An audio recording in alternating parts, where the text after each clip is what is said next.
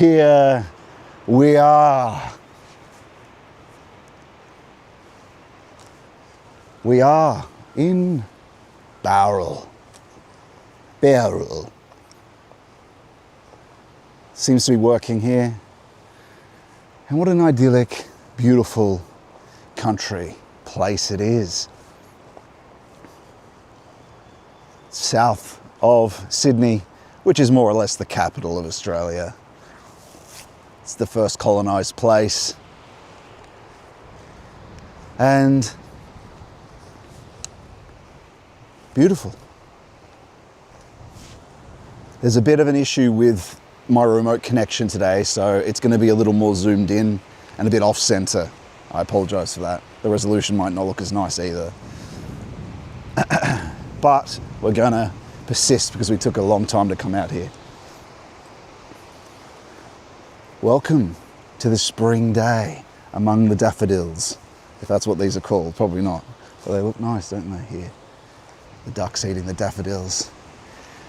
What we're going to do today is our usual walk. We're going to walk down the creek side to We're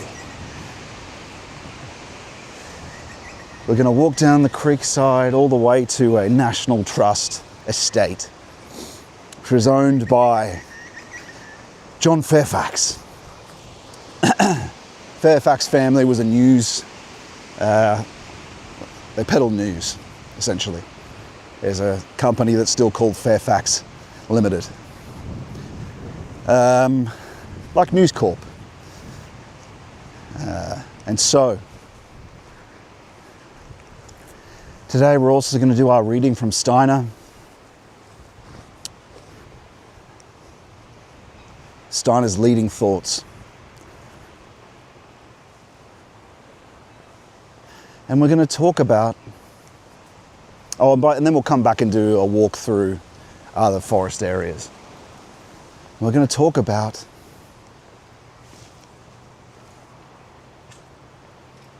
the breath of the Angeloi, the breath of the Lord, which comes from faith. And we've talked about it before. It's not the first time we've talked about it. But what it also means and is connected with is part of the union with God. Union mystica of the tradition's purification, illumination, union. Which is also the path that the mystic goes on, of course.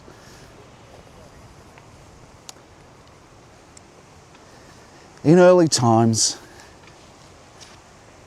or even you could say before the fall, proto-historically. But even after that, the human vertical breathing and horizontal breathing were united to breathe for the ancient and for the apostle and for the saint or the types of people that are in the Philokalia that talk about the breath being united with watchfulness and the name of Jesus. These people too, don't be mistaken. It's not 100% spelled out, but it's certainly true. Breath at the same time meant union with God, contemplation, human feeling, willing and thinking, prayer and benediction, all at the same time. Because to be in this state of union and the grace of breath moving your breathing, the Father provides the breathing of the soul. But that can be united, and that soul breathes through its morning, and then it's comforted. Morning to prayer to being comforted. Benediction, suffering and then benediction. There's a disharmony, there's a prayer, and there's a re-establishment of harmony through benediction and grace. And so all of this is happening at the same time, as well as breathing. So breathing is occurring in the psychological unconscious, the vital unconscious, physicality as well, and through eternity, from eternity.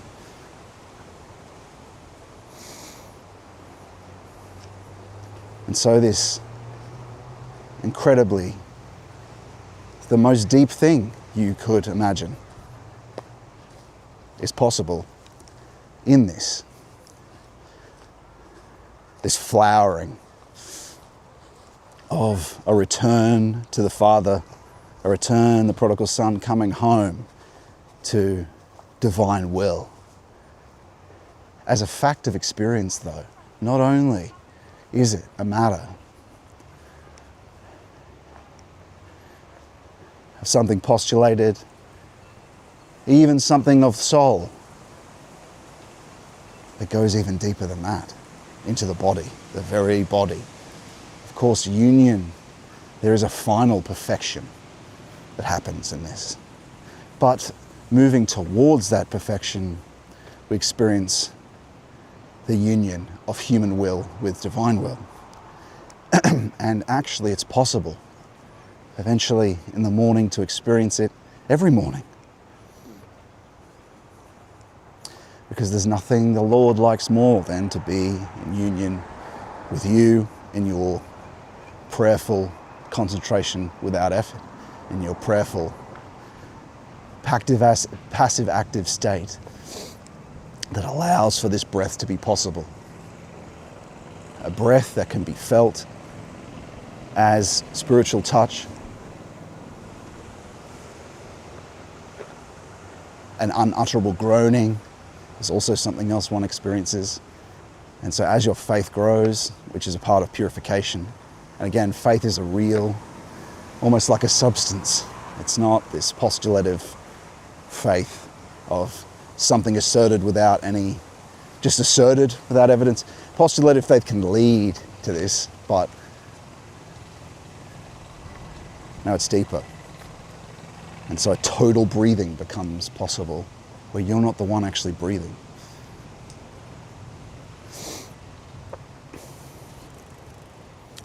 And so to understand this, we need to understand the difference between the West and the East. That they're not the same thing. What the West did, fundamentally, and before I go into that, I'm just going to quickly check to make sure everything's working, friends. As this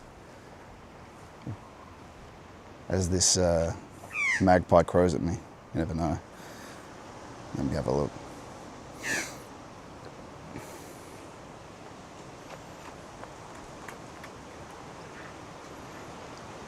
Seems to be working.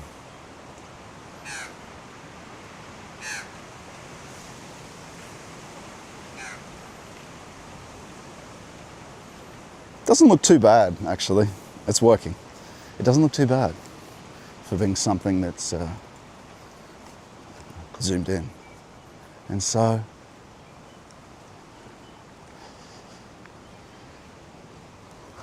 there's a fundamental difference between the East and the West. What the West did with its technology,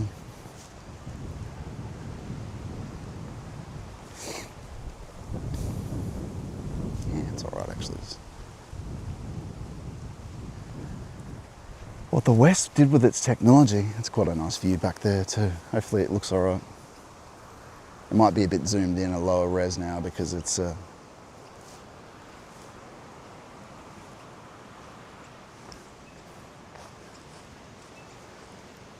And so what the West did with its exterior technology, the East did with its spiritual technology, rendering its inner life, well, now completely decadent. It becomes or became the wings of Icarus, of humanism, attempting to ascend off its own steam. The West, as we know, St. John of the Cross, as he puts it, it's a sheer grace. The silence is brought about by a sheer grace. It's passive and active. It's an active decision to... It's beautiful here, isn't it? It's an active decision of transforming the will and moving towards Him. And what's passive active? It's grace, it's prayer, it's rhythm. And so what characterizes the East is a principle of technology. What is the principle of technology? The most efficient means for maximized returns. You activate a procedure, it achieves an outcome. Same every time. The more predictable, the better. This, on the other hand, for the West is completely different. And for the true divine, of course, as well. It's not about that. All these prayerful actions, these rhythms of life, are moral actions. Moral actions that aren't involving merely you, the subject, that are about interactions with the divine beings.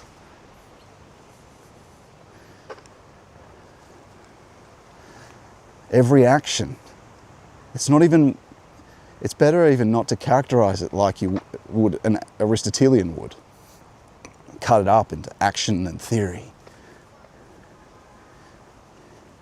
Because your development and advancement, when you're doing your practice every morning, it's a moral action, or it's a moral rhythm. Every action that's performed actually is, when it's towards God, it's prayer. And so it's a call, a personal call of soul. Even the simple things like concentration is a small call to soul towards Him. And the more and more you do this, the more and more you develop into a moral logic, not a logic of pure philosophical intellect, or you could even call that a bit Luciferian intellect.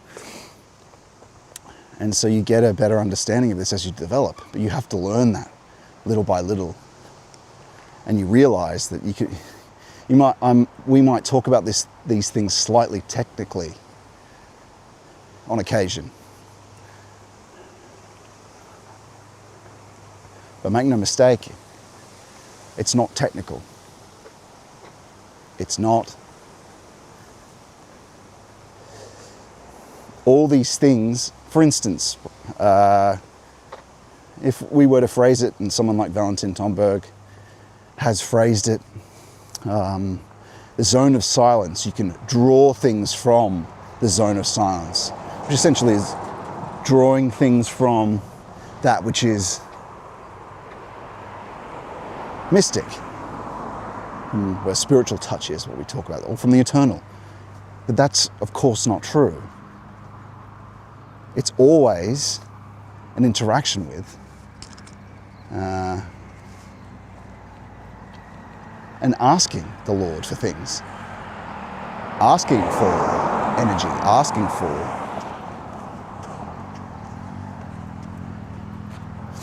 energy to do the live stream, asking for these things, right? Prayer and benediction. And so you've got to get this idea of prayer and petition to a person and apply that rhythm to, when I say practice and when we talk about this, even a concentration. A concentration attending is a moral action. It's done and implies,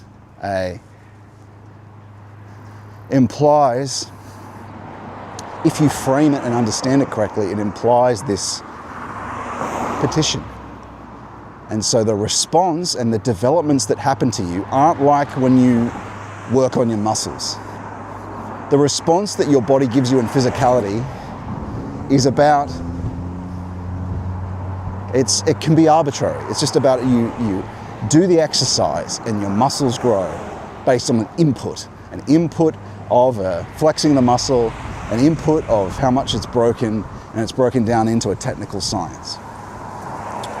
It doesn't work that way with this in the spirit and in the faculties of soul. It does have a rhythm to it, but it's every morning concentration is a moral action you perform into the spirit towards the Lord. That's recognized, and it's also recognized if you understand this properly. Once you do, the development, you could make the error of thinking that it's brought about. Even when you develop these faculties, of course, because of your moral development, it's allowed. So when you do it, it is later almost like it is an action. And it comes about of its own accord, but it's always, to get there, it was always collaborative. And everything always remains that. You're constantly in praying, right? Every practice is a prayer. But as you develop, it's something that can happen almost straight away. This breath, for instance. It's a reaching out though. But because you've developed towards God and you have a loving, deep relationship with Him, He allows it straight away. And if you were to start sinning, then things would change, right? If you were to start doing abandoning the good, as the Lord says, I'll come and take away your light. I can't remember the exact quote. And so I'm just trying to get this sense. You can't develop unless you have to almost program, slowly really get this. And you might hear it as a proposition and then might not get it. You have to get it through practice, realizing we go in with these implicit, we're programmed so deeply into this procedure and outcome, technological principle, rather than the principle of art and rhythm and prayer, this prayer, it's the principle of prayer, really, the principle of benediction and grace, mourning and comfort. It's from our emptiness and request and petition and granting, even with things as basic as concentration, without effort, which even if you don't say the words, becomes a prayer, becomes a contemplative meditation, becomes union with God.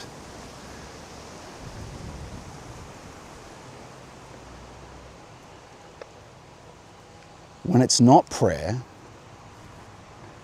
even a religion that states that it's, our aims are to be without ego. Our aims are to be without ego. When you're fleeing facticity, fleeing reality,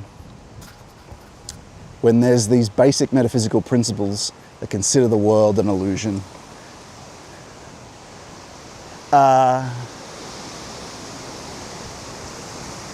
there is a very subtle pride and egoism in non-egoism.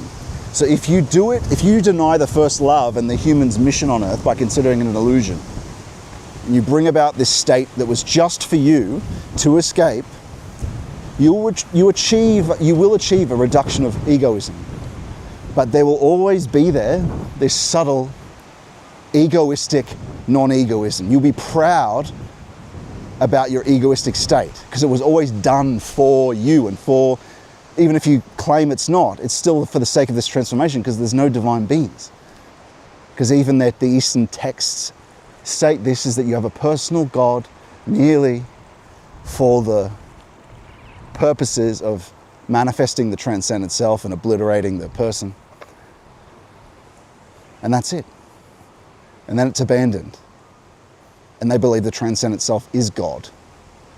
And there's different philosophies. Some state it's a plurality.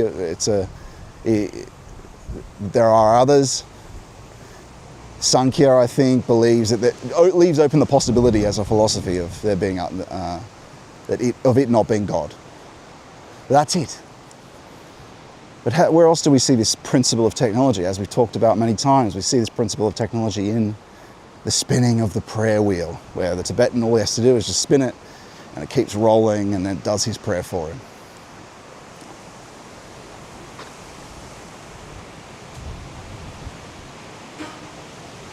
does his prayer for him. The other thing that characterizes them is depersonalization. And we've talked about that many times, depersonalization.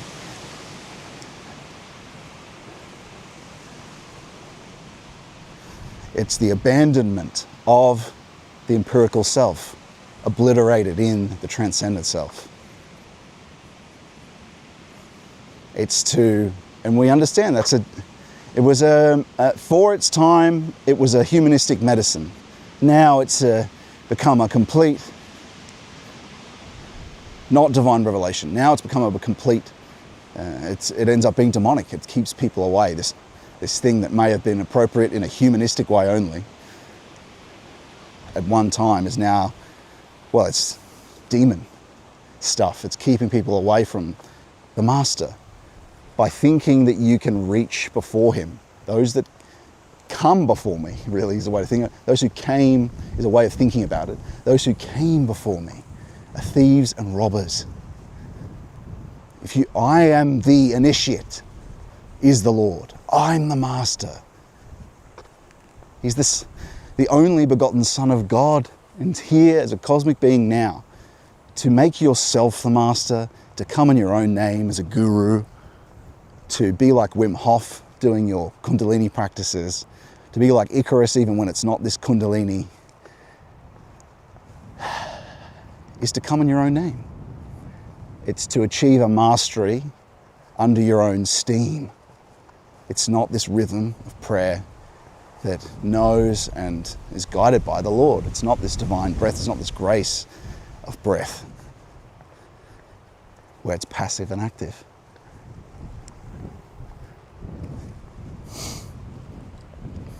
And so even in their other texts, I know we've talked about this before, but it's really relevant for talking about divine breath,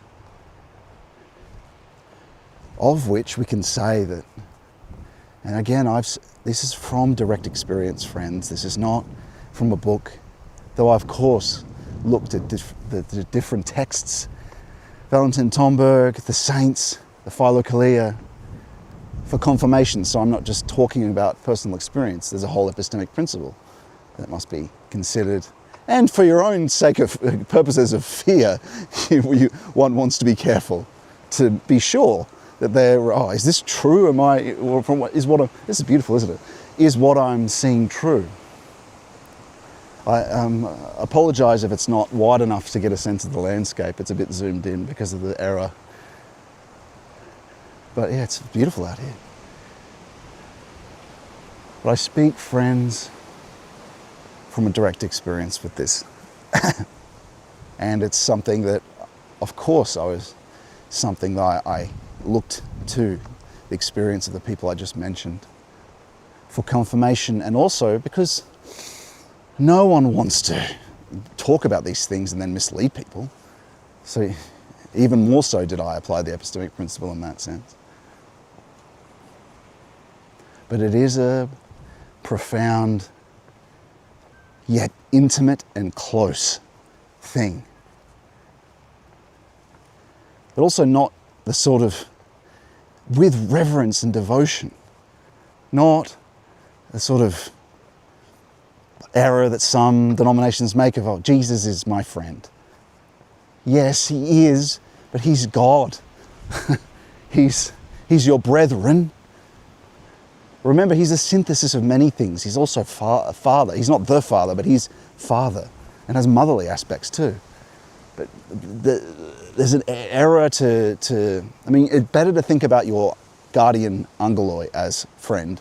But of course, Christ is also the friend, the chief friend, but he's the master, the King of Kings, the Lord. That's why there's an angelic hierarchy, and they want nothing more than to bring you into union with him. But you need time. You need time to be slowly brought up, just like the apostles with the bread, because you'd be shocked, obliterated. If you came with your sin, we're always sinners, of course, but if you came with really low sin, wow, the shame and fear.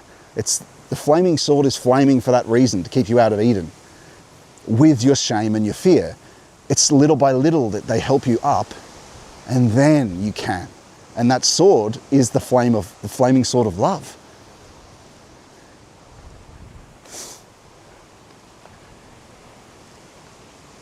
And the rivers of Eden, the joy, the peace, the crystalline waters talked about in Revelation, but also something profoundly experienced, is when the Lord said, He keeps His promises, and it's true. All of it is true.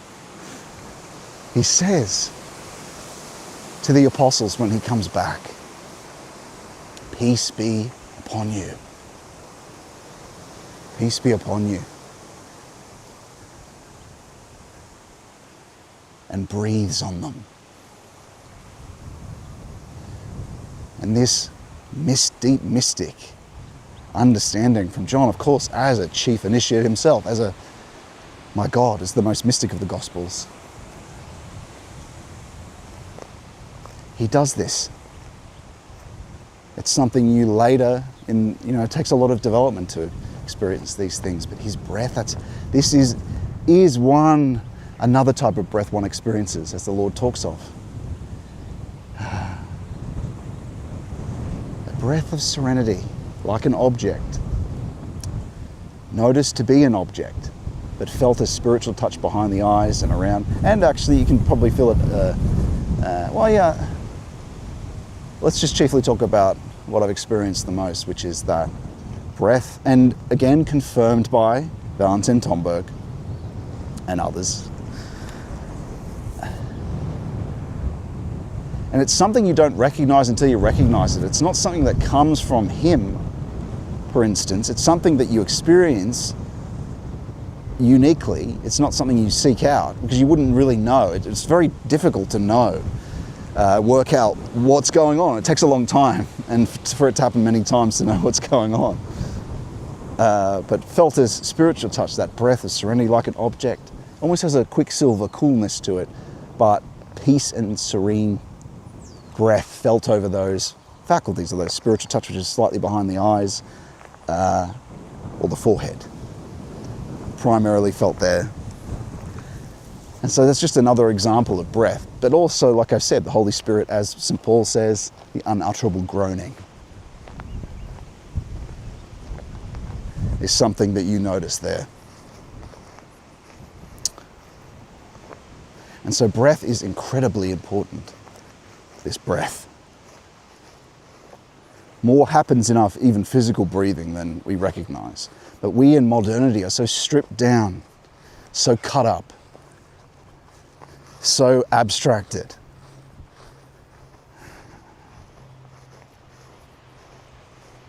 So warped. What is supposed to be a likeness to God, which could be called you could consider this the functional organization, whereas the image of God in us is the essential structure of our being. The likeness is the functional structure. A way of thinking about that might be that our essential structure is the contemplator of God. There's a secret prayer in the heart that you don't recognize in your we don't recognize in our current state of consciousness unless we go deeper, that's constantly praying. And the angeloi, the angels, are a mediator between the image and to the likeness, between the essential structure of your being, which also could be considered the idea that God has always had for you since eternity, what you should always have been or be, to move towards. And structural, functional structure, and essential structure.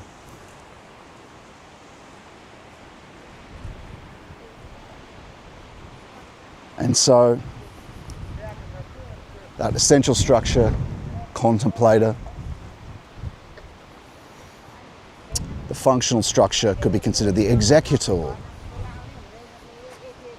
executor, external, ex, executor, and contemplator, the other one in contemplation of God, in connection with God that you don't recognize and interact with at all, unless you do the practices we talk about, unless you interact with and move towards the depth aspect of the church. As St. John of the Cross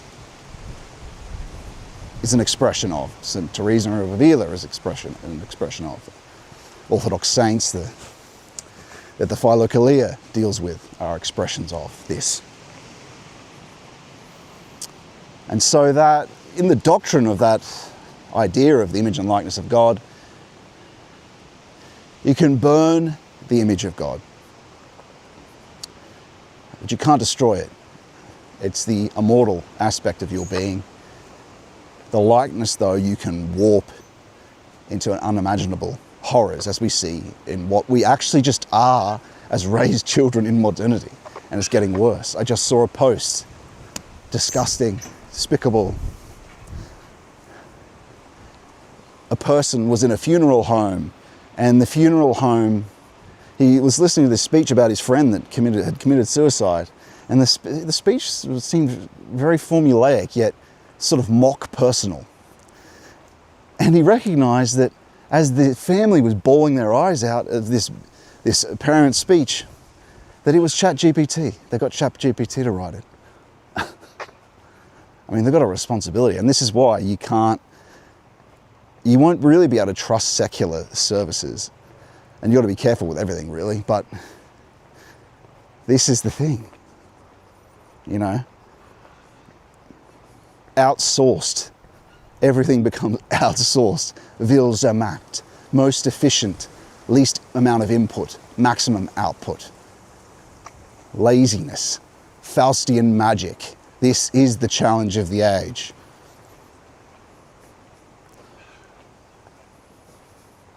And the response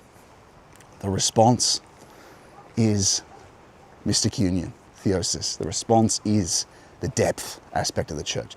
The response is to not seek this apparatus to achieve our low desires, which it only wishes to inflame.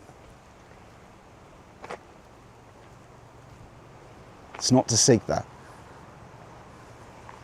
It's to seek through earning and through a moral development, opposed to this maximum output, least input, opposed to this way of thinking, opposed to, well, of course, it's power versus love.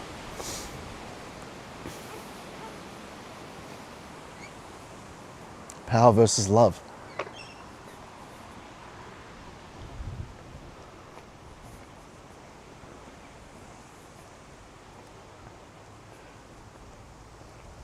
Doesn't take much for good to abandon, in the sense that it doesn't take doing much for the good to, or for him to take the light away. There's so many things we do that he doesn't want us to do, that takes him away from us. And ChatGPT is actually one of them. You think it's harmless, it's not harmless. Why? It's just, I need help to do this or that. It's not so much, like most sins, it's a subtle one. But I'd have to really think more about how it's a sin, but probably in the sense of the problem, it's like, oh wait, it's this way. It's like self-gratification of the reproductive organs, in a sense. And in a sense, that's true. It's denying your transcendent self. It's denying what you could become and be. It's using a civilizational, technical organism of what has been, of the energy of past ages, which was and is and always will be provided by him.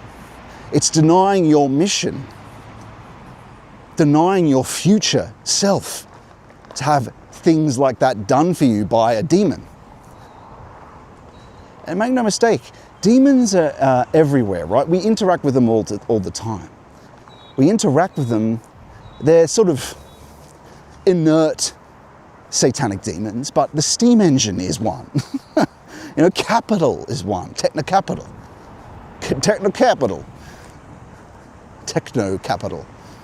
And so you're interacting We're interacting with them all the time, but this is different. This is Faustian magic. It's a summoning. It's a summoning. And it's a negation, like we talked about before with the Eastern practices. It's a negation of your mission here in a different way, and a very subtle will to power. But it's a negation of what you are supposed to become. A negation of the possibility of theosis in a small little way. Like I said, it's like the gratification of the reproductive organs, self-gratification of that. It's more about you're wounding yourself, friend. You're wounding yourself in a tiny little scrape, a million little cuts. That's the issue. You're wounding your own soul for that little bit of advantage.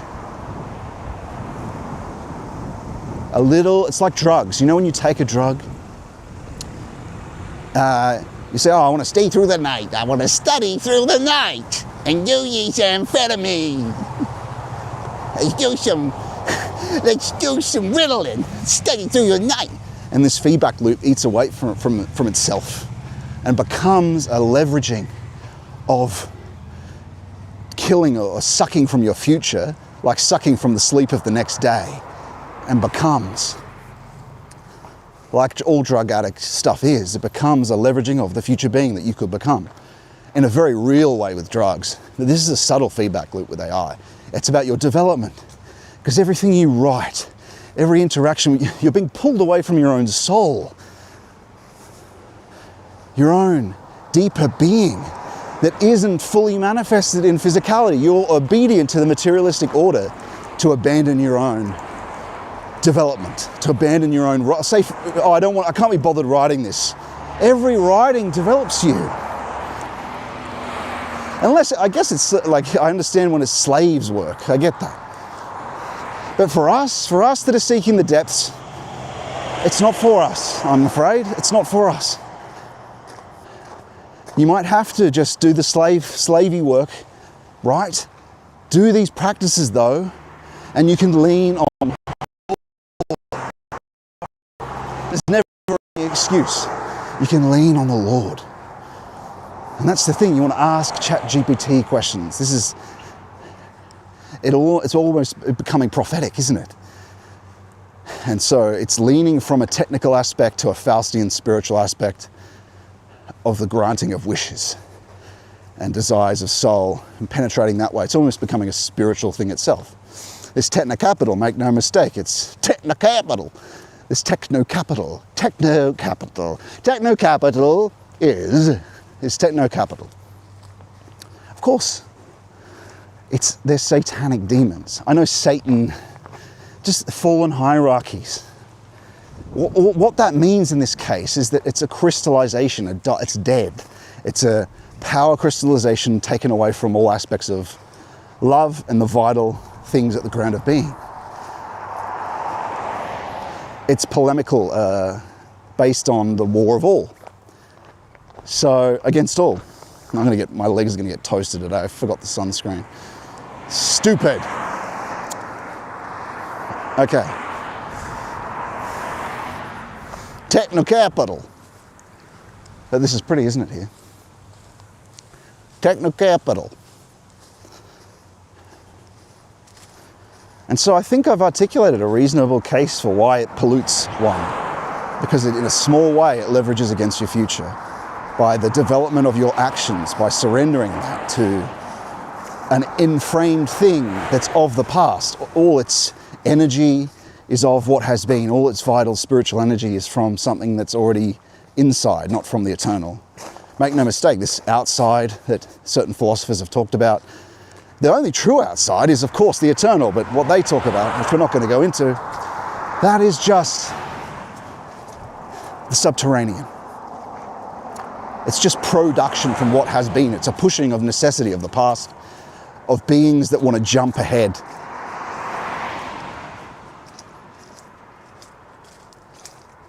They have their own arbitrary projected desire. It's a third realm. It's a realm that is,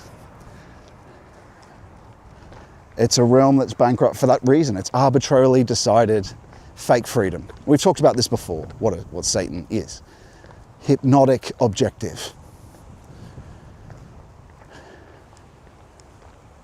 And so we're almost at the estate, friends, not much further. But what beautiful landscapes we have out here in the country. Out in the country, eh? Out in the country, out in the country. Here we are.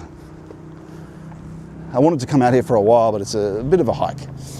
Hopefully it looks all right. I might stop and check. But we'll continue on our subject in a moment.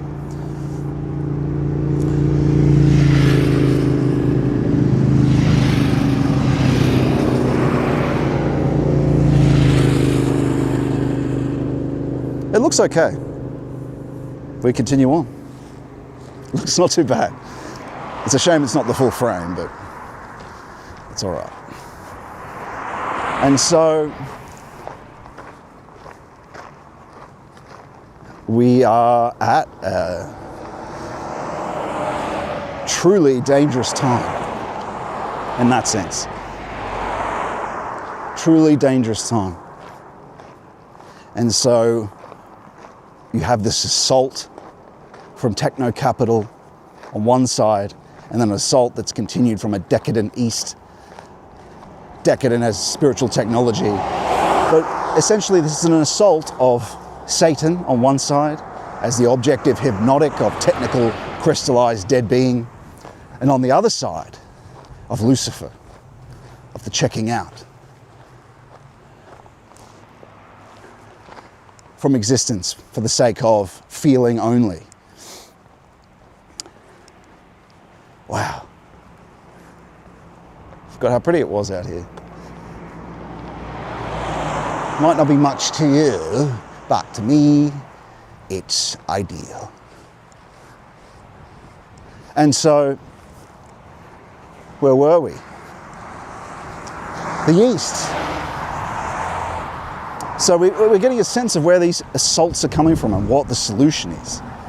It's to seek to access, single-mindedly to disclose,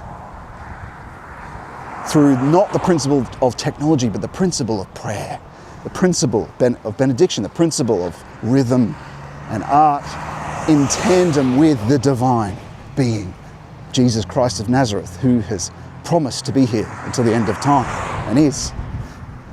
To be your, when we say he's the master, the guru, and there's no, of course people can help you make contact with him, but the point is to eventually get to a point where you can actually discern. When people keep saying discernment, what are they talking about? Of course, yes, it's an epistemic principle we learn from the tradition, but it's a mix of remembrance and providence. Remembrance is a very real and true remembrance of the beings that are here right now, which come from the liturgical calendar and the Gospels.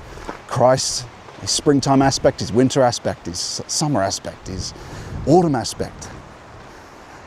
And so the divine beings are there in their remembrance, but don't forget also honouring the Father, honouring what's completely uncreated and is to come inside, and the direct relationship with Christ and the Father. Well, ultimately, with the Father. And the Father. And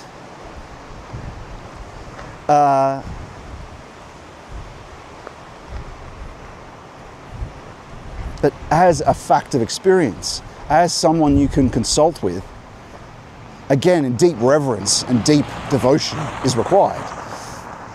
Deep reverence and deep devotion is required. This is the entrance to the old Fairfax Manor House here.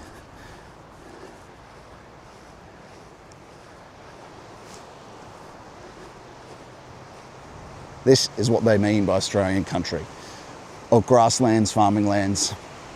This is Bowral, it's called, by the way, this place. Lots of old English style holiday homes, like we're about to visit. But,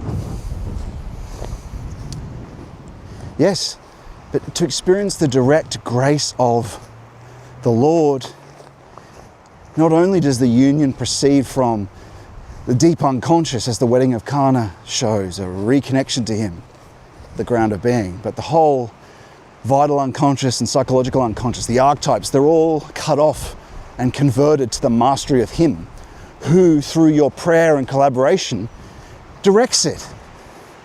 So you're able to resist anger now. Your mastery of this is through his mastery.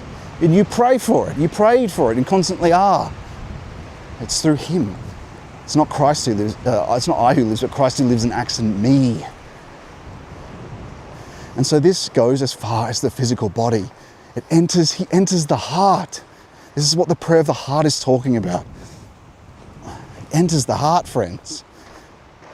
He communicates in many ways as well. Sometimes words, sometimes the heart. Sometimes, of course, the spiritual, by spiritual means. Sometimes once the unions become so close, it's through physical means as well. Through the heart, literally.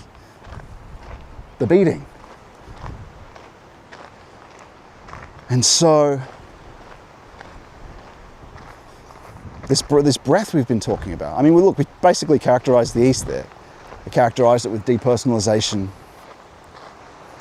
which means that you're not having this deep interaction with the divine being, who's the master. You've decided to reach in front of him, make yourself the initiate, make your transcendent self the top initiate and God.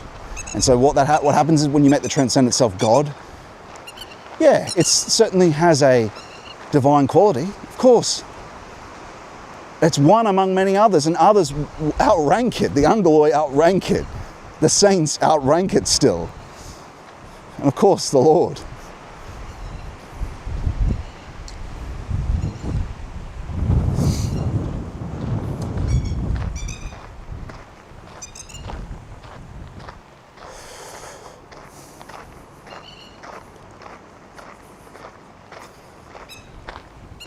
And so, with that in mind, we recognize that the difference with what's going on when we talk about the heart and the breath and the passive active state. Of course, the concentration without effort itself, which I can't explain the whole practice here today. Go to my lectures on Christian mysticism, the practices of Christian mysticism. Or I have another video that says a practice of concentration without effort, but that with prayer, of course. These are trainings in, of course, the 3 oaths: poverty, obedience, chastity. But they're a practice. And why is that? Yes, I've talked about that before. They're a practice in poverty, of course, of imagination, poverty of, because you're concentrating, your eyes are closed, eventually closed of their own accord. They're a practice of chastity and obedience. Obedience, well, of course, directly, because he wants you most of all to do this concentration practice with prayer. It's the most essential thing for this to happen, because we must go into the wilderness like Christ did. And you can only go into the wilderness by going into the poverty of the senses, to go to the depths. If you're always looking at something, even the liturgy, you have to do what the monastics are doing. Your hour in the morning, concentration without effort in prayer. But at the same time, we're getting ready in this passive active by attending. Our attention is on all the vision and the point. There's a balance between that, a serious play, an allowance of the unconscious to rise a little bit. We're practicing a passive active state. And at the same time, what we do when we walk, we're walking right now. We're doing the Jesus prayer. The automatic breath, what is that? Our attention also, move it to our diaphragm, our breathing. Don't change the breath, allowing it automatic. Your attention's there, and pray the Jesus prayer in and out. With your attention there, what does the Philokalia say? Combine watchfulness, this attention, and the breath with the name of Jesus. With the name of Jesus. Yeah, here we are. With the name of Jesus. And so what's that? Lord Jesus Christ, Son of God, have mercy upon me, a sinner. All right, but when you're praying it out loud, you are using you are sort of determining it with your will. The benefit of doing it noetically, internally, is you can do it all the time, because it's trying to collaboratively, it establishes a prayer unceasingly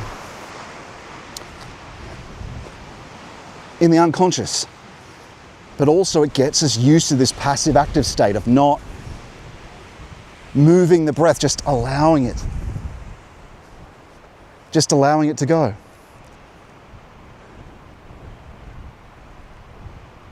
Of not using our will. Okay, that's still working. Good times.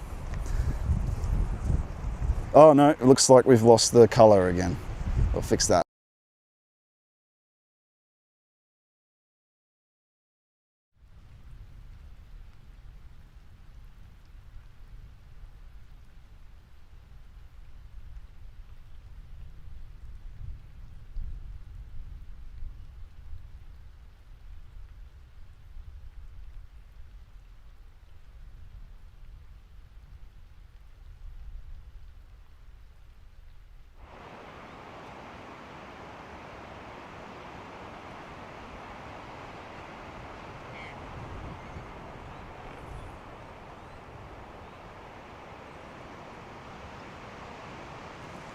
Okay, it should look all right now.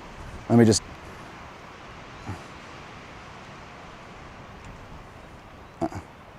Sorry about the color, it should be fine now. And let me wait until it's refreshed up and it looks, and everything's good.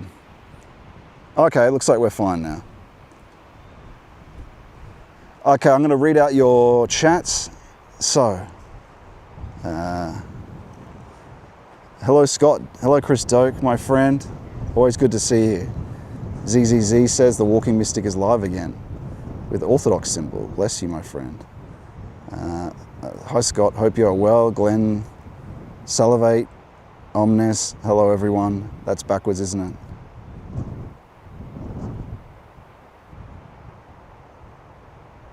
No. He talks about, I'm mentioning that Hinduism is using spiritual technology, Abel-like. No, that's Cain-like. That's what we're trying to say. That's what we're trying to say. Okay. What a beautiful view, everyone. At least it's not completely stuffed and we can see the background and stuff. It could be worse, could be way worse.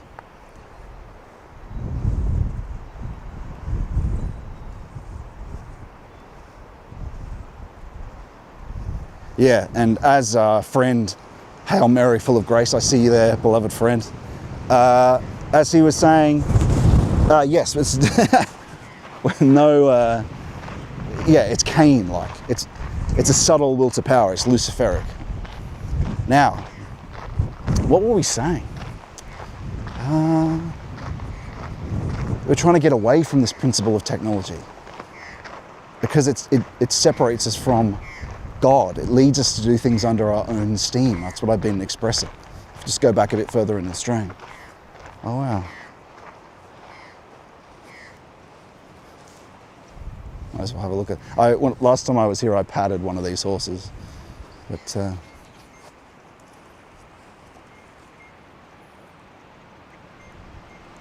hopefully I don't get chewed here. Hello, boy. Can I pat you?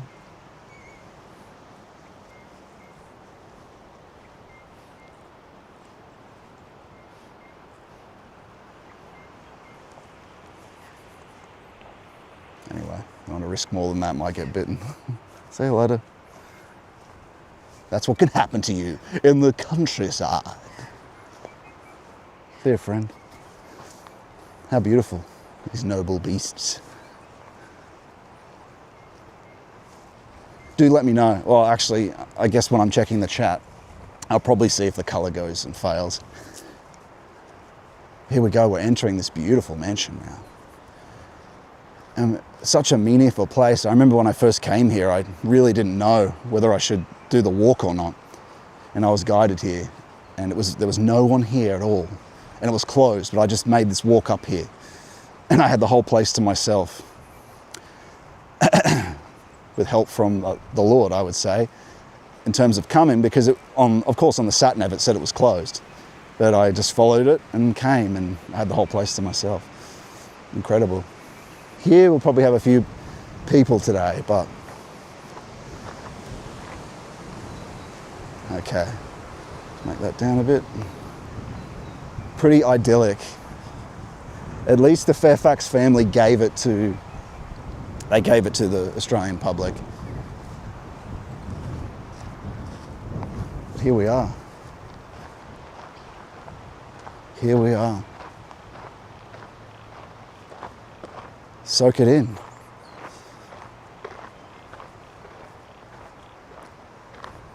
And as we talk about soaking it in, we were talking about the Jesus prayer, weren't we?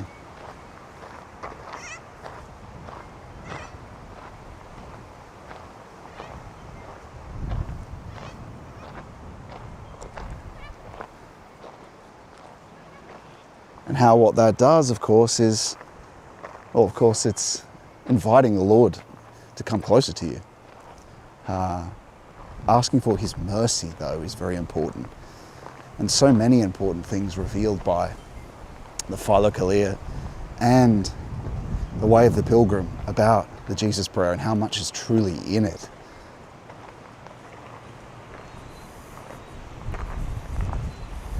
It gives Jesus his proper place as the master by asking for his mercy.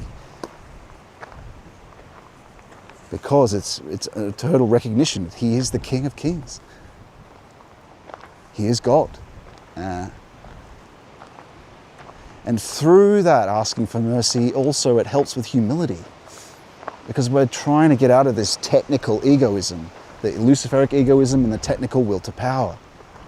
And this is why I do 5 prostrations in the morning. I don't do heaps of them, I'm not wearing myself out, but it's a small help with humility. Because it's very easy for subtle Luciferic tendencies to get in. Pride is the hardest one, and the temptations that we face in this process are, well, they fit in with the 3 archetypal ones that the Master showed us, the Lord showed us.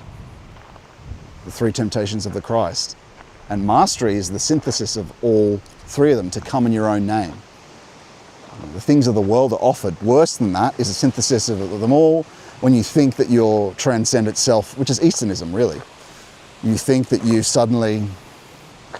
you're the master. But it's in spirit. It's not being offered everything of the world. It's also about the divine as well, right? Which is why it's a synthesis of all 3. Because this power that you've then granted yourself is outside of the world. So, in a sense, if you take that too far, this inflation, say, it happened to Nietzsche. If you take it too far, it becomes irreversible. You can treat it initially, but if you begin leaning into it, it can become irreversible. So, definitely something to think about. But isn't this beautiful, friends? I wouldn't mind having my own estate, but for now, we must look inward to the estate, the true estate, Eden, the kingdom of heaven. Yeah, it's just a place in the end. It's very beautiful. And we do need to build places like this, but not secular. More European English-style gardens, not secular. Bring the eternal into nature. It's a work of art. This is a work of art. What a beautiful approach. I hope it looks good. And so that Jesus prayer, wow, what a magnificent practice it is. But remember, we must include the attending of the breath. This is what is said in the Philokalia. We're getting good at the passive active. Concentration without effort is part of that. We're getting good at the passive active in that alone. It practices the 3 oaths of the tradition, as I've talked about before and explicated already. But this Jesus prayer is to be combined with that. It's part of the practice.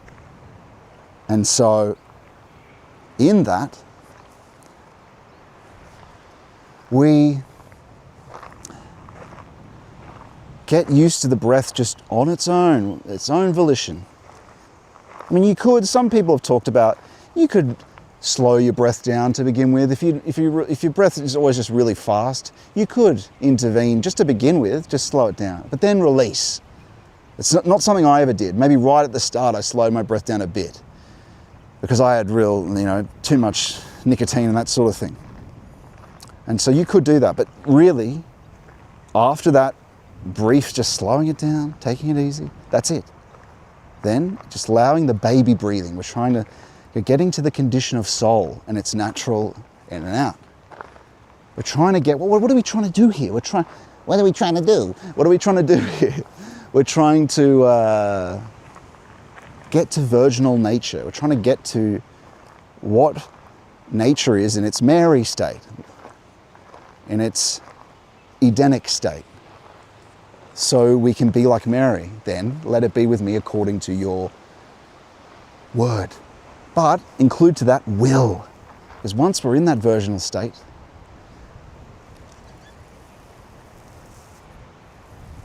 then grace can influence our breathing. The Master, once he's, through our concentrations, through our prayers, he's come a little bit close to us. We've come a little bit closer to him. And it becomes possible then. How do we understand that? Well, we've got to understand that our existential state, and this is where breathing comes in, but also the angeloi. What happens in this morning practice that we're doing, this is all related to the divine breathing we've been talking about, and union, that the subject of the stream said. What's happening? Our morning practice, we're practicing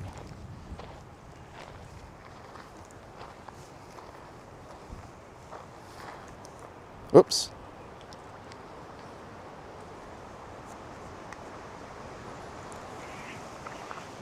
We're practicing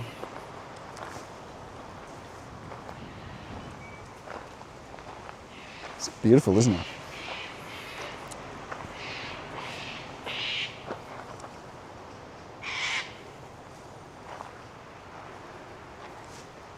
Should look all right. Wow. So nice.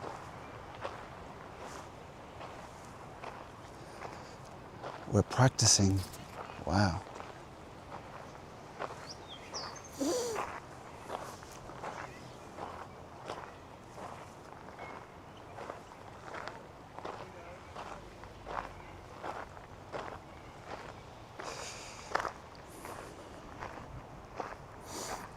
Well, we're practicing the passive active, and because we're concentrated, we're watchful.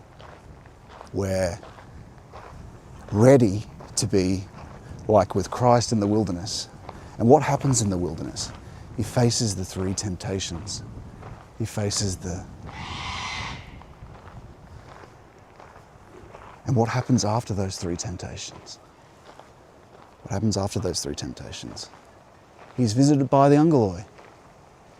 And so what happens to us in this morning practice then? What happens to us in this morning practice is thoughts come up, temptations come up too, and usually they fit in with this. Usually they fit in with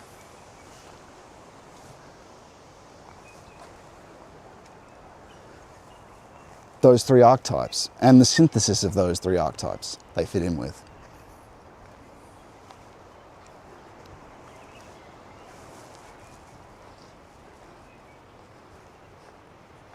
And what do you do in response to that? The temptation comes, it's always demons. We don't respond to any thought during our morning practices and prayers. We reject them. All we do is think no and then return to our concentration, whatever comes up. The demons will try anything, and they'll usually fit in with those three archetypes of temptations. He'll try anything.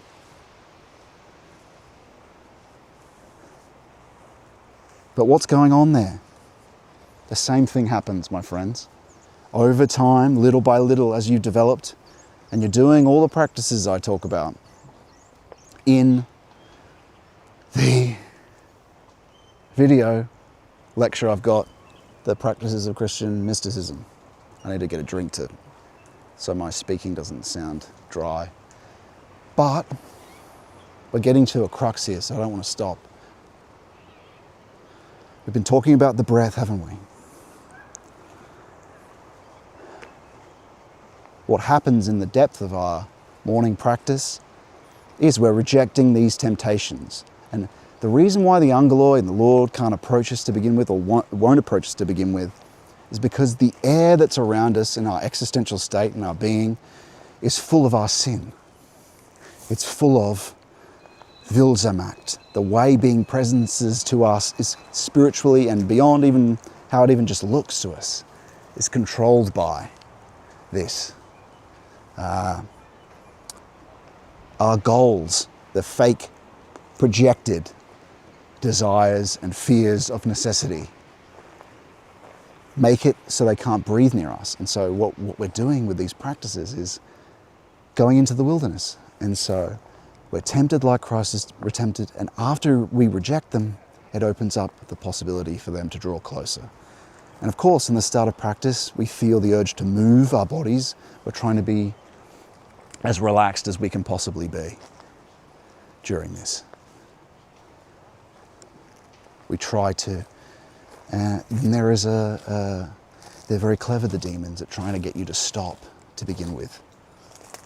But over time, you rejecting the temptations, continuing your concentration and your prayer, well, what becomes possible is you notice things occur. They come towards you, and the Lord comes towards you when you reject the temptations. Eventually, little by little,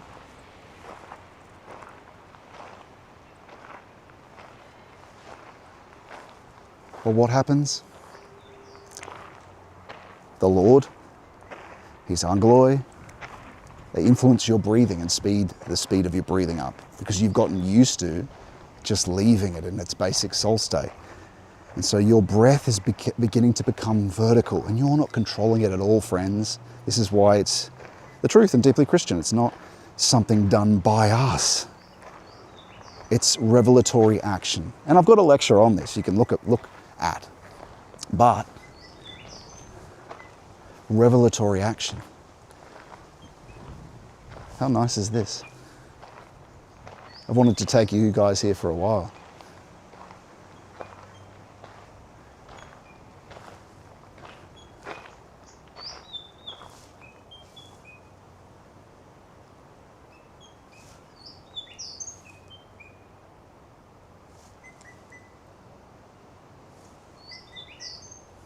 Listen to those beautiful birds. And so distance for us in space equals kilometre, whatever it is, a metre we measure in distance, foot, feet. Distance for the Angeloi equal changes in respiration. 300 successive changes in respiration, let's say, from the normal state to the other state. Vertical breathing.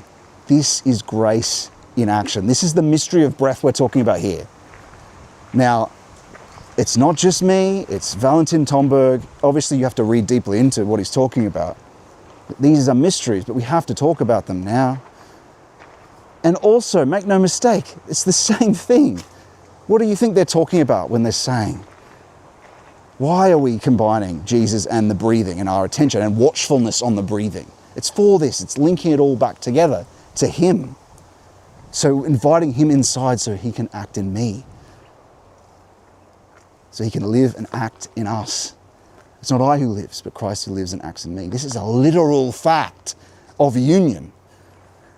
It's not the complete perfection, but there are other unions that become possible every day then. And you experience the miracle of His influence of your breathing.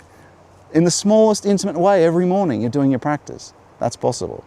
And 2 other people in the fellowship Richard and Ania, great friends. If you're watching this, I'll see you guys soon I'll see you soon for the fellowship talk. But they've experienced this in the breath. And it's only for them been about, how long's it been? Between a year and 6 months, a year. If you could just we can do the practices of the monastics now. It's dark times, it's possible. Sure, I mean, I'm just a dude. I'm just a dude. I'm just a normal person. If I can do it, and if our other chums in the fellowship can experience this blessing, of course, deeply careful with the epistemic principle, as we always talk about, deeply careful of spiritual deception. Long time was waited before I talked about it at all.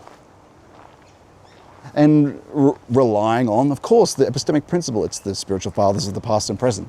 That's part of it. Deeply careful.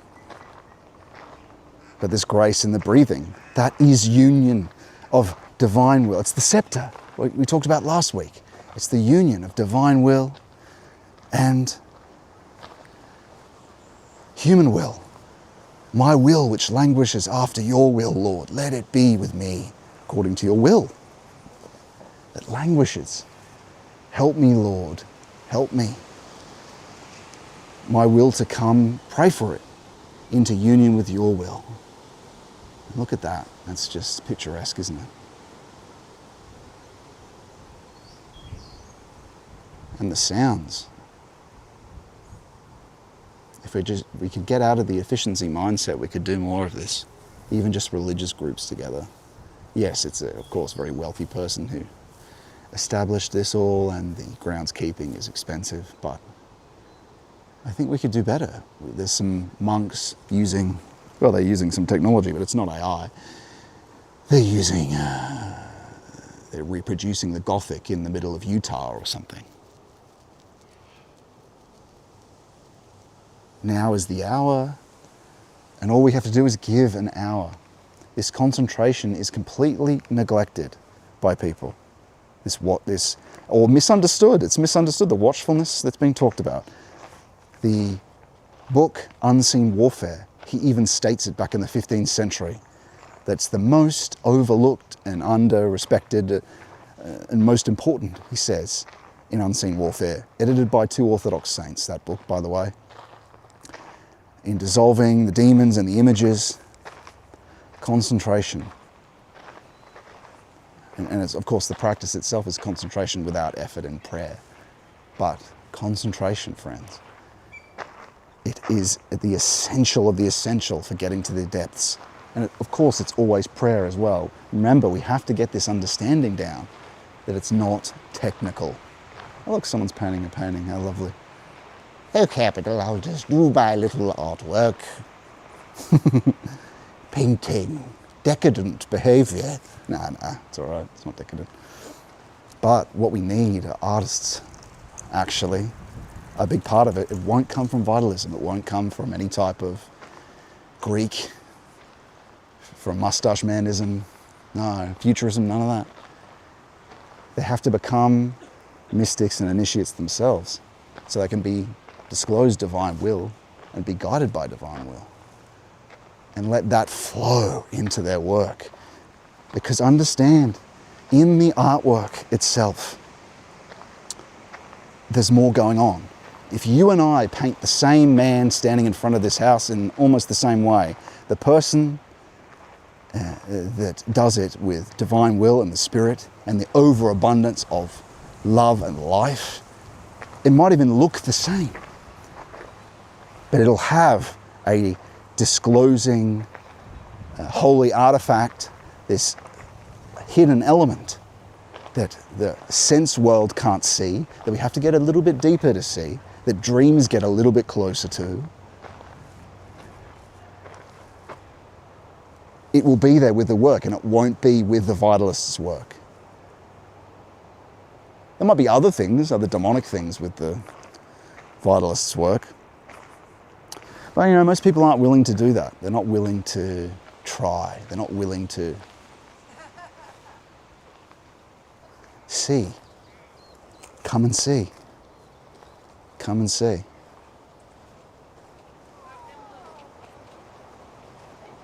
Well, I could stay here all day, really.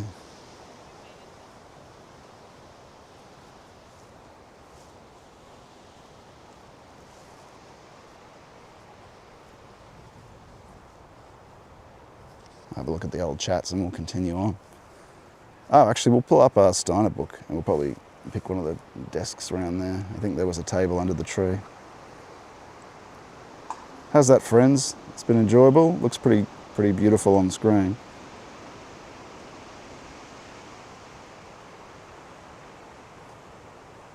It could be a bit wider, sorry about that. Let's pull up a chair. Well, we'll find a good location first, but we'll pull up a chair and start our reading for today. We can tour the rest of it as we found somewhere to sit. Sorry it's not wide.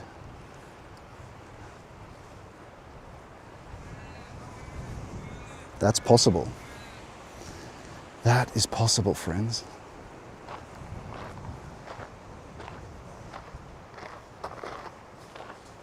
Now we'll just decide where we can sit. Not sure yet where we'll go. Somewhere, maybe on that bench. We might go on that bench. Let's just have a look what we can see from this desk.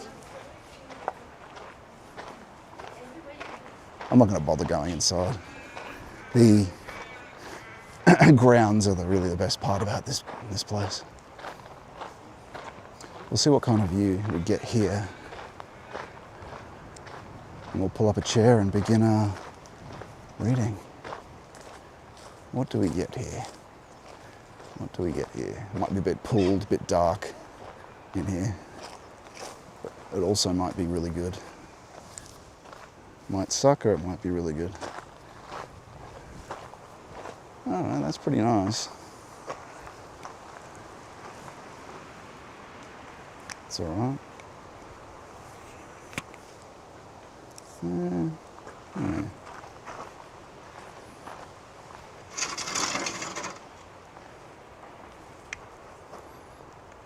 Well, I'm pulling up everything, friends, so just give me a moment.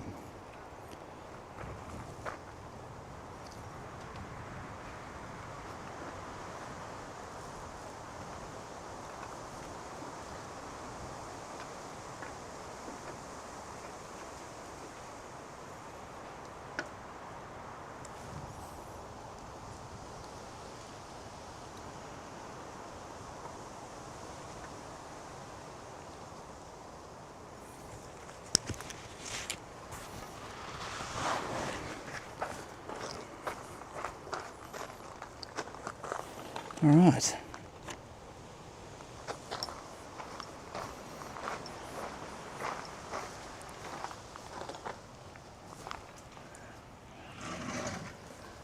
Okay.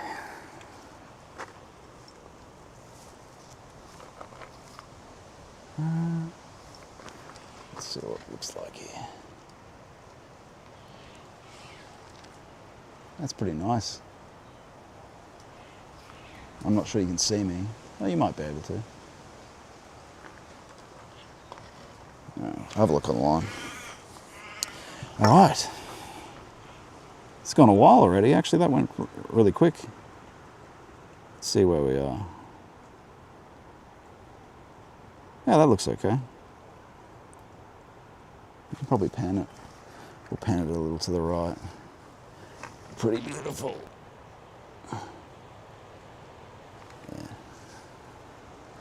Okay. Yeah, picturesque, eh? ZZZ says, beautiful, thanks for bringing us along. Yeah, I know.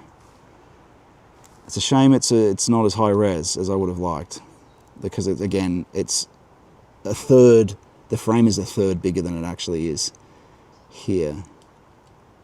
Oh, you can't see me anymore there. Oh wait, I can just go in this seat, that'll work. Yeah, I'll do that. Yeah, we'll do that. I'll just make that a bit more this way. And then I'll get our book out. We'll begin. How cool is this? This is pretty rural here. And it's quite cool that you can just live stream. Pretty cool. Pretty cool. Gotta love that. Okay, got that. I'm getting a little drink. But look, we've talked about some important stuff there today. Some important stuff about the breath, what's really possible with it. And it just doesn't take that long if you're just willing to trust what the saints say, what Valentin Tomberg says, what I've been talking about. If you're just willing to trust that and put that holy hour in that the sages have always talked about,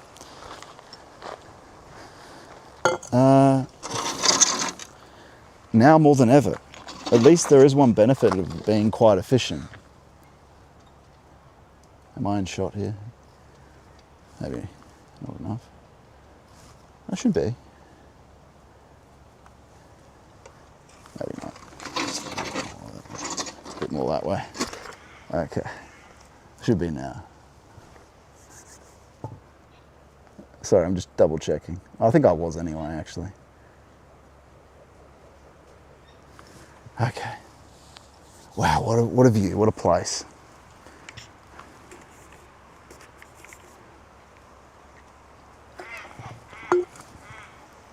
Highly recommended if you're from this country to come down to Bowral.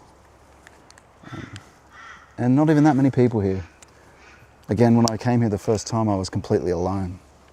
But it was, I was completely alone, but. Sorry, I'm just double checking. To come down to Bowral. And not even. Perfect. Feel free to send through your super chats. Sorry, not your super chats. Feel free to send through any links or anything. And we'll get to that at the last segment of the show. If you want me to respond to anything. I'll check the chats periodically. But for now, let's jump into Steiner for Steiner's guidelines, or leading thoughts. Let's pick up where we left off yesterday. Actually, one more thing. Sorry, a bit boring. Mince. A bit of caffeine as well. If we're going to be pushing through this. You stop talking, people tune out. Anyway, we're getting started here. But that was a good place to finish it.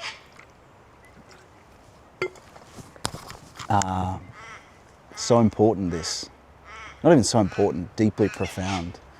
And in the peace of a European garden like this, that people have contemplated in places like this for, oh gosh, centuries and centuries.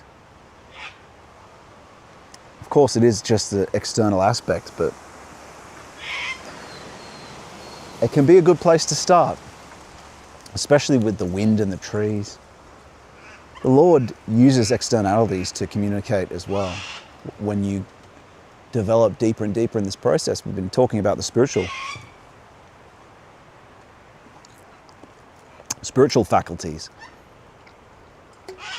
But he's the miraculous being of the world, the great miracle, the new, well, what Tomberg has talked about, the new magic agent, sacred magic. But again, we don't like that term. Sacred miraculous, participatory miraculous. But he doesn't only communicate in voice, mostly it's a thought, actually. It comes from within, because he is what grants you your I, your subjectness, your underthrownness. He grants that. And so he comes from within. He's the, we're trying to become more essential. He is the most essential. And the way towards him, whilst you do things externally, and that's part of his name and mission and what's supposed to be for you, you're delving into the depths to find him. That's where he mostly communicates. But he will. It happens to me a lot, and I confirm it with the epistemic principle anyway, is that externalities, miraculous. Of course, the macrocosm is obedient to him.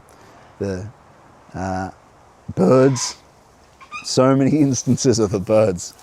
But he'll change, his divine will adapts itself to also, you might get used to one mode of communication and he'll move it to another. An externality or this or that, and you of course confirm it internally with, well, it's not, as we know, it's not internal, it's external in the sense of objective. These things become objective. They're not subjectiveness. Your vital unconscious and your psychological unconscious extend beyond you, as we've talked about many times before. But one of the greatest miracles that comes about through this closer union with him, through the grace and the breath, firstly is the deep, well, it's the experience of being in deep obedience with him. The most obedient you can be is for your breath to be guided by him. Beginning in obedience, the most obedient you can be with him is not just to your actions externally, it's in the holy hour is being obedient to him. Can you not watch with me for an hour? He said. We need a life of worship and prayer, and the rhythm of this, for this to occur, to restore to life the deep spirit, to restore to life the missing depths, even the depths of the psychological unconscious and the vital well, of course he has union with those two things in you. It's all gone. People are even talking about,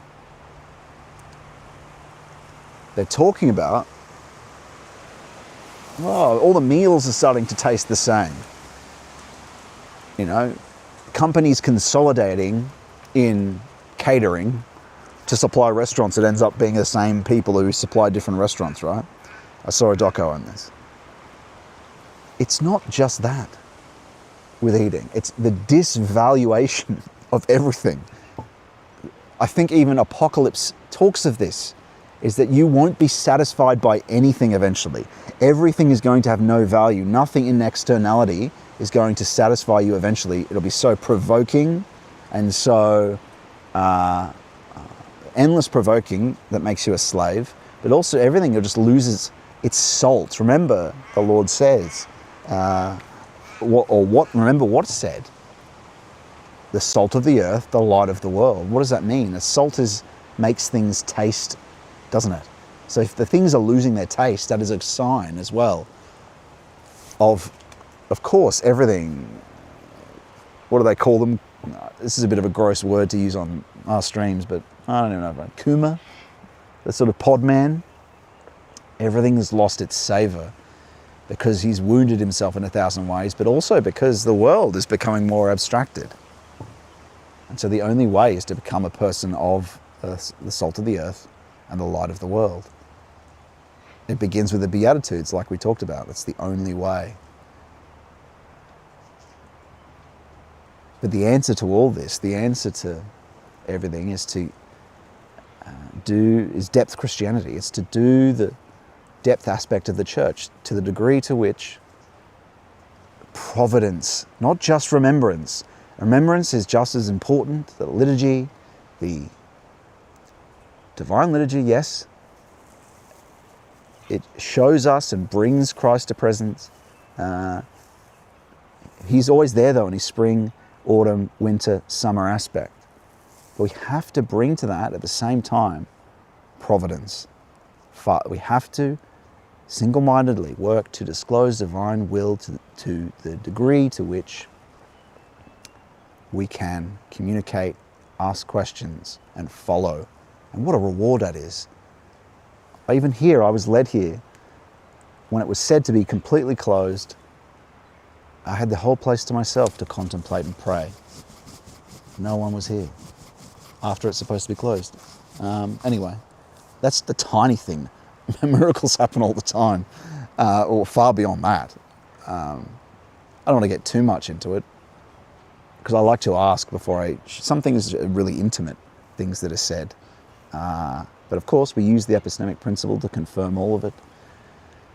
Very careful and discerning at the same time. I think a lot of people use that word discerning, but they might not know how to do it. It's not just, oh, it seems true. Have I learned discernment now because it feels true? There's a little bit to that. There's some intrinsic certainty can come with things from the Lord, but there's a whole epistemic principle, a truth criterion that some elements of the Bible contain an epistemic principle. The saying we know of, a bad tree doesn't bear good fruits. That's a heuristic that can be used for truth. But on its own, I know I've talked about this many times, on its own it's not enough. And we talk about how to discern the Holy Spirit. Part of it, we talked about a bit of it today. That experience of the serene breath gives you a taste of what the Lord's peace is. Once you know a taste of what the Lord's peace is, that becomes a reference for when you are asking a question, you can know, oh, that's the Lord, and you notice the difference between spiritual deception and that. If you think you're not being tempted, if deception is not being attempted on you, if you're not noticing it at all, then you are being deceived. Because part of these practices, every morning, friends, that I'm doing these practices, am I tempted? Every day. The forces are granted to you and you become better and better and better at certain things, but new types of temptation as you are going on this path, right? The higher hierarchies then try things related to mastery, and it begins with the lower lusts, but then it gets higher into a actually more dangerous area of coming in your own name, or the different... They're loud, aren't they? But yeah, I've said that before, I know, but anyway, I'll get to the reading. Maybe maybe that's a sign. I don't know, I don't have time to ask, but I should just get to the reading. Okay, here we are, picking up where we left off last time. What a pleasure it is to be here with you. What a pleasure. It is this part is, but yeah, just finishing on that thought, even people that are very developed and developing in this, as we know the saints talk about, I'm not the only one talking about it. If you're not being tempted and you think you're not deceived and everything's going well, there's probably something you're being deceived by. Because in the practice of the holy hour, you are tempted constantly to stop, or something comes up and you're constantly saying no to it and continuing. What a marvelous practice that is for the rest of the day. Incredible. You just have to be willing to put the time to the side. If you get a job that's 9 to 5 for one, if not, you can at least do 10 minutes. You can't let the necessity that you think you need, you can't let that move every aspect of your life around. You can't let money, anything, you can't let anyone or anything move your holy time around. Even if it's just 5 minutes. There needs to be a time of your life that is locked in completely to the Lord. You're dead and you're going back to Him. It has to be for Him. And other things can't touch that. Some times are sacred. Some days are sacred. This 24-hour culture, I think it's kind of tragic that we make people work certain shifts. I don't think that's right. People working, even train drivers working the overnight. I get it, it happens, but there needs to be sort of like, for Christians, there needs to be, like Muslims with this is the true religion we're talking about here. The only true religion, where we say no tonight. If I'm on a shift, this 15 minutes, or even this hour, whatever it is, I have to not be there for that. I have to be able to do my prayers then. Otherwise, there's enough people who aren't Christian, they can do that job, not you. These 15 minutes, that's for God. Devotional too, not just this casual friend. He's got your best interest at heart over everything and everyone. He must come over everyone. Must come ahead of everyone. Okay, anyway, I always digress with this stuff, I apologize. Here we go. On the preceding guidelines about the image...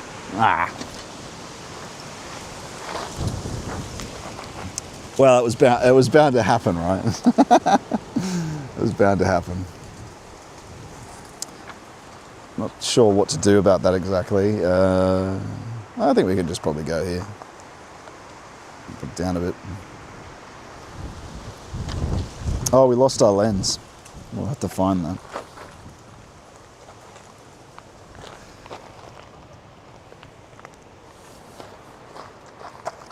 Here we go.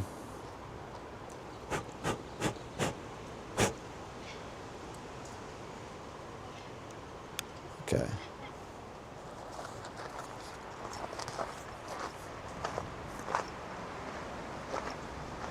And it's not so bad. Here we are. There we go. It's still good, I think. Are we? Yeah, maybe. I'll come down a little bit. Beep. Beep. Beep. You can probably see me, I think. Okay. It is of great importance, and this is on the guidelines we talked about the last few weeks. It is of great importance that through depth, and in this I'm translating anthroposophy to Christian knowing, or because that word can be confusing for people. What he's really talking about is that depth Christianity. And as we know, it should be within the church. I'm translating it depth Christianity. It is of great importance that through depth Christianity, and I'm not saying that we're not doing anthroposophy, we're just reading Rudolf Steiner and what's true in what Rudolf talks about, because it is true. He was an initiate. There are things to learn there. He made some errors with it being outside of the church. They're kind of understandable with the kind of attack he came under, but so much truth in what he has to say that anyway. What it is really for, though, is I'll just say Christian knowing. It should be made clear that the ideas which one obtains by the observance of nature are inadequate for the contemplation of man. The way of thinking which has taken possession of human sentiment during the last centuries of spiritual evolution or development, you could say, sins against this challenge. Hopefully that doesn't fall over again. It's very windy out here. One becomes used to thinking about natural laws, and by means of these, laws that natural phenomena observed by the senses are explained. Laws, the natural phenomena observed by the senses are explained. That's confusing. And by means of these laws, the natural phenomena observed by the senses are explained. My apologies. One then looks at the human organism and thinks that it can also be explained by applying natural laws to it. Oh, the same thing of the external senses can be applied to the spirit and everything of psychology. We're just an epiphenomena, in other words. This is like considering a picture with a painter created to be the same as this. Again, I'll start again there. Oh, how did I hurt my hand? Anyway, this is like considering a picture which a painter created to be the same as the substance of the colours used, as the strength used to apply the colours to the canvas, or the method with which the colours are painted on the canvas, and similar viewpoints. But all that does not reveal what the picture manifests. Completely different principles live in what the picture manifests than can be obtained by those methods. And we talked about it over there when we were talking about the painting. There is more even than what we can know from the intermediate middle zone of the soul that he's talking about here. As we mentioned, there's the spirit element that can be in art. Can be. One must be quite clear about the fact that in the human being something also manifests itself which is not comprehensible from the point of view of natural laws.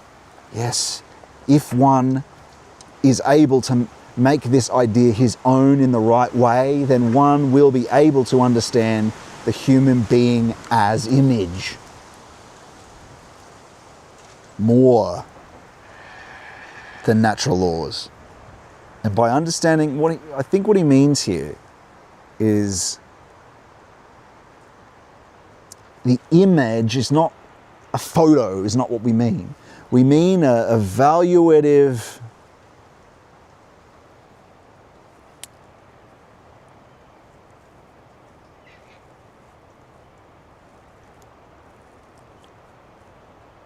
it's like a evaluative, I don't want to say picture, it's seen imagistically, but it's evaluative, unconscious, almost like a spirit being. It's saying that it's the imagistic of the, beyond the senses, beneath the senses, closest to us is the imagistic. The imagistic isn't just some picture. It's got valuative power. It's got spiritual force tied up within it. It's form. Beneath the senses is the form world, which is where image is. But it's a being, though. And so there is a picture being, or an image. Image means unconscious. When we say image, we're talking about this powerful, beneath the surface of materialness, of movement, that gives form to everything, that brings it into presence. This image, being as image, the human being as image, is the being that you are as memory in a totality, as psychological unconscious, as vital unconscious. These are deeper layers than the surface sense, not just subjectively, objectively. This image, and it carries power and brings the energies that you have in your being and your motive impulses, and brings all those things from deeper layers of reality. That's what we're talking about with image. So when image of unconscious is talked about, it's something that has power. It's part of your being, soul being. You could call it memory, but you've got to get out of this understanding where memory is this thing that's stored in my brain. No, you're a kind of manifestation of memory in many ways. Memory, that's your more truer, it's almost a truer part of your being, your memory, especially when it's connected to its essential element, when it's connected to the divine, to the eternal. Remember, what we're going through is remembering. The God is going to remember us in deeper layers of our being. We are going to remember him. What does that mean? We're reorganing. Our will is turned inner is turned within, so we can not have a will to grasp at the expense of others, which is why we have hands and legs. The will to advance and take at the expense of others is converted to wings. Currents of the will, looking towards the Lord, will to service, which is what makes possible the breath of the wind, the breathing in of divine will into us. We have to let go of our will to power as part of the process, so he can breathe in and with us, and then we can be guided by him. What a miracle, how marvelous. This life has been stolen from us, stolen by modernity, stolen by trivial internet life. We're connected to this thing, and our thoughts are trivial. The things we share are disgusting and despicable. Not all of it, but so much of it is utter distraction. But the kind of life we could have. Also, we turn the church into idol, not an icon. We make it into this propositional superstructure that I'll apply the civilizational technology of the church to this scenario, and that will determine my behavior. That is supposed to be an icon, right? You follow it to the point, you follow it so you avoid sin, and to the point where you can be guided by God. It's supposed to be an idol to lead you to having Christ manifest in you, and then he'll lead you through more complex moral dilemmas that can't be answered by a propositional superstructure. Because there are true dilemmas that come up between different values, that I can do this, I can honor my father, or I can honor the true father. That's one. You could have a, right? How do you decide between? Yes, but there are ones that are very difficult. Mercy, for instance, toxic empathy. Toxic empathy in, okay, this person murdered my mother. Do I apply mercy here and then forgive and then hire that person again? only to be murdered myself by the person that murdered my mother. That's what happened to someone applying principles of Christianity in a ideological way, and they were killed. The Crusades, let civilization be destroyed, or sanction. That can only come, though, through providence, through the close relationship we're talking about, where the church helps us reach where we can ask him directly, using carefully the epistemic principle, because it's so easy, of course, to be deluded following as well if you don't discern. But again, we shouldn't just use that word, learn discernment. I'll discern. No. Go to my video, epistemic principle. Go to my other video, how to discern the Holy Spirit.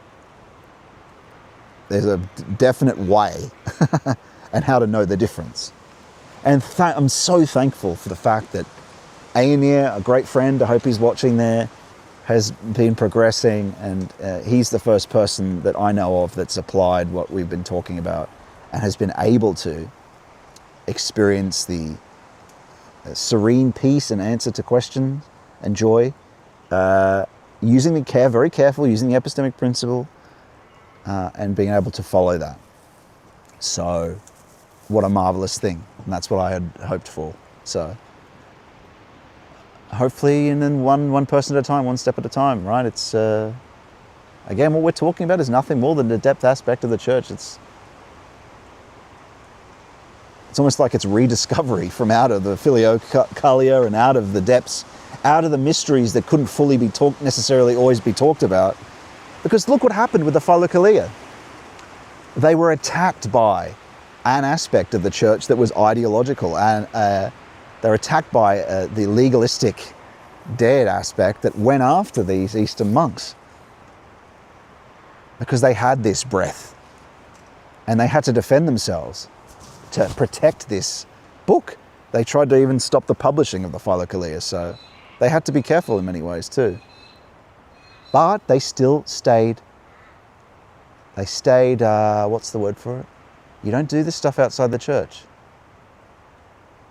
You know, it's a mistake to do things separate from it.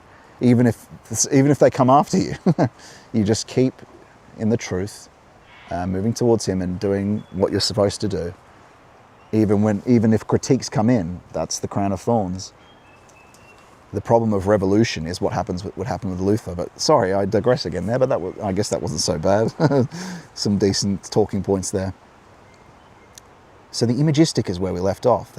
What is the image? With images, sense observation is directed through what is perceived to the content. With images, sense observation is directed through what is perceived to the luster, the content, which is grasped in the spirit. So the color that manifests is actually a spiritual phenomena that comes with it. It's not the full, there's obviously the depth aspect of everything. But this becomes clear. The Lord grants all these things after a long time. I remember I asked about this, and what did he say to me? In time, these things take a long time. You can't rush them, especially looking to the essence of things. It comes about very gradually.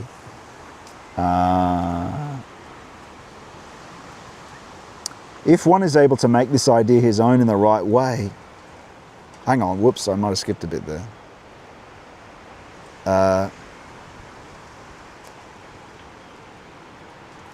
Through.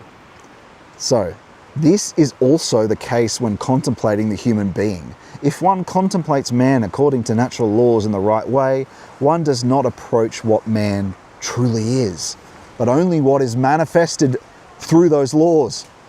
One must realize that when the natural laws are applied to man, it is as if one was standing before a picture and only knows that's blue, that's red, and is incapable through inner soul activity of associating the blue and the red to what those colors manifest. One must perceive something quite different when applying natural laws. What are you doing up there, cockatoo? dropping little nuts on us. There's one there.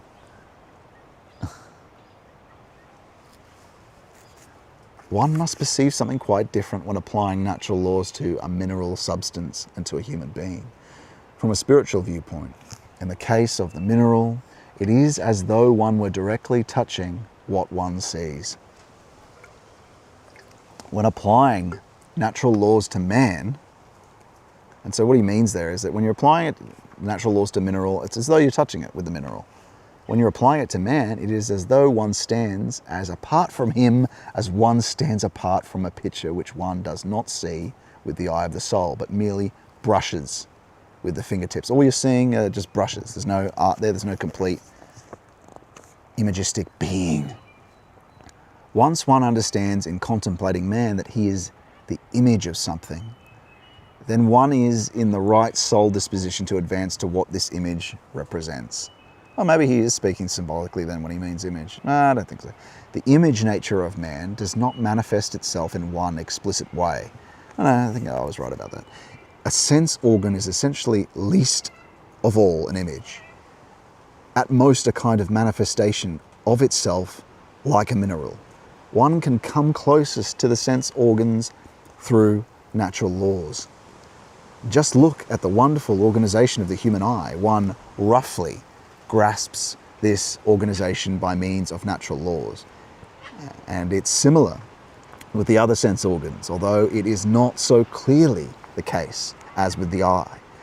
It is because the sense organs demonstrate a kind of self-containment in their forms.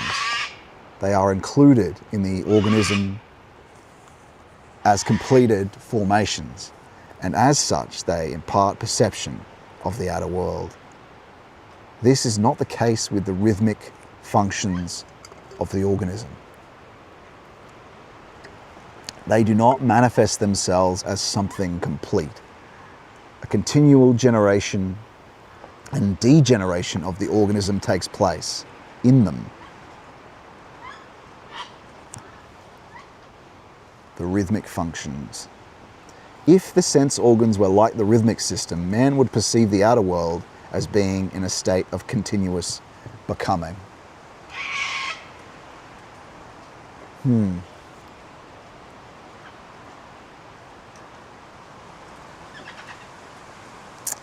This kind of speaks a bit to Heidegger's clearing, concealing. There's a destroying and creation when you get a bit deeper. And that's true of the metabolism. It's destroying things to create and creating to destroy. But anyway, let's go on. The sense organs manifest themselves like a picture that hangs on a wall. The rhythmic system appears before us like what happens when we contemplate the canvas and the painter in the process of creating a picture. Movement. The picture does not yet exist, but it is in the process of coming into existence. What has come into being remains at first existent. This contemplation has to do only with the process of becoming.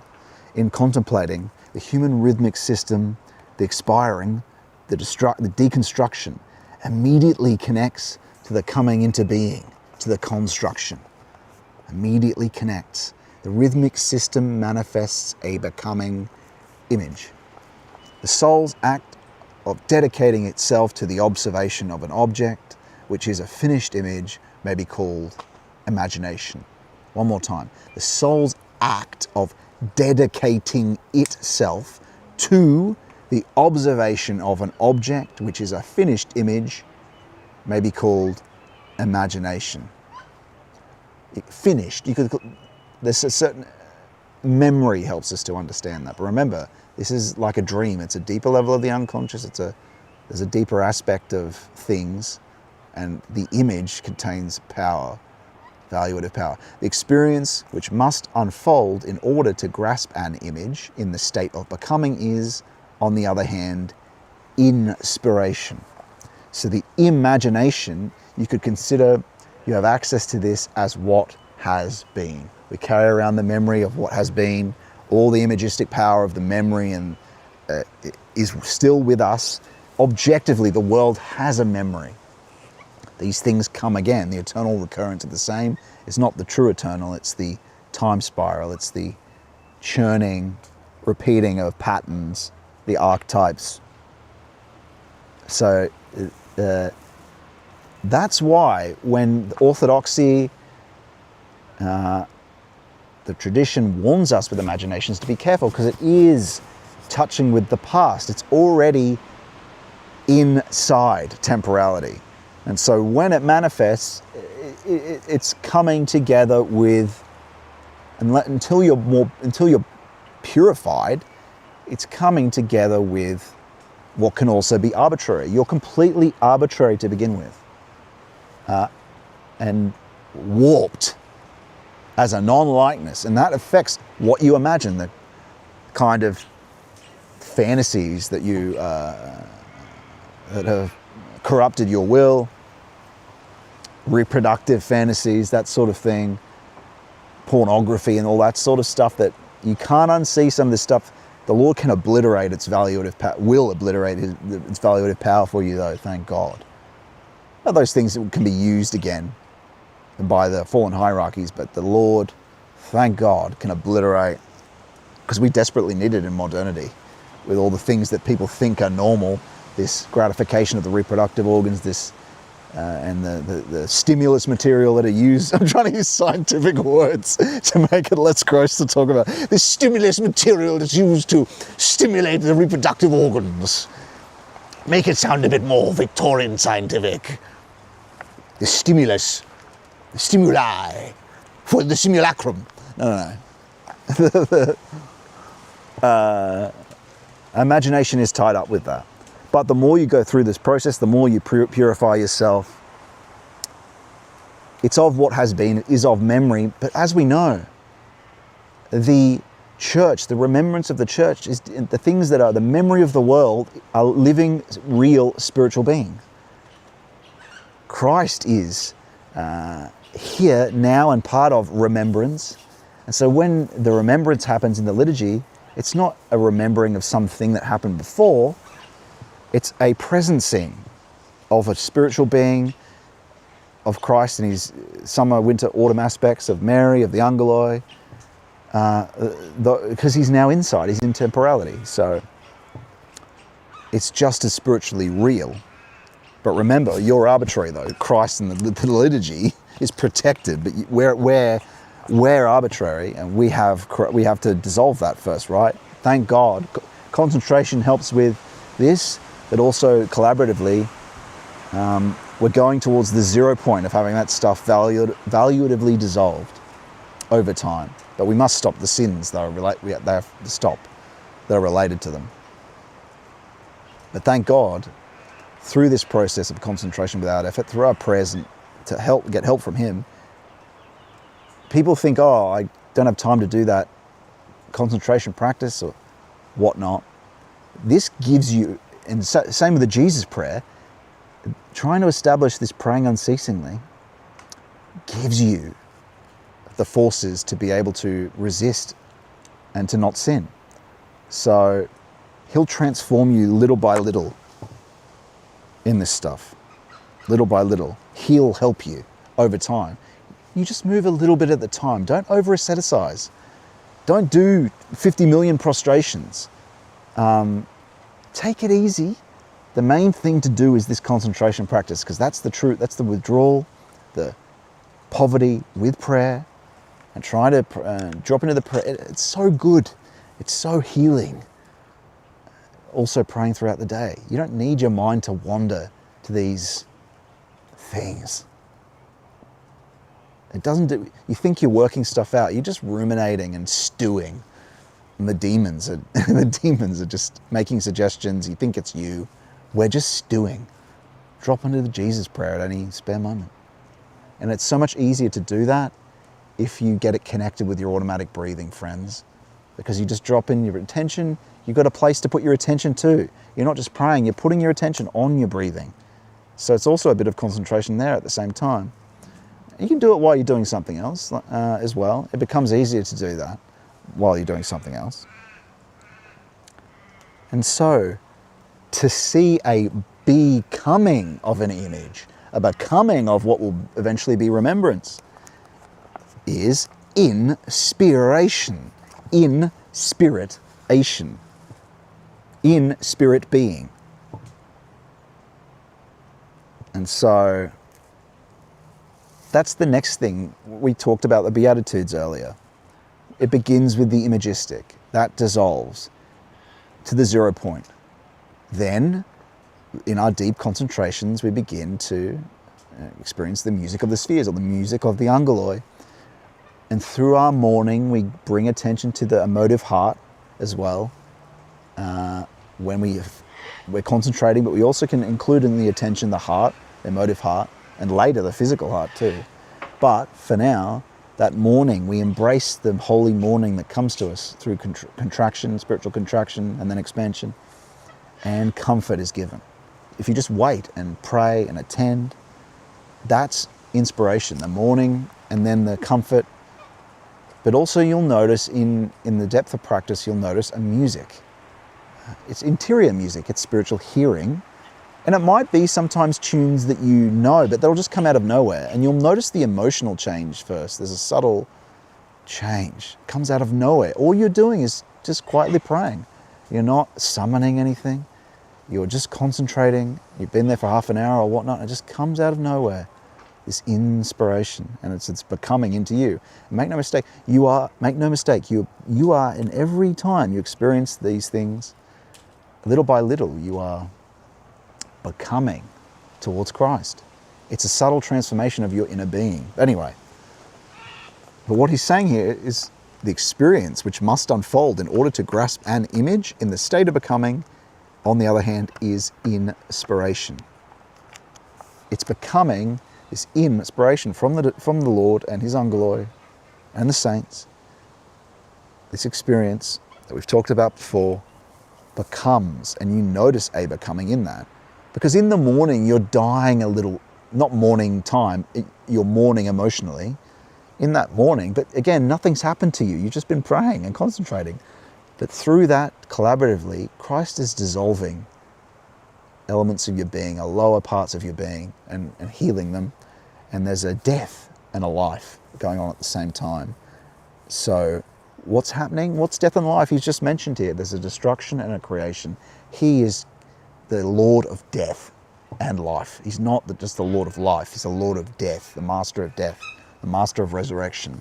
He's killing off this first wine, this little bit of this will to power aspect. Little by little is the great miracle effected. For some people like Paul, bang, it happened all at once. But, oh man, I'm going to get burnt here. I feel it already. Oh well, should be all right. What can I do? There's nothing I can do, I don't think. Okay, continuing on. It is a different story when one contemplates the metabolism and movement system of the human organism. It is as though one was standing before an empty canvas, paint pots, and an artist who has not yet begun to paint. If one wishes to grasp the metabolic and limb system, again, we're not talking about the rhythmic system here, the metabolism. Eating, dissolving food, and the limbs. This is to do with the will. What we just talked about, the rhythmic, is to do with feeling. And you could say, what was the other thing? The brain is to do with thought. So,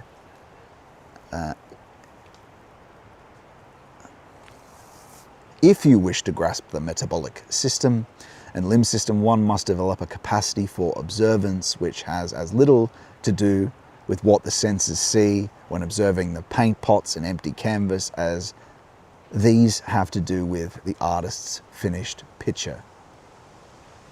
Yeah. Getting at the will of something. Yeah, that makes sense.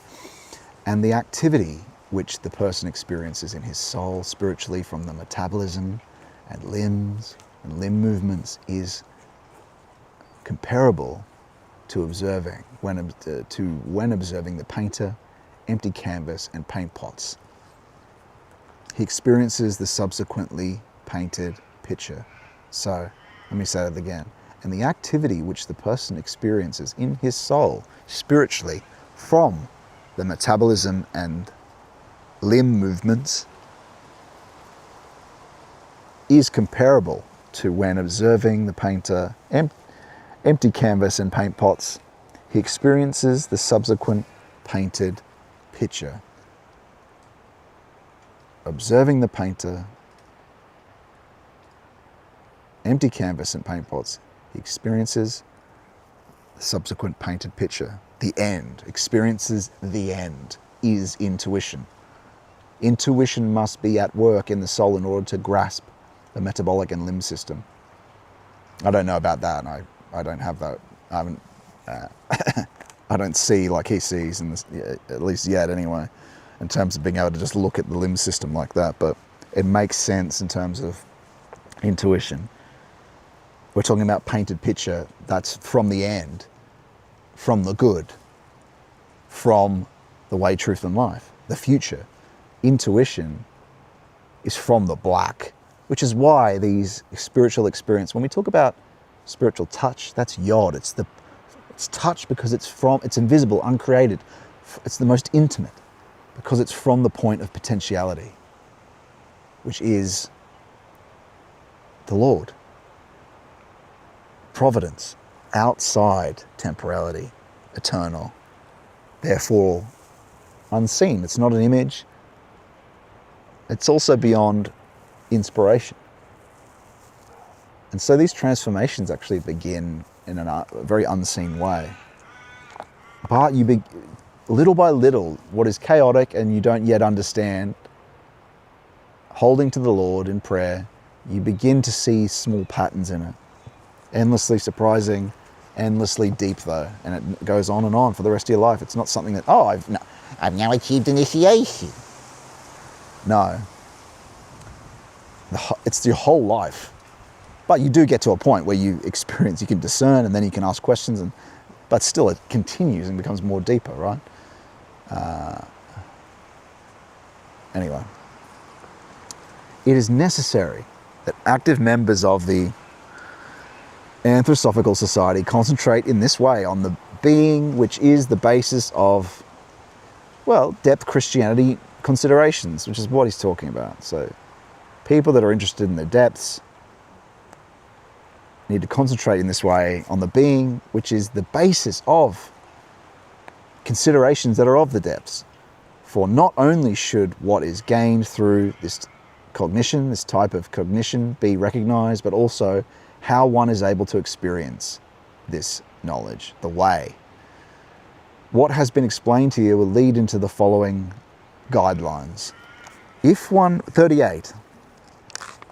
Okay, but before we begin those guidelines, let's have a little look and see if anyone wants to say anything that we need to respond to.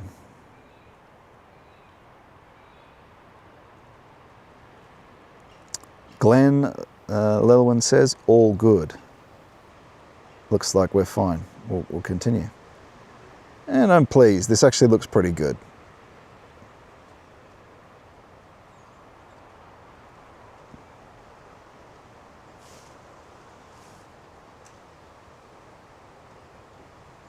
Oh wait, it is much more zoomed in now than I thought it was.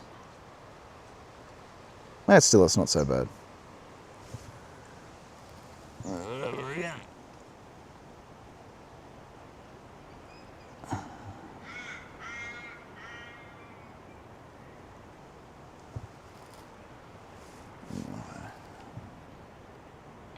Yeah, we had a perfect angle with it before, but anyway, it looks alright.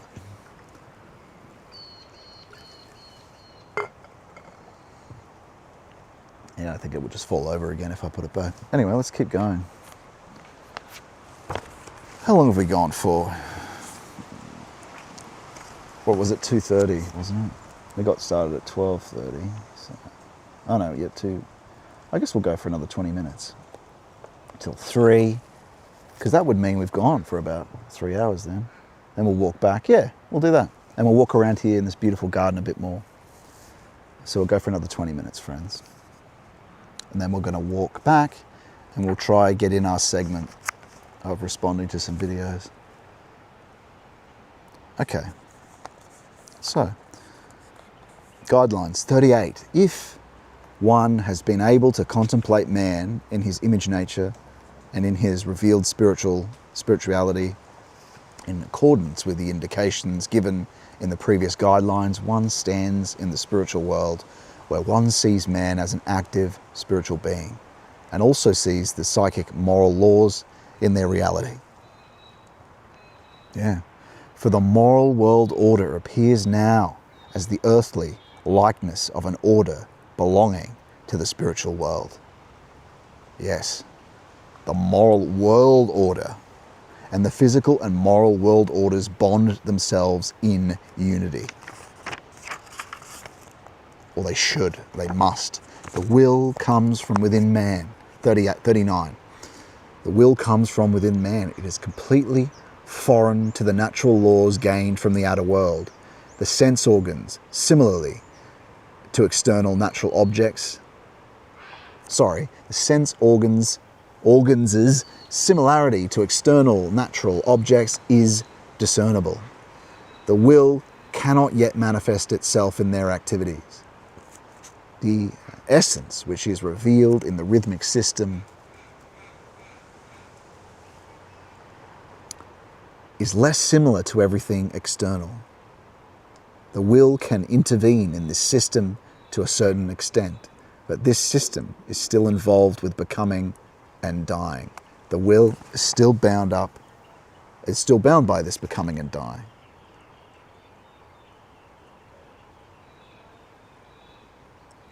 And thank God for that, really, is that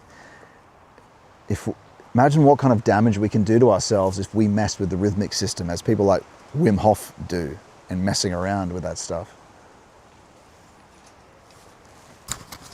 Imagine what damage you can do. As we see, look up Kundalini damage or Kundalini after effects, and you see what the arbitrary will, the damage and insanity that you can create, and demonic possession that you can create, doing the broad way by lifting up the demons and all the unconscious at the same time, not purifying yourself like we're talking about, by doing it yourself, not with the master doing it with your breathing. Yeah, a very bad idea. Lots of bad things.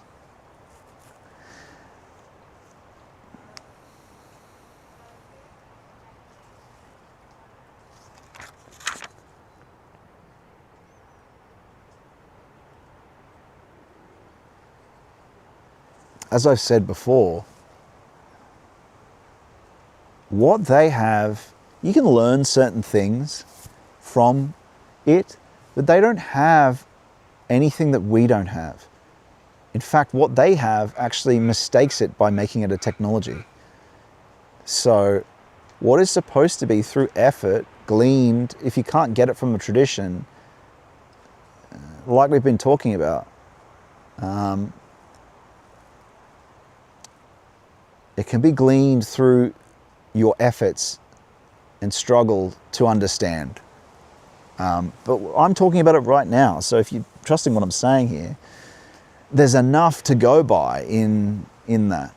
There are definitely things to learn from the East and things that can be read, but again, through the practices I'm talking about, it's already in the tradition, and it was not, was directly from the Lord.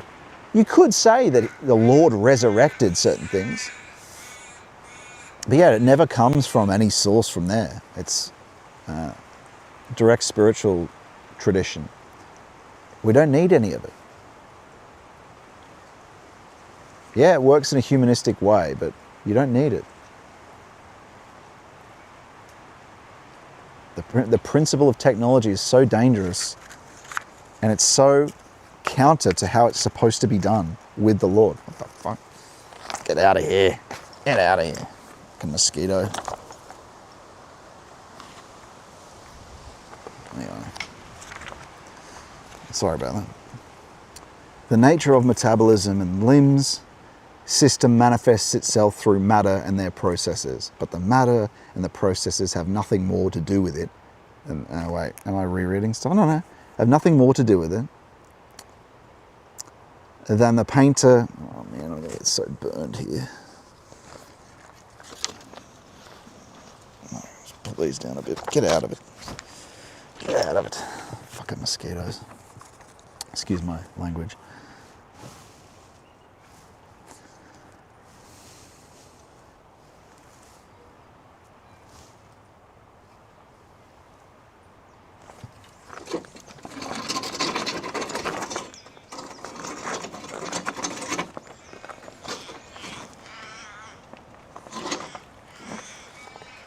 There we go, friends.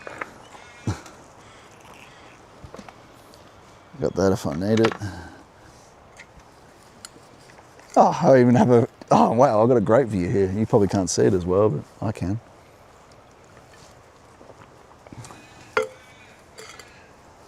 Maybe I'll readjust it so you can see it. It looks pretty good there, though. But I can mount it in the bag and that won't fall over. Let's do that. And you can look over my shoulder. Yes.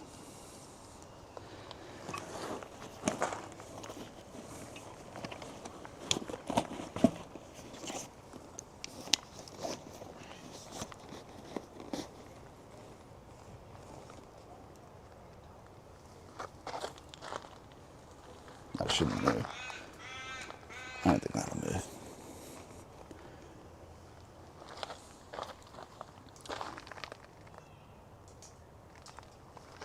How's that, friends? Aye? How lovely! Bloody lovely.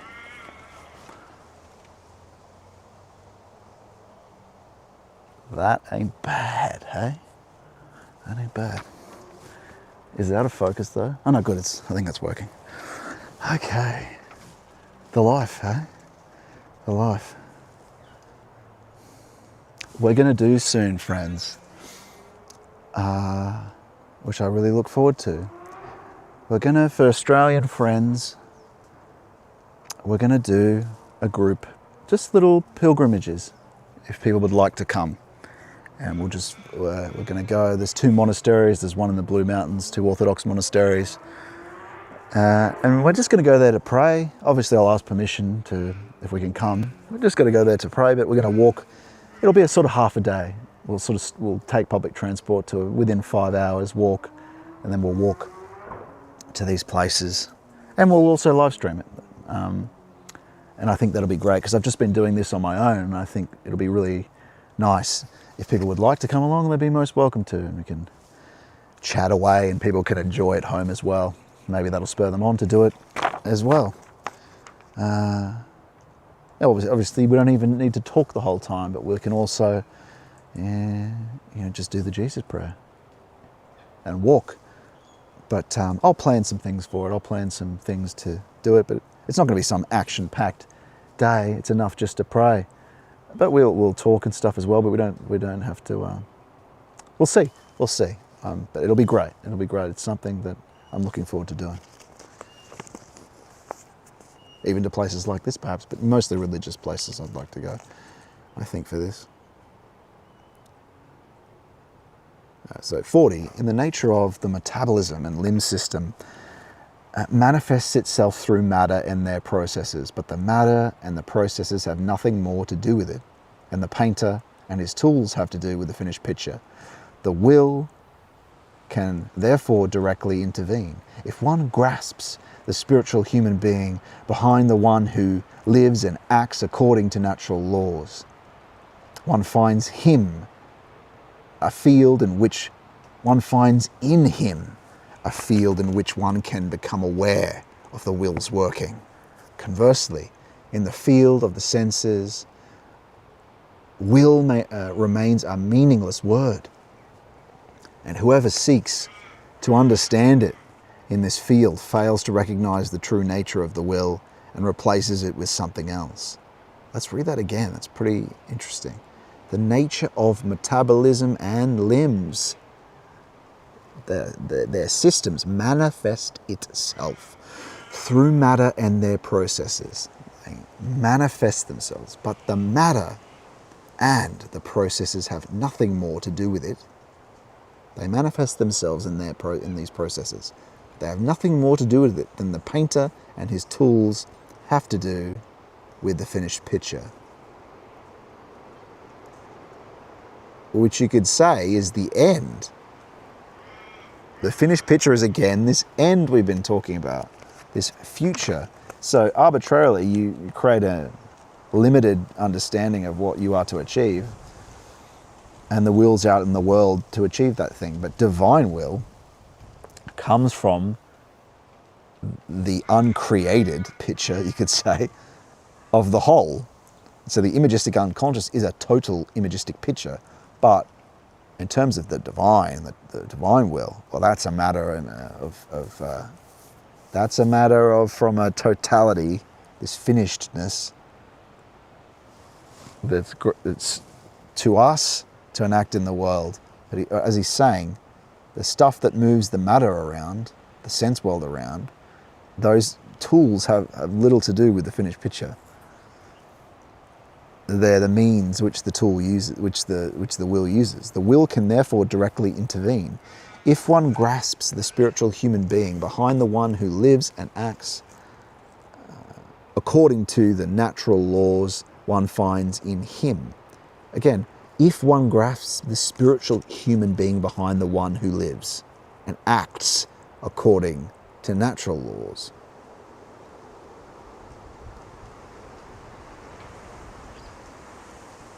one finds in him a field in which one can become aware of the will's working.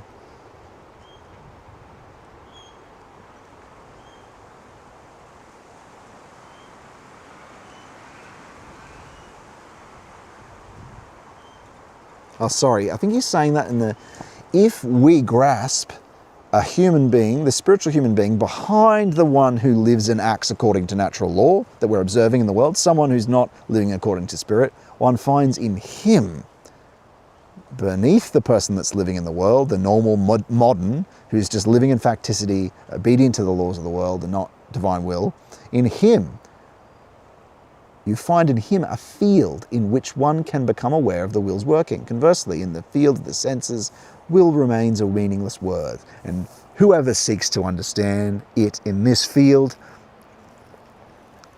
fails to recognize the true nature of the will and replaces it with something else. 41. In the previous guideline, the nature of the human will was described. Only by becoming aware of this nature is one in a cosmic sphere in which destiny or karma, again, karma works. And it's good that he's used destiny there, because that's what the true Western word is for it. As long as the karma helps people get what comes around goes around, it's the sin, even hereditary sin, as we know from the nobleman's son. It's the sin that surrounds you. It's in the deeper layers of the unconscious that no treatment can help you with, that no psychologist can help you with. Wow, look at this. Just look at this.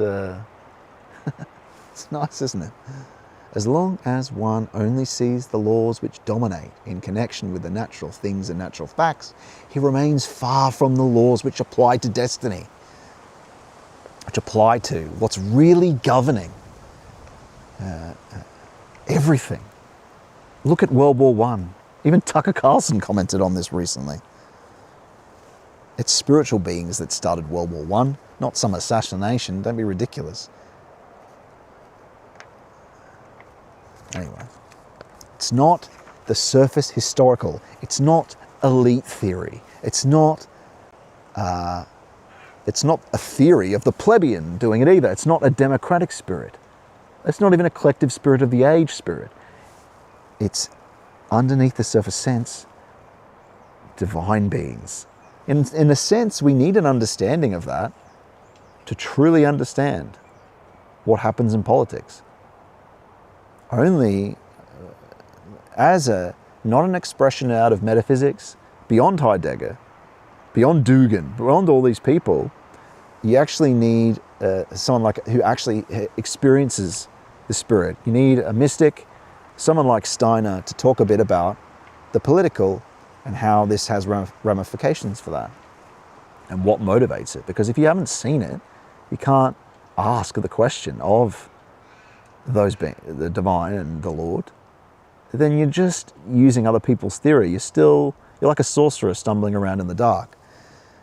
You can make some really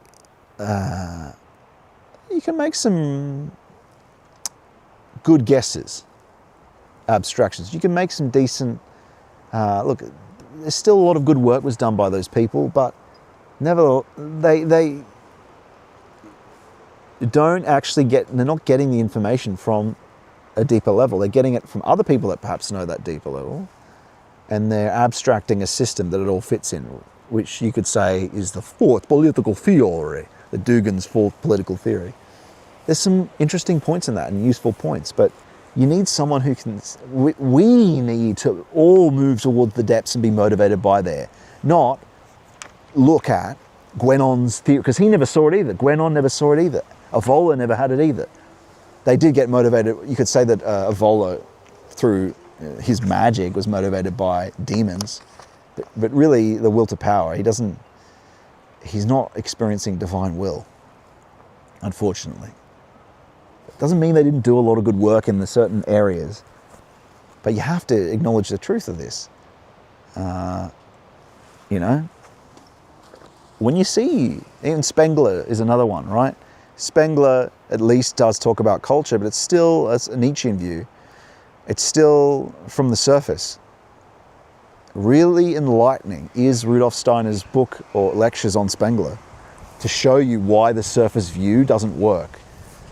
In fact, I might even do something on that.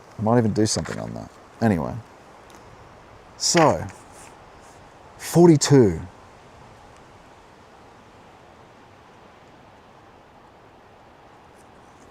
Because you're only seeing the surface, where if we're just seeing the surface and natural law, you're far from the laws which apply to destiny and actually govern things. I would say, because you don't understand them or even know them or are concerned by them, if you don't do these practices as well, you're actually governed by unseen forces. You can either be a passenger on a ship, or do you want to be a member of the crew? Who's your captain? Christ, of course, as the master, but do you want to be a crew member helping the master with his name, as we're all supposed to be in? We're all capable of this. It's not just for the select few, the elite, the occult. No, it's for everyone. Not everyone might achieve it, but I'm just a normal person. You can do this. It's an hour a day. You can do this. We all have to, sooner or later, especially now. It's for everyone.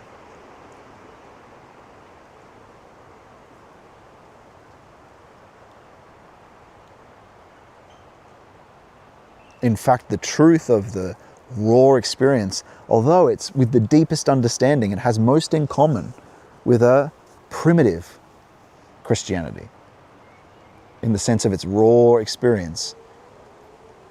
People believing in angels. What's possible through this is actually interacting with them and the Lord directly. But everyone, I think everyone can achieve this. Anyway, 42. By grasping the laws of destiny in this way, it is also apparent that this destiny cannot be realized through a single physical earthly life. Now, you either believe his, Valentin is pretty convincing, and so is Steiner with regards to this, but, I'm not postulating it. It's up to you. Whether reincarnation, they don't say it's a good thing. It means it's a failed, because the whole purpose of life is theosis, right? So if you have to come back, it's because you didn't. And this is why it's worth saying that, the way they put it is that, I could skip this, or I can either skip it or I can read it. But you could say that extends what I just mentioned. You'll have to sooner or later. If you don't do it now, you have to come back and do it. The theosis. Anyway, whatever. I'm not postulating it, so. But they make a convincing argument. That's what I will say.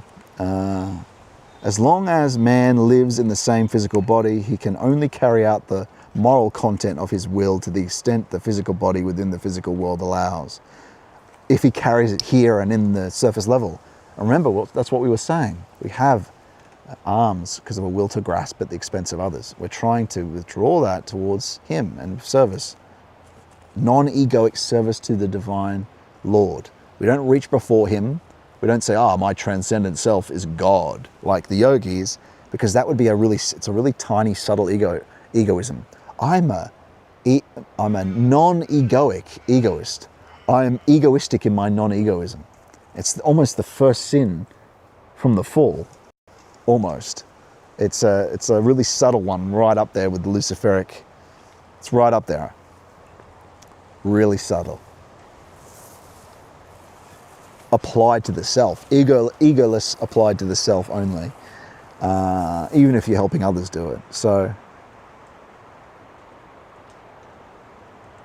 only when he passes through the gates of death into the spiritual world is the spiritual nature of the will able to achieve its true effect. Its true effect.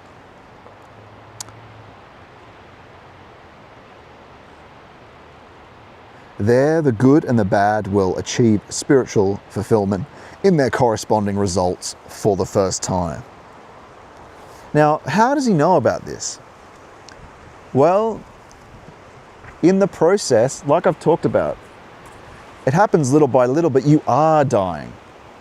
And it becomes more and more clear that in certain morning practices that you think about your being like 12-hour hands that go into your vital unconscious and your psychological unconscious. When you're going to the depths, the more you develop, a silence washes over you, a pillar enters you when the Ungaloy are close, right? You also feel very distant from your body, even though you're still there. It's like 1/10 of your being is still there with your body, but the rest is in a deep silence and calm, experiencing what it's experiencing. You're still there, but only 1/10 of 12, or only 3/12 are there, you know? So,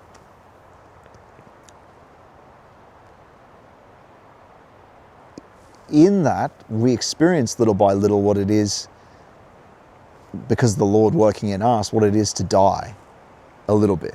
And then there are certain mysteries that I can't talk about, at least not for a very long time anyway, mysteries of death. But the fact is the Lord takes away so he can grant true life that's purified of the old.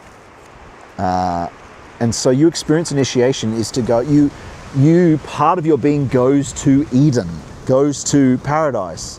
The kingdom of heaven is at hand now.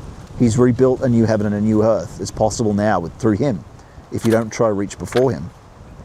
So that's how Steiner knows, because he's seen it.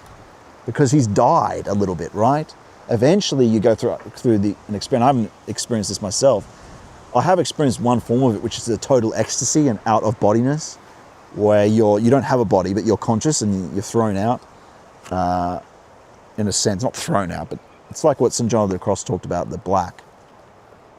I've experienced that as an initial ecstasy, out of bodiness, which for me was the reignition of him at the ground of my being early on. I didn't know what it was. It's quite scary, but there is a death. It was a type of death, a quick, which corresponds to the wedding at Cana, the death of the first wine. Again, these things happen at deeper levels of being, and then they move up, and that corresponds to his union in deep upward from the deepest level of your being, reigniting your existential structure and making it essential, so you're not this widowed existential being that's not essentially connected to the Lord, even though you are truly nested in him. And so he reconnects you at the depth of that. And that's what I was talking about when I was talking about being shot out, or the black, the into the black.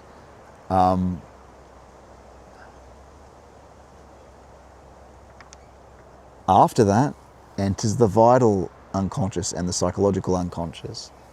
And so if he's in your when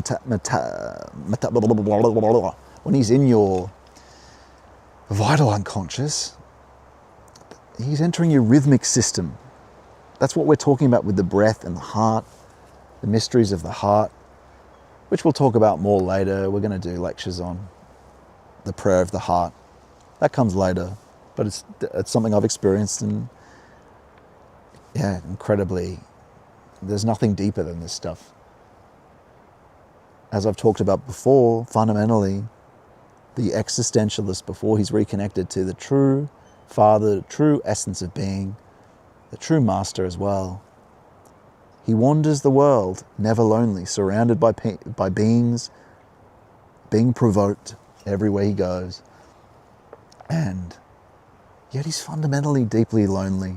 No one's truly out there just for him to help. Even his wife, even her husband. No one is truly has their best interests at heart, fundamentally alone, will die alone. You know, you're going to die. Only you can go through the gate of death alone. Or can you? The Lord actually, you become the essentialist through the Lord. You die before you die. And in this way, you go through the gate of death. It doesn't hurt because you've already died before. And not metaphorically, not just dying to the world as in, I'm not motivated by the world anymore. No, literally, your psychological body, your vital body, and to agree to your physical body in the mysteries of death. In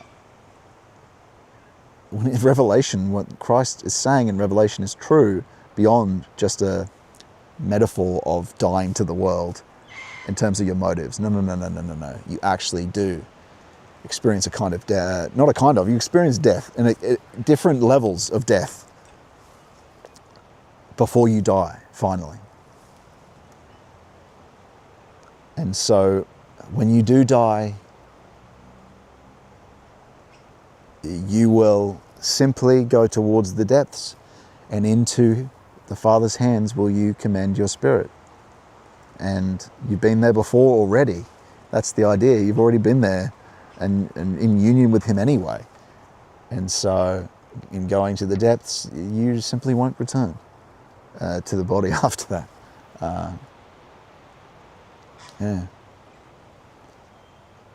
And it all will be resurrected too. And the more, anyway, we don't need to go further into that. This is a long time to talk about that sort of thing in a decade's time. Anyway, so let's see what time it is. Okay, it's 3. We should have about 2 hours and a half left. I'll just finish off a few of these guidelines and then we'll head off. Okay. By grasping the laws of destiny in this way, it is also apparent that this destiny cannot be realized through a single earthly life. We read that already, my apologies. 43. By means of this spiritual fulfillment, man configures himself between death and a new birth. In his essence, he becomes an image of what he did during his life on earth. Through this, his essence, he configures his physical life upon his return to earth. I can't attest to any of this. The spiritual, but anyway, we'll read it. The spiritual, which affects destiny, can only carry out its task in the physical when its corresponding causation has previously... The spiritual, which affects destiny, your destiny, can only carry out its task in the physical when its corresponding cause has previously withdrawn into the spiritual world. For what is experienced in life as destiny is not built upon the results of physical occurrences, but proceeds from the spiritual. What he's getting at here is that it's only the spiritual essential acts of you that you can do here now, not of worldliness,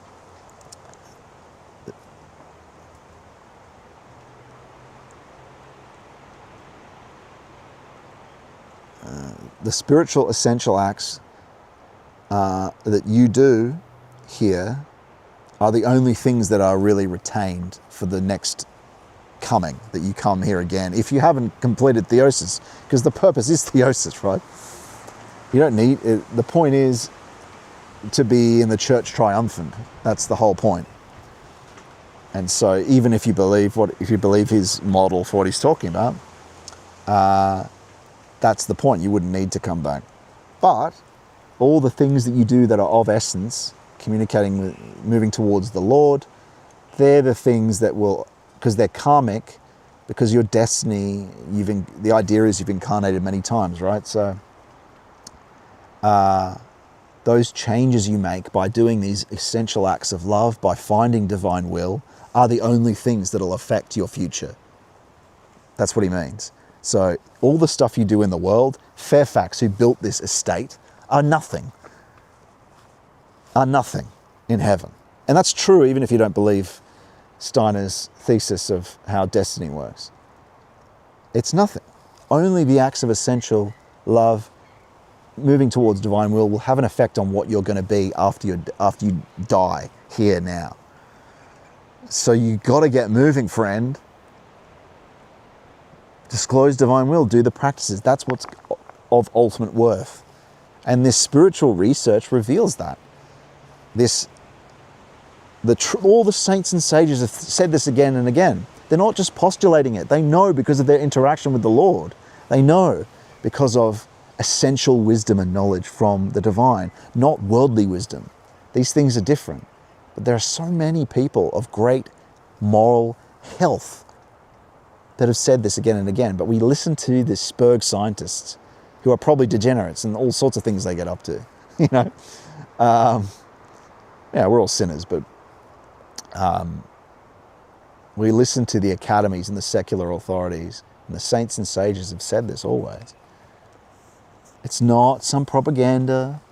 You know, people didn't give over 300 lectures Steiner gave on this stuff. They don't do that unless they've something more essential and on science, on epistemic principles, on things and completely understanding them of the scientific and the philosophic. You cannot say as a philosopher that he doesn't understand exactly what the academy does of the day. He knows it very well. They were very annoyed when he left their influential circles to go to the essence of things, their club. And it's obvious. When you look at his actual lectures, you think it's incredible, the span of knowledge that he has. You can't argue that he doesn't know the workings of their position completely. In terms of their knowledge and their epistemic principles and their scientific method, he knows all that.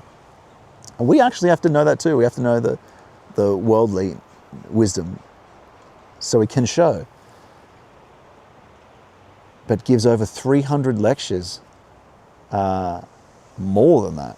Yeah, 300 new content, not the same lecture, new content lectures. 300, man. 70 I think he gave 70 new content lectures because of what his memory became something. He just did them from memory because the training of the memory was part of it. His memory became something that he didn't need to, which we can do that too. That's actually something that's worth doing there. But I'll go into that at some other time. It's a good exercise. Anyway.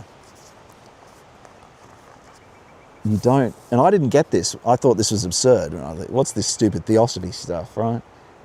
Influenced by people like Christopher Hitchens early on, like, silly. People don't give all this effort for nothing. Especially when they know, and that's why they try to avoid mentioning Steiner, because he knows that aspect. He's both.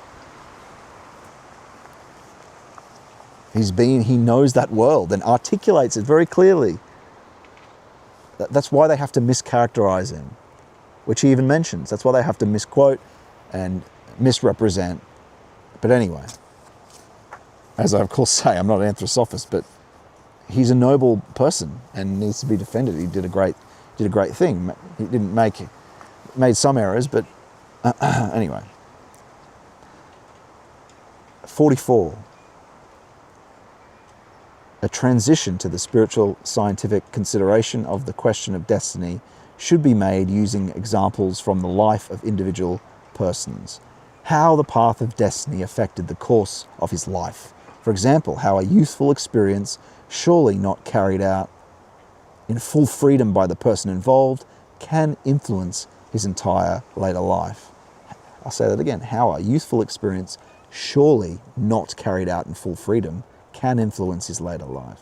45. The meaning of the fact that during the course of physical life, between birth and death, the good can seem unhappy and evil, at least apparently happy, should be depicted.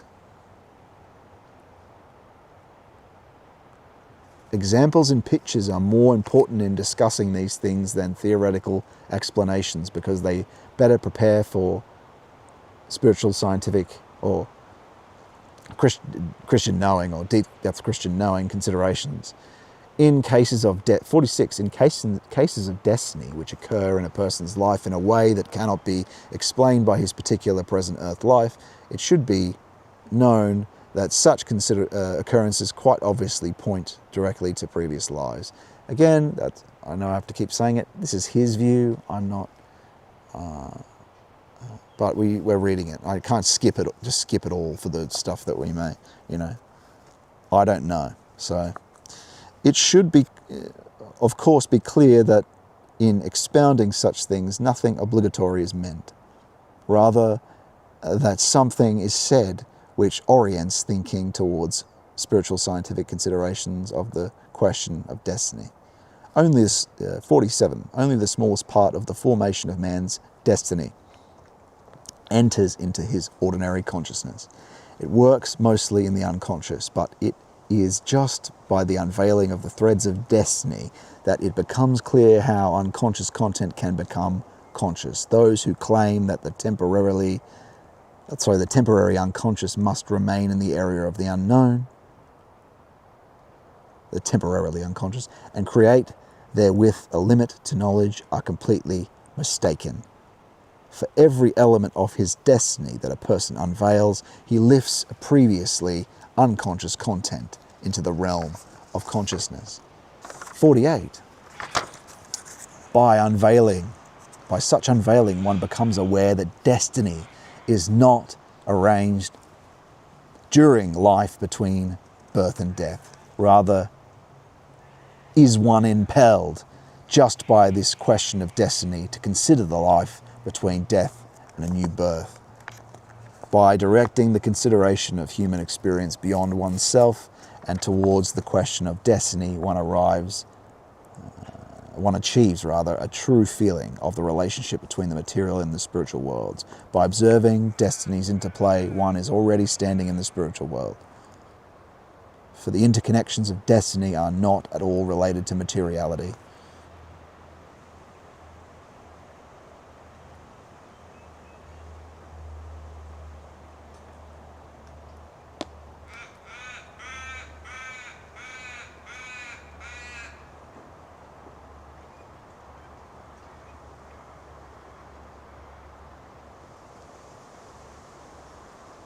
Now look, we can view this in the way of a collective unconscious. We don't necessarily have to talk about reincarnation. But there are potentialities and deeper levels of your being where something explodes into a hereditary line which wasn't there before, which isn't a mutation, and it's a talent, right? And so you could say this is from the collective unconscious. That's either you can make the postulation from the results we see, like Jung, and say, okay, it's all collective, this unconscious, and these things are exploding from there, these special talents, and also the eternal, right? Or you can postulate the individual unconscious, and elements of your being have pre-existed before. And that's what you could say are these previous lives, and they explode into a heredity, a line that wasn't there at all before. Previous lives, whatever. So you can go either way, but this does happen though. This exploding in either from the eternal or collectively, because the collectivity of us, right, this depth layer of collectivity, we have to acknowledge that lives after we die. That stays here, this collective unconscious, this historical being we've been talking about, this remembrance is still there. The question is, does the individual retain certain soul elements and then they return, or is it just a collective element and we only incarnate once?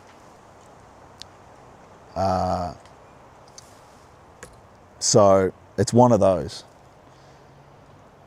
But the point is, and what's interesting about that is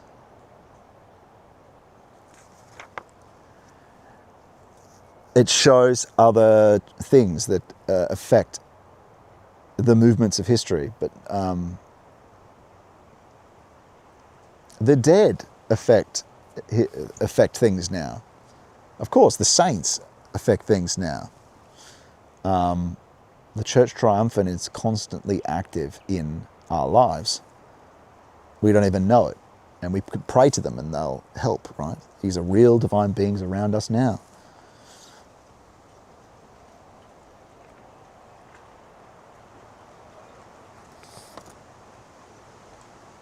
And so I think you can now look at 51. We'll finish it on this and then we'll get moving. One may easily object that viewing history in this way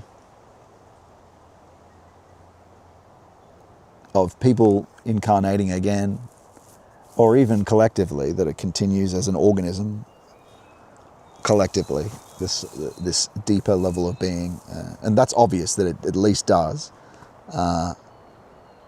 The other, well, that's for other people to, but this is unjust. This not considering this element underneath history, this depth element, not only the spirit, but the fact that previous lives. And so on the contrary, it deepens, but even just on the point of the depth view, it deepens the view of history because it follows within man's innermost being. History thus becomes richer, more concrete, not poorer and abstract. The events of the mighty, no, it's actually everyone is involved. Everything you do matters. In the depiction, one must only develop heart and appreciation for the living human soul, into which one thereby achieves profound insight. And so, look, Steiner will argue, Tom Berg will agree on that part of him. And Tom Berg is a Catholic. He just believes in reincarnation as well. I'm not making a comment on it, but they do have the faculties to see the depths.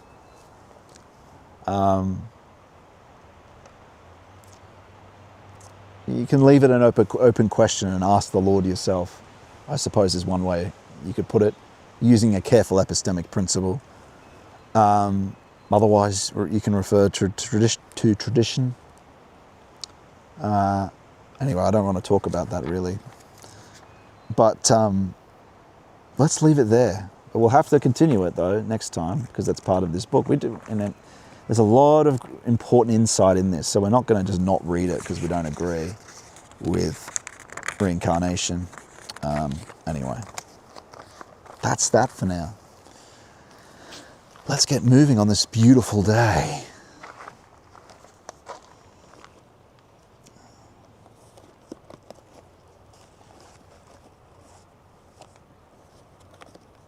Just bear with me, friends, while I reset all this and put the stuff away.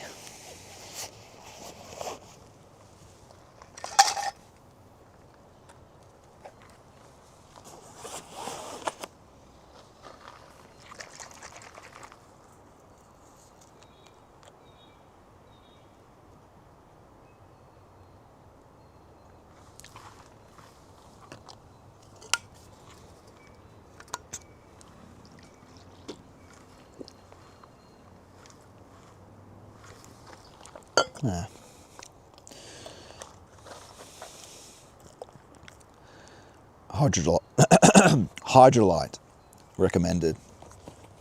Very potent though.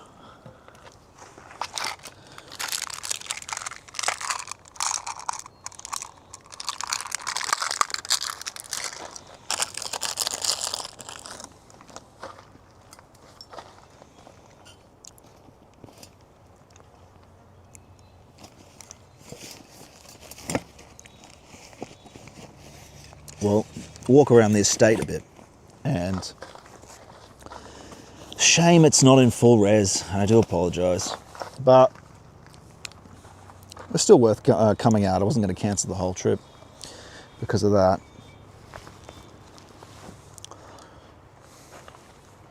Oh, sorry. I'll read the chats. I'm sure there's probably nothing for the moment. Oh, here we go. Oh, what's he reading? Yeah. Beyond Seraphim says, what's he reading? Rambo Mumbo, what are we reading? Steiner, I believe, yeah. We looked at the book at the start, didn't we? Steiner's leading thoughts. It's really kind of the thoughts of the culmination of his work. Again, I'm not an anthrosophist, but that doesn't mean there's not a lot of great insight in what he's talking about. So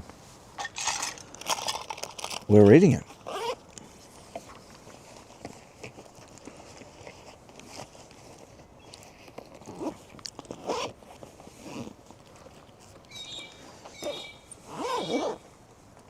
All right.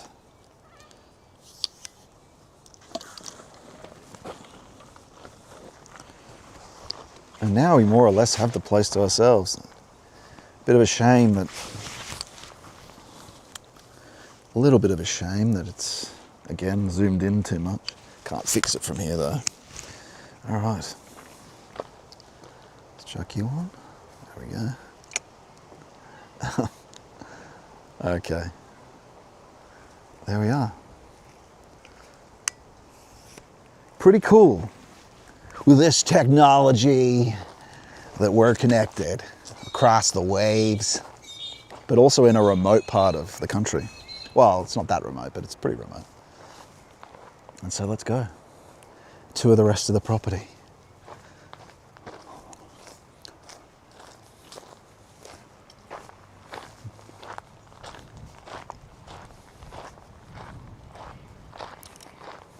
I'm just going to pray for a while, friends.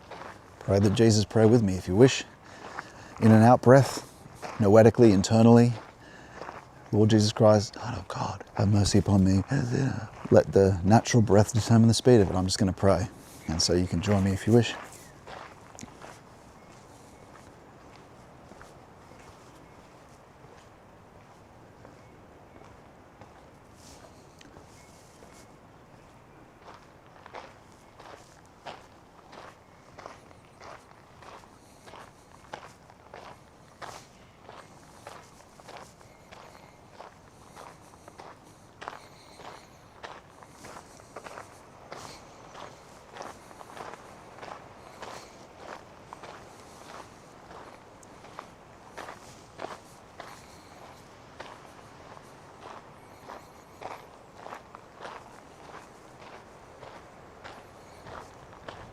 Oh wow, it smells incredible.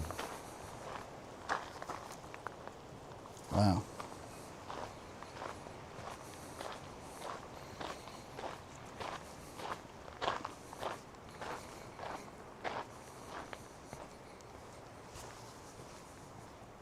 Oh, I remember down here there's this wonderful little chair.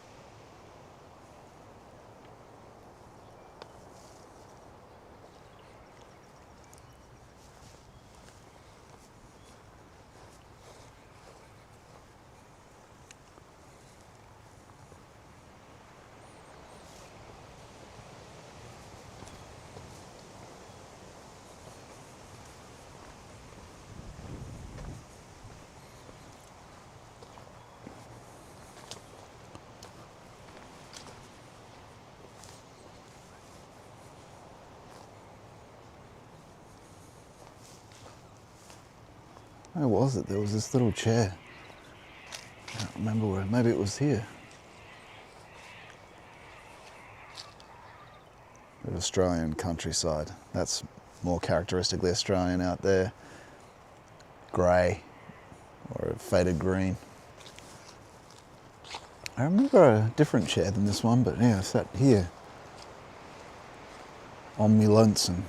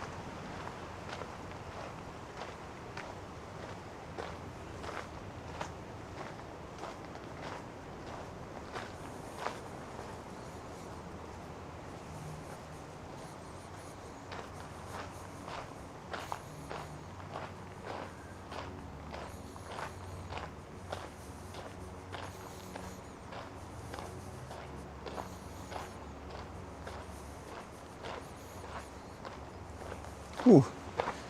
Can't hold my arm that way for too long.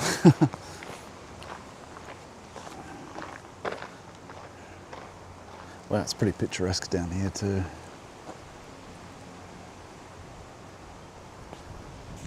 Let's go this way, shall we?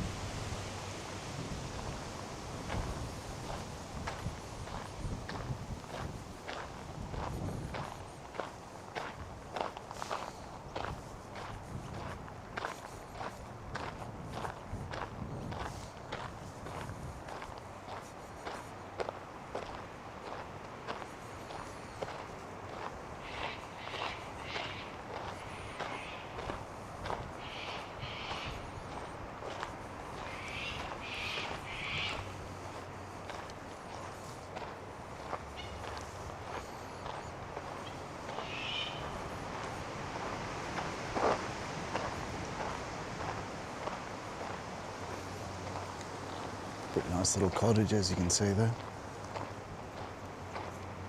I think they actually rent them out. There's nothing much to see over here. Let's just walk back the way we can.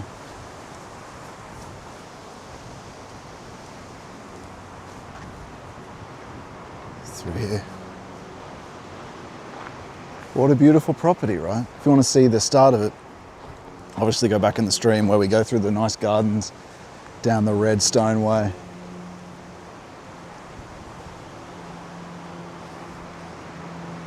I mean, we could walk back that way. I think we already saw it that way. Although here it's just a field. So maybe we could walk back that way. We'll just walk this way. It's all good. Here we are.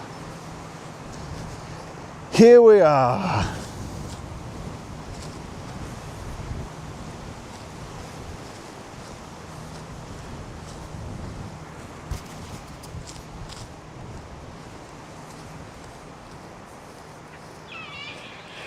Now we're going to walk back through Bowral to, oh wow, old cockatoos, going the same way they are, to Bowral, and maybe we'll stop or we will do that segment.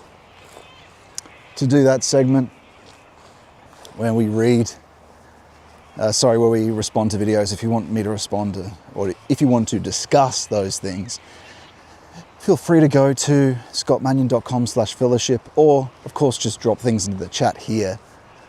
But if there's anyone online, I suppose we could do an online element where you can, we're going to do that eventually, where people can also speak and be a part of the program through the Discord. So you can join the fellowship at scottmannion.com/fellowship. And if there's any subjects you want us to discuss, feel free to put them in the chat. And yeah, as always, look to my lectures on, I'm going to put this on my shoulder, it's getting a bit sore holding it. My lectures on the practices of Christian mysticism, which is what this is all about. How to disclose the depth aspect of the church and Christianity, as the monastics and the saints do. That's what the whole purpose is.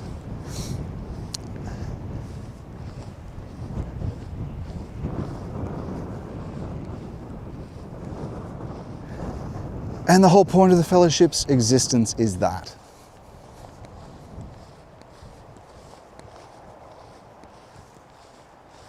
It's so pretty out here. My legs are going to be fried though by the end of it.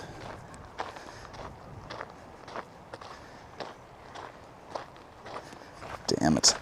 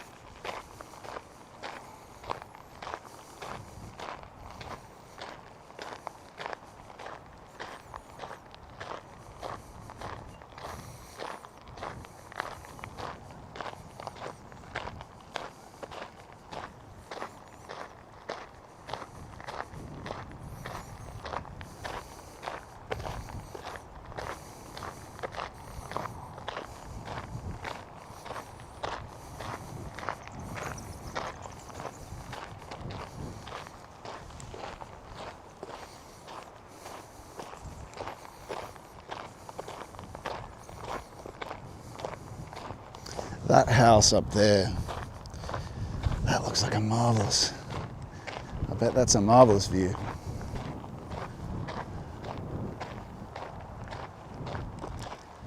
Yeah. Maybe we can walk up there. I wonder if we can get across to it. If this was England, we could just roam. But it's not, sadly. Well, yeah, you could probably turn up on people's property. Looks like the colour's gone. Sorry, forgive me, I'll just reset this. I don't know how to fix this issue. It'll have to be a new camera or something, I think. I'll be back in a moment, everyone.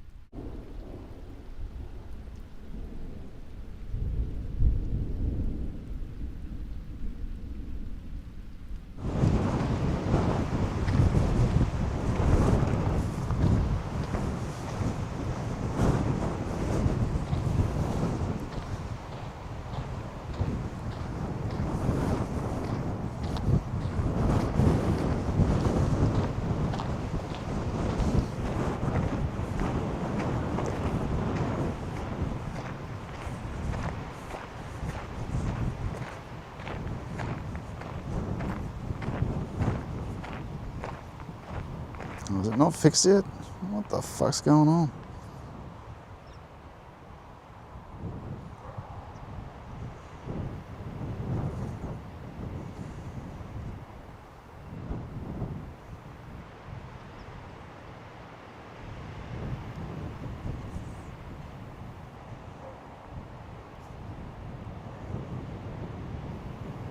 Sorry everyone, yeah, I think it is fixed.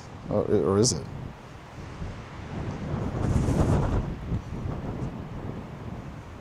Yeah, it probably is. Okay, let's continue.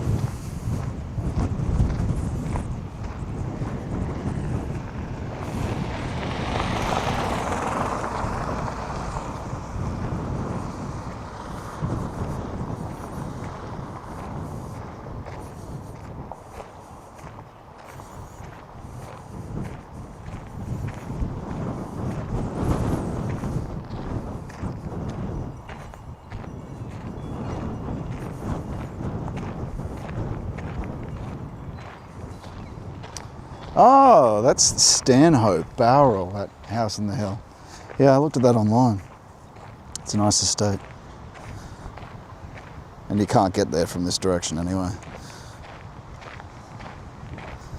Unfortunately, no.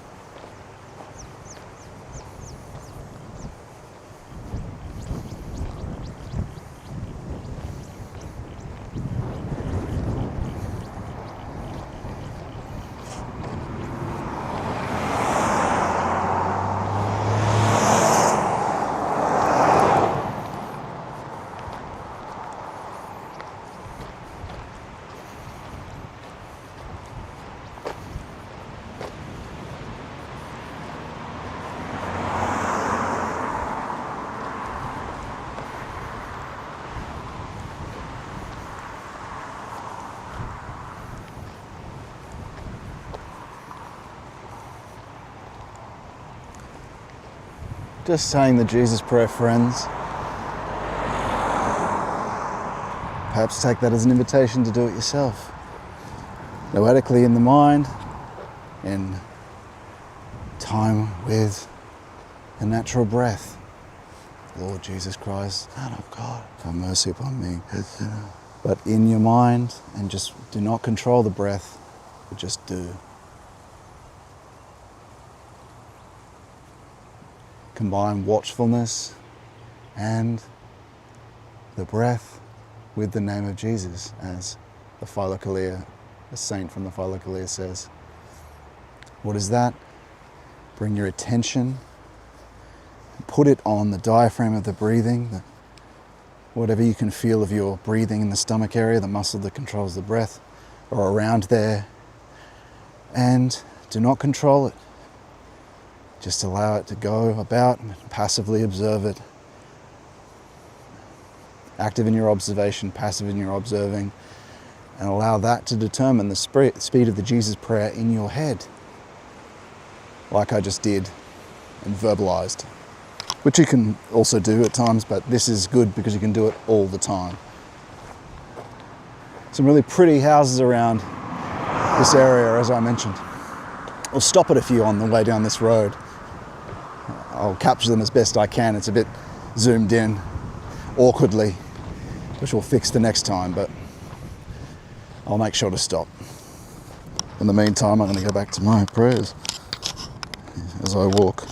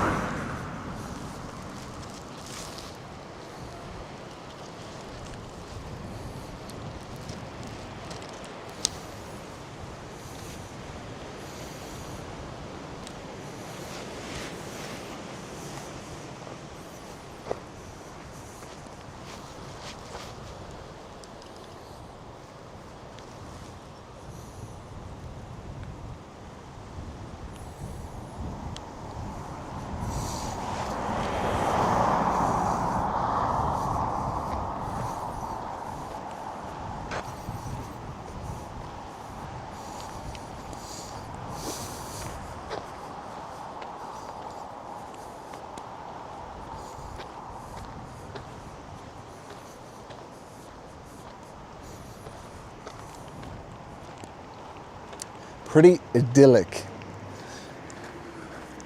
Idyllic. Idyllic, idyllic, idyllic. A lot of people retire here from the busy Sydney suburbs. A lot of boomers now live here.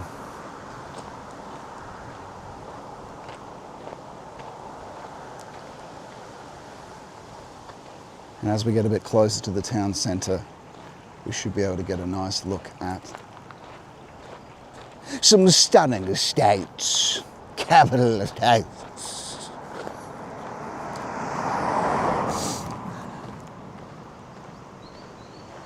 Cotswold, this one's called. Not bad, actually. I've seen this before. And you can see that it's made in that style. Oh, well, sort of. The gardens are. Barn style.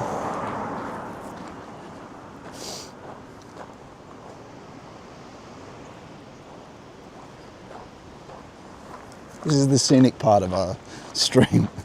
We'll get on to our normal subjects periodically. This one's quite pretty too, although a bit later.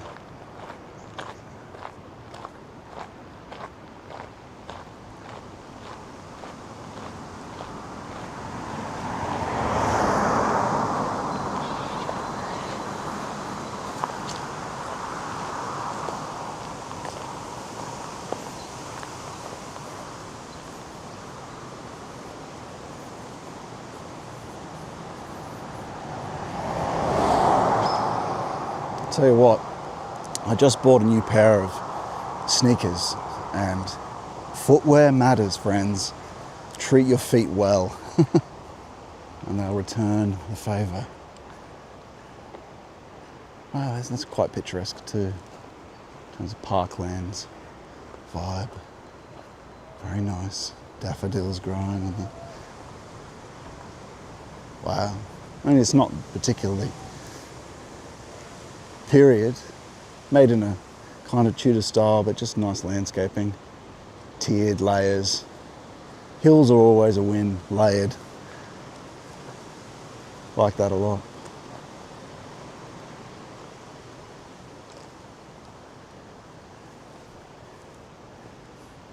Leaves gently falling from the trees as the wind blows through them. There is definitely a sense of well, of course you need to establish a connection with the Lord for that, but call it a temporal clue before you have. Just of the sense of the spirit behind things when the leaves are falling and the wind is blowing through them. Just like the sunset gives you just like the breeze over the water is a symbol for, and in the sense connected to, the true spirit. Wind blowing over the water is a great symbol for that. And so too, blowing through the leaves. As in an unseen way, the master, the gardener, moves and prunes the tree of the things that need to be dissolved. And I better go across the road here.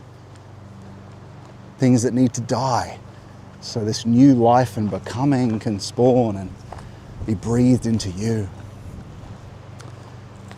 Just like the wind blows through the trees and takes these dead and dying leaves from their tops, so too does the Lord garden the depths of our psyche and then closer more to the surface. And on those quiet days where the wind blows through, you get a touch of that. Touch of that spirit which you will later come to feel with the faculties that we talk about. And also experience the confirmation of the synchronicities of the surface world with those faculties to show you it's him. So it's something that happens very clearly.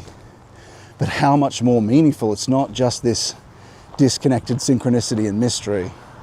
It's something that you can ask, was that you, Lord? With this or that appears to be because a lot of the time it's just a coincidence. So you need this, you desperately need him to help with what you experience. Of course, the tradition is there for that too. It's blowing through the leaves. These natural metaphors are a really good complement, especially to experience while we talk about it.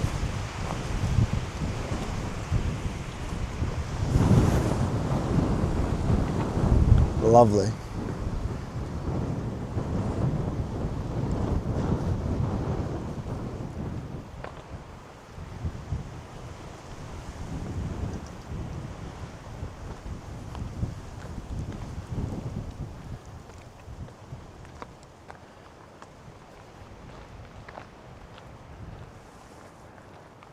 Oh, that one's quite nice. I might just pop our head in there. Lynn's Farm.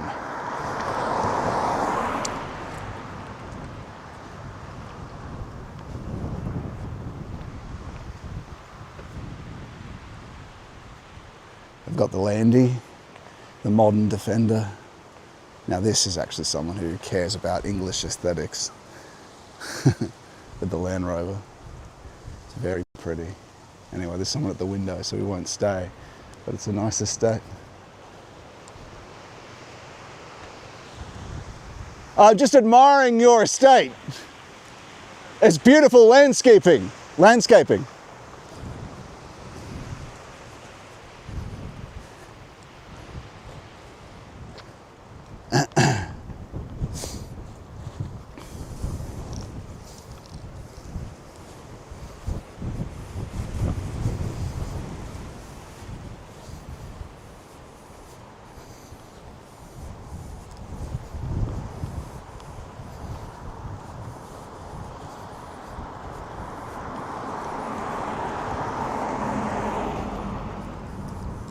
Get off my property, plebeian.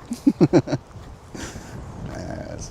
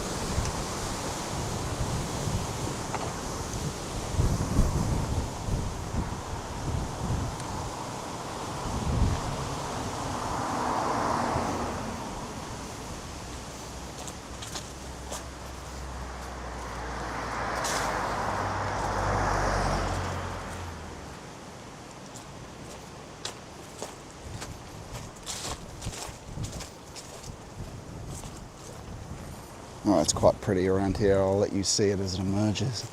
So we'll go around and emerge out here. That's nice. Pretty driveway up somewhere. Maybe we should go up and have a look. You can see most of these trees aren't Australian native, but they're very pretty. It's still good to have around. And you can see here in how it's layered, that it's very green and beautiful, and then you've got the native Australian trees above it. They're quite a greyish, faded green. Those houses look pretty modern down there, though. I don't think we need to maybe we should have a little gander.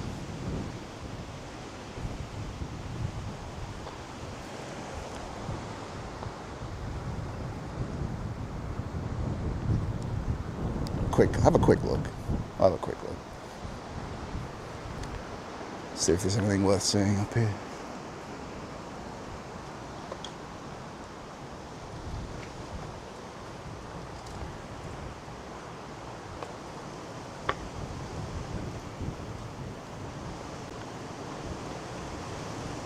Looks like a private driveway, actually.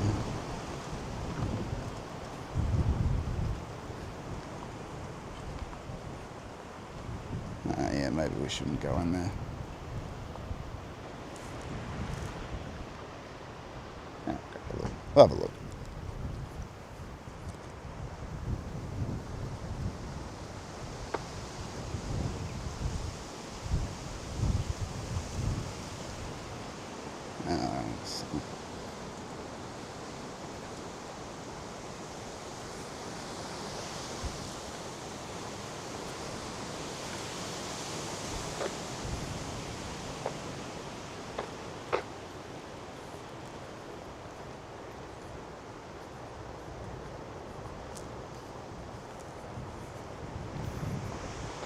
Quiet street.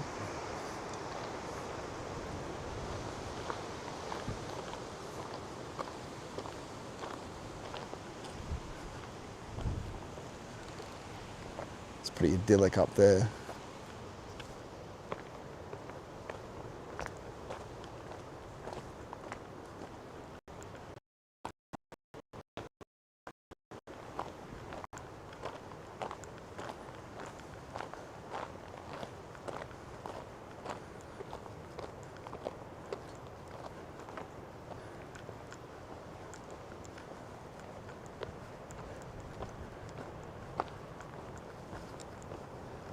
Maybe it's a nice old house, we'll see. I reckon it's modern though.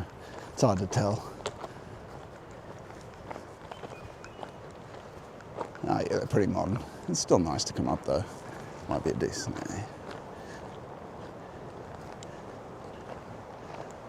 Oh yeah, it looks pretty modern, I think.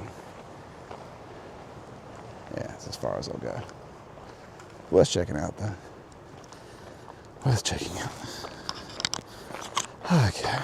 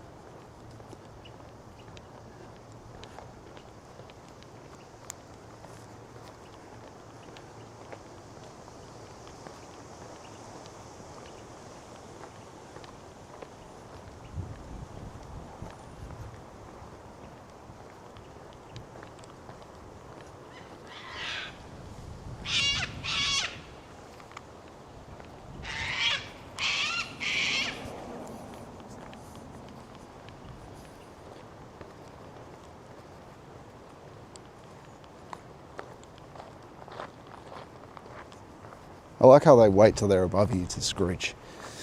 That's cockatoos.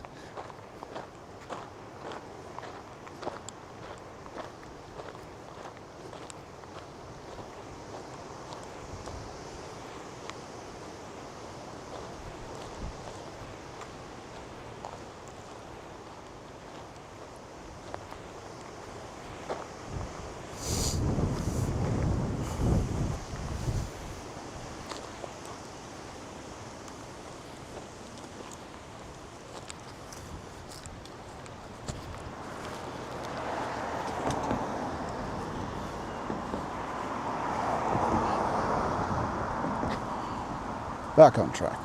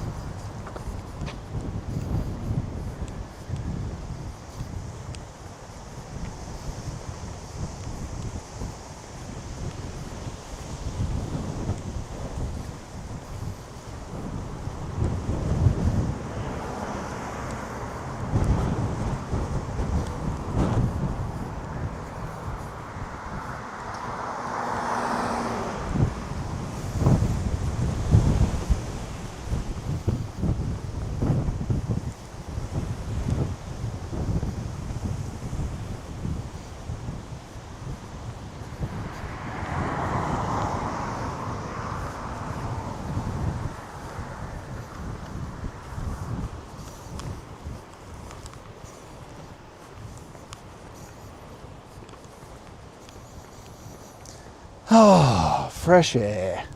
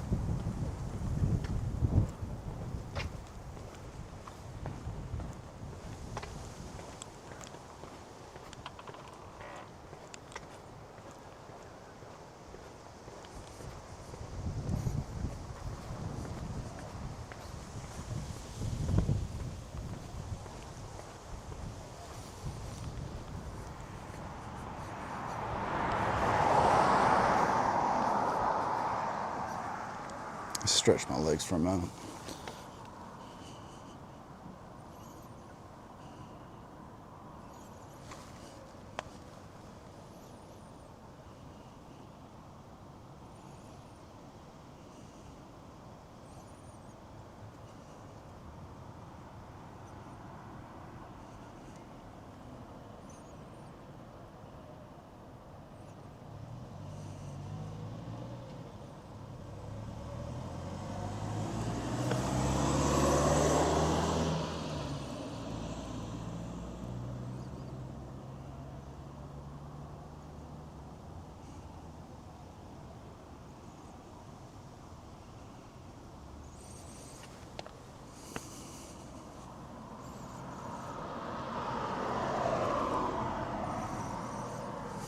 Okay. Nice.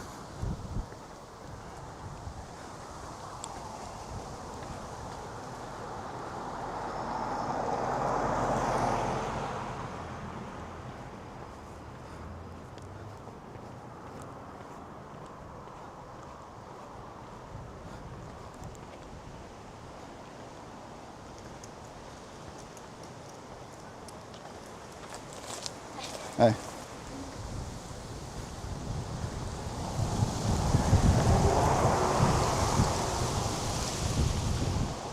The houses start to get nicer as we get a bit further down.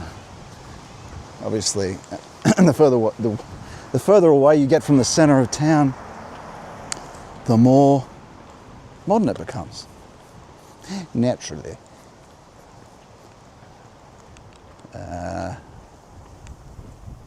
Ooh, this one's quite nice garden, isn't it?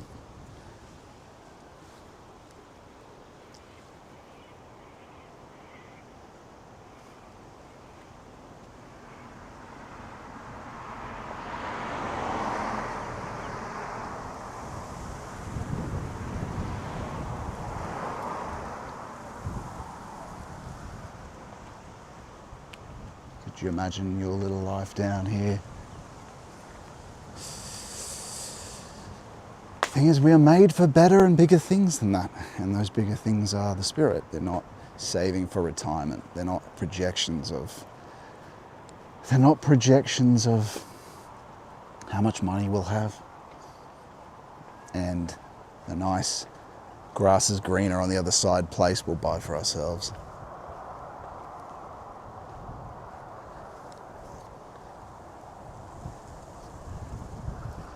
Like I said earlier, you're gonna... Do you want to be the existentialist, saving for some temporal retirement? Fundamentally lonely, but perhaps surrounded by people, at least for now. Or do you want to be the essentialist?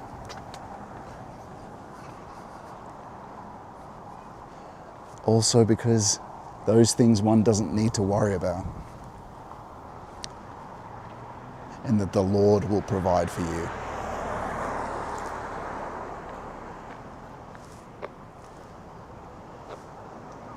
If you can look past the low calculative, which is the satanic or luciferic element anyway, this goal structure that is you is actually a technical imposition, a modern technical imposition from secular school or the secular state, where they educate you setting a goal. What goal would you like? What career is day? What career would you like to do for the rest of your life? Rather than a vocation that could be disclosed from divine will. And that could be a very simple thing. That could be a very simple charity. But no, we teach our children in secular education a very subtle, shit-lib, liberal, yet still a individualist will to power aspect of what, how the hell, has no idea. And that is why Steiner put so much time into a new educational institution. And that's arguable whether I don't think it was successful. Well, it was successful in some cultural reforms, but a lot of weirdos go to those schools now. A lot of weirdos. It's not the pedagogy that's a problem, it's the other people that send the kids there. And so he was definitely right about a lot of that pedagogy. But what happened with that all was it became a movement for cultural reform, a dead, necrotic, which all institutions are, form. It has to be a living tradition, and the only authentic living tradition can be that founded by the Master, by the Lord, that lives. Otherwise it turns into this worship of the Master, a Master that's not the Master, that's not God. Because we need this continuous living tradition, remembrance, and providence at the same time. We need, here we go, we've got some nicer older ones here now. We need living. And look, Steiner said all this, but essentially the anthroposophists betrayed him, really, in many ways. They made it, they wanted jobs. They wanted lives that were paid for, a job in an institution, rather than the bravery and courage it takes to go towards the depths, which the monastics do, which the mystics do, which the saints do. And what's actually required of us, we have to do that. It does require a lot of courage, a lot of oh, that's quite pretty up there.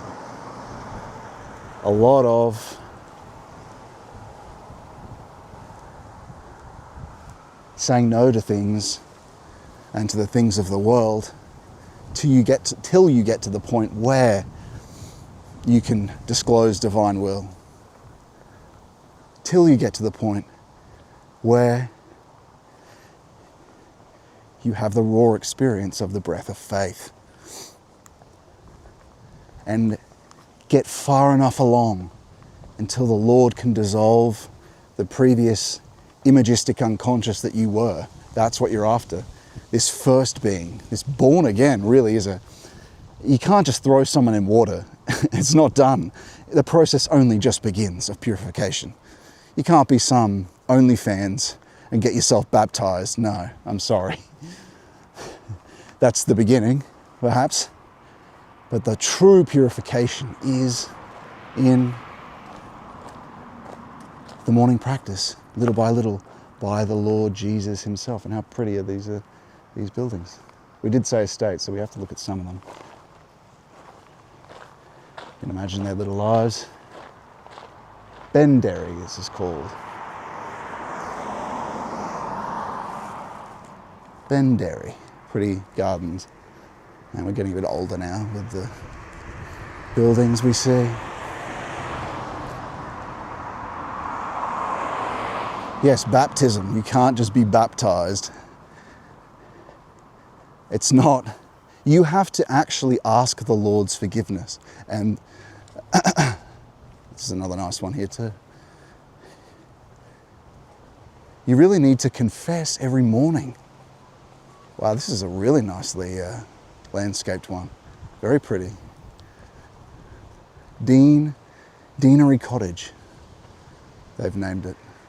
Oh, circa 1860. So we're getting older as we go back. What a beautiful. I wonder if people like their handiwork of their gardens being admired, or they don't want it being looked at. You'd think they would to a degree. But that's a nice estate. I like that one. Very good. There'll be plenty of it. There's a lot more actually as we go. But yes, He, the Lord, little by little baptizes you in His waters. You're born. Well, look, there is a beginning to the birth. Of course, that's what baptism's about.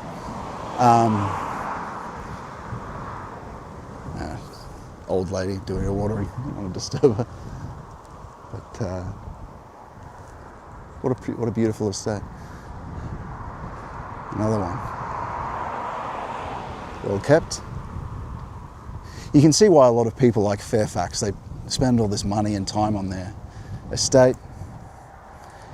And then I think they get to a degree where, okay, I've done this now, I've done the landscaping.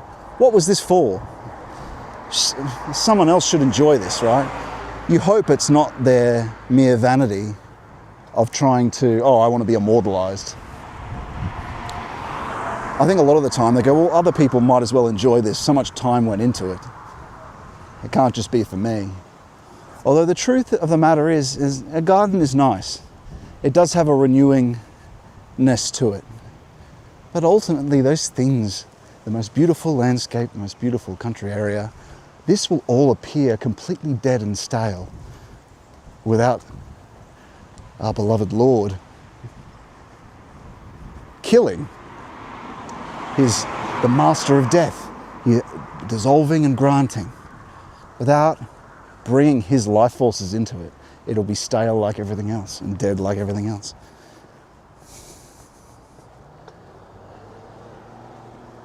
And so He baptizes you. He baptizes you. And it's only slowly, through the repeated experience of the depths, that we learn what's happening. Oh, that's what Scott's talking about. Oh, that's what Valentin's talking about. Oh, that's what the saints are talking about. And what else talks about this? The way of the pilgrim, the staple of Eastern Orthodoxy on the Jesus prayer. He says this very clearly, that all these mysteries become clear in the depths, the mysteries of the depths, though. That they have a mystic reading, that all these things that they're talking about, the groaning, the unutterable groaning, you experience that. And you just notice that what people think that is and talk about it isn't what it is. Or it's the surface understanding of what it truly is. That I've tried to describe some of the phenomenology of what those things are and look like and feel like. And so do the saints. It's to a degree, they can only go so far, especially due to the language that they use or what was available at the time, in the sense that we've abstracted ourselves and made ourselves and cut ourselves off from the divine. Their language was much more living. It's a Catholic parish over here. Corpus Christi Parish, Mittagong, Barrow. We like it. Okay, and there's a nice park here we might as well view as we come to near the end of our endeavour for today. Although we probably have a bit longer. We'll see. We'll probably sit down. Well, let's have a look at this park first. to the street. Oh wait, they may have closed it. Can we still get inside? Yeah, we can still get inside. Very pretty.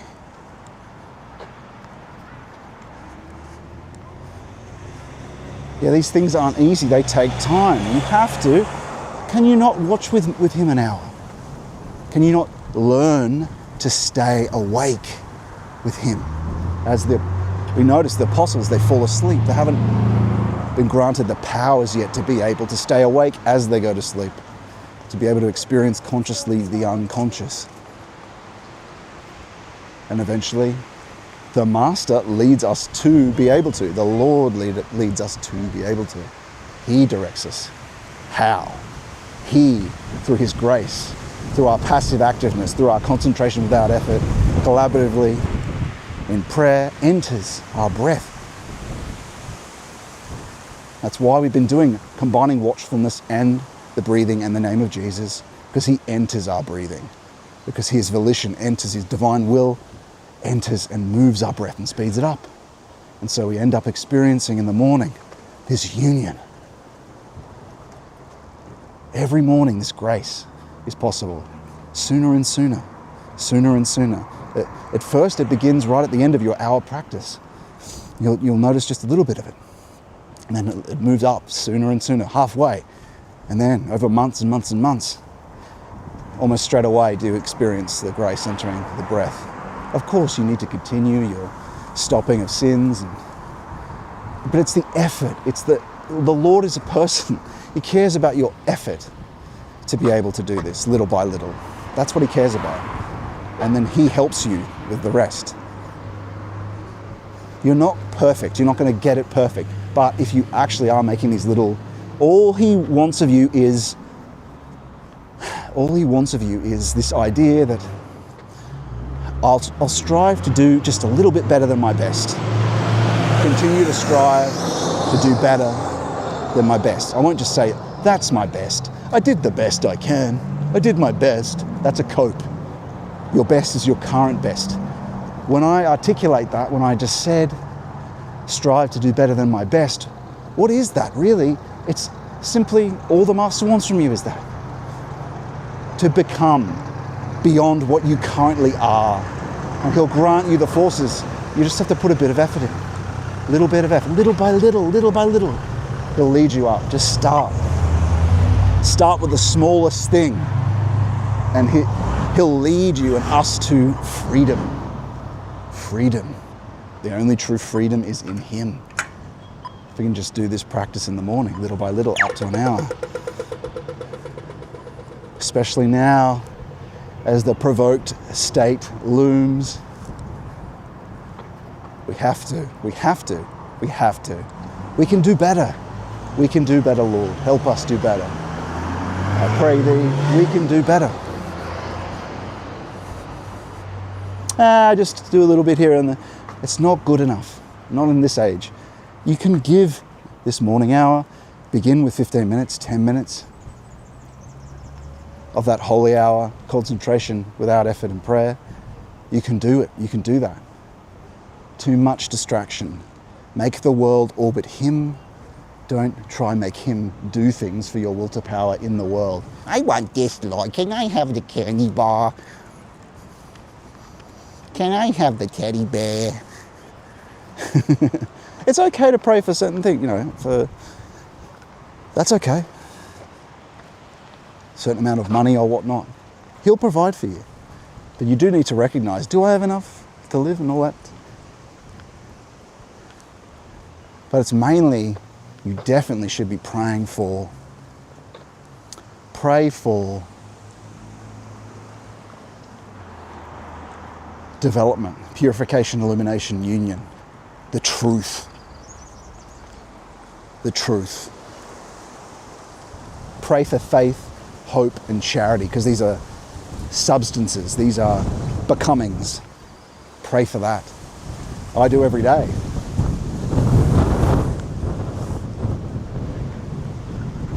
We could have a look at the old barrel station. Might as well. Might as well do that. What time is it? Well, we could go to where we said we were originally going to go. I don't know how much further that walk is. Oh yeah, we've got some time here. If you guys want to join me, we can continue our walk until let's get to 5 hours. We might not be talking the whole time, but you know, we can continue our walk here. While we're here, might as well. So we'll see, we're going to go up the road, we'll go across the station, we'll see if we make it to this Gimbagar Reserve. I've never been this way before, so we'll be discovering it together. Off we go. Off we go.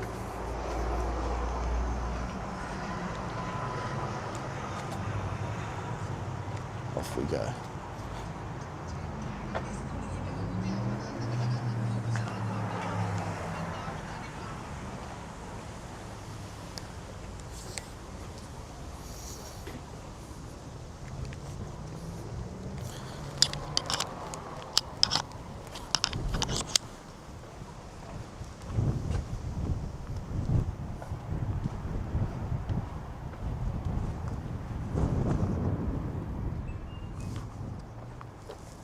Got a pretty track, might as well have a look, right?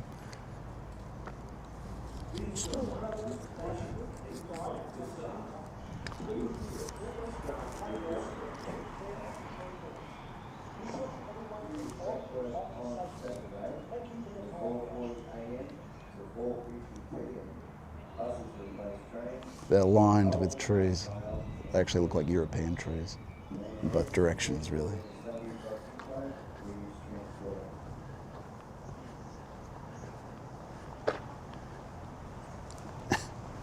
I was down at Mittagong, and there's this old brewing factory.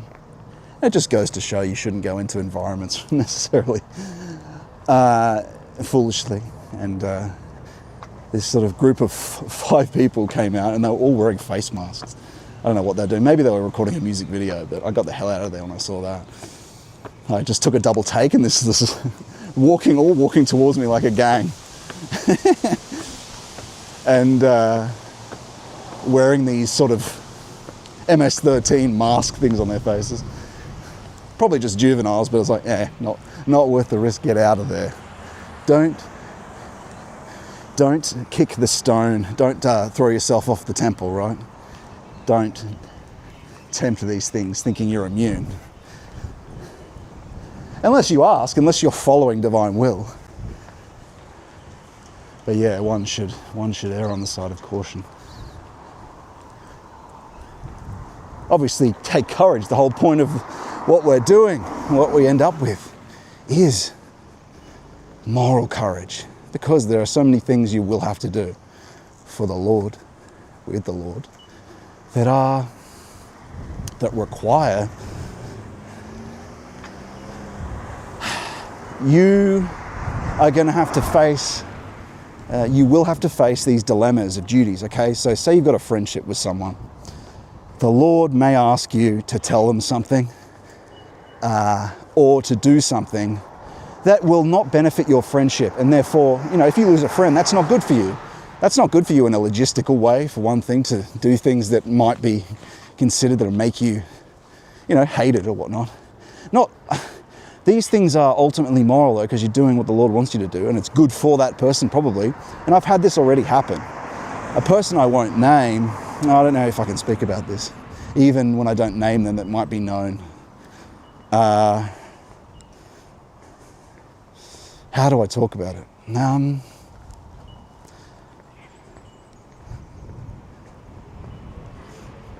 All I can say is that the Lord wants something to happen. That person doesn't. An external person doesn't want something to happen just for some weird reason. Well, say if you were going to release a podcast, for instance, that person might not want to release it for vain reasons, but it's actually good for them that it comes out. And then you follow divine will, even though you know that person's not going to like you after you do that.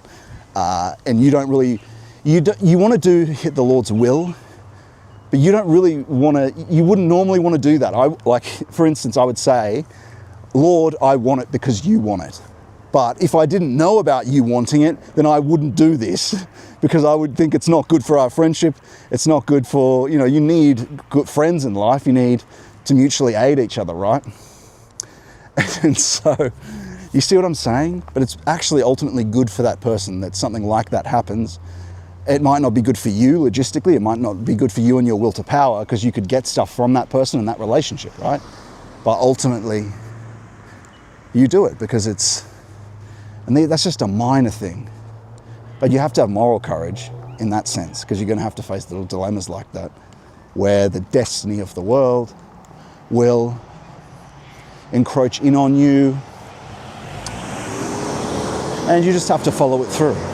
Especially because if you've gone to the depths, if you are able to discern these things, that is an incredible gift. You have to have courage and know that he's going to lead you to something better, even though you will have to face things that might embarrass you, that might threaten you. He'll protect you, especially in this age. It's not the greatest, as even Seraphim Rose said,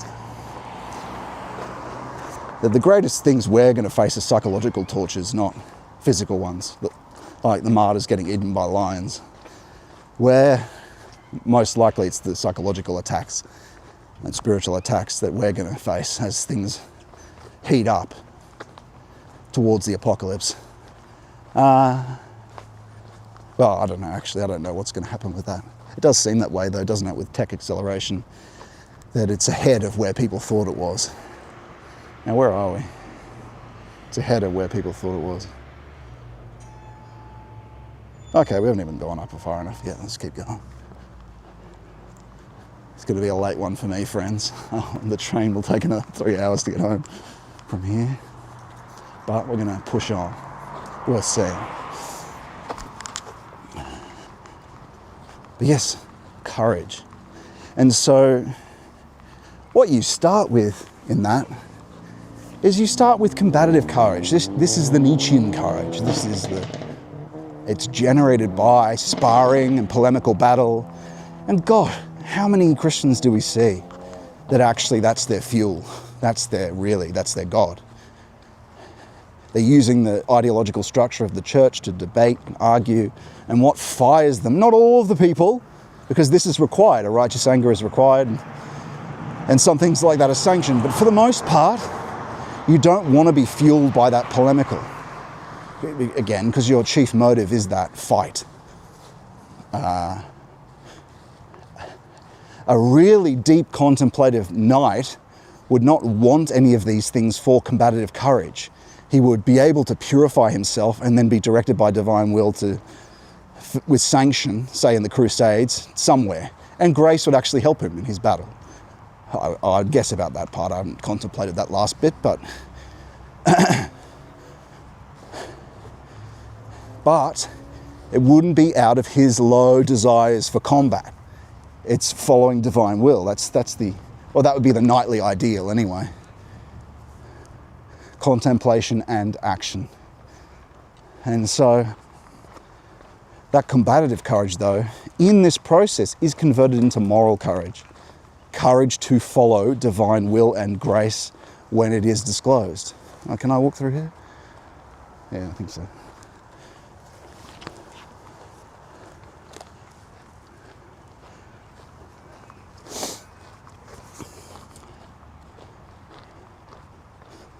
And so that's what we need to transform into in this process. Thankfully, thank God, thank you, God, that you dissolve these. It's not that we don't feel, we don't obliterate the person. But what the Lord does, though, is we don't stop feeling either. You know, if people attack us, yes, but every morning the Lord dissolves that stuff. We're not obliterated like the Easterner, where he just feels nothing. That's the idea, right? They are to be depersoned. But we have the eternal with us there. The comfort is right there to immediately, or the next day, because we still need to understand the soul experience, but to dissolve these forces, these. Even straight away though, I mean, it comes faster and faster. I have to say that when someone wounds you, you might have an initial antipathetic Luciferian reaction, egoistic reaction to that maybe, but immediately you're saying no, no. And then perhaps what I do is I immediately do the opposite when I feel that occur. I bless that person to cut it off at the heel, which unseen warfare recommends, and I do too. We should do that. And so what is that? So you're not a provoked being, because that's what Lucifer and Satan try to do. Move from a attack in the objective to a subjective wounding that leads to a reaction from that egoistic wounding. And so we feel that, but it's by the time we're around to our morning practice again, it's dissolved by the Lord. It's mourning, but we're deeply alive. We're not this annihilated contemplative, we're passive active, deeply alive, deeply in connection with the eternal and the divine at the same time, but not depersoned. Deeply living, the gift of tears, the depths and endless depths of joy and sorrow though as well, and peace. Hello, little Rosetta. There he is. Hello.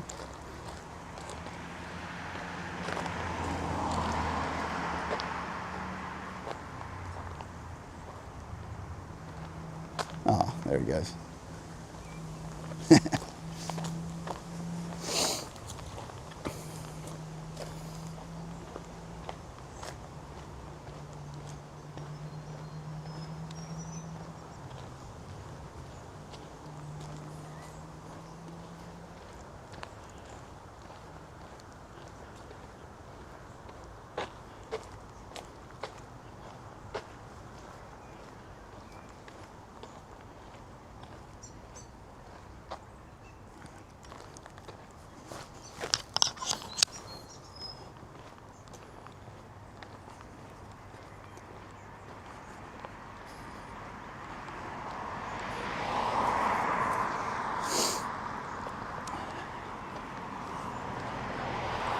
And so with our moral development,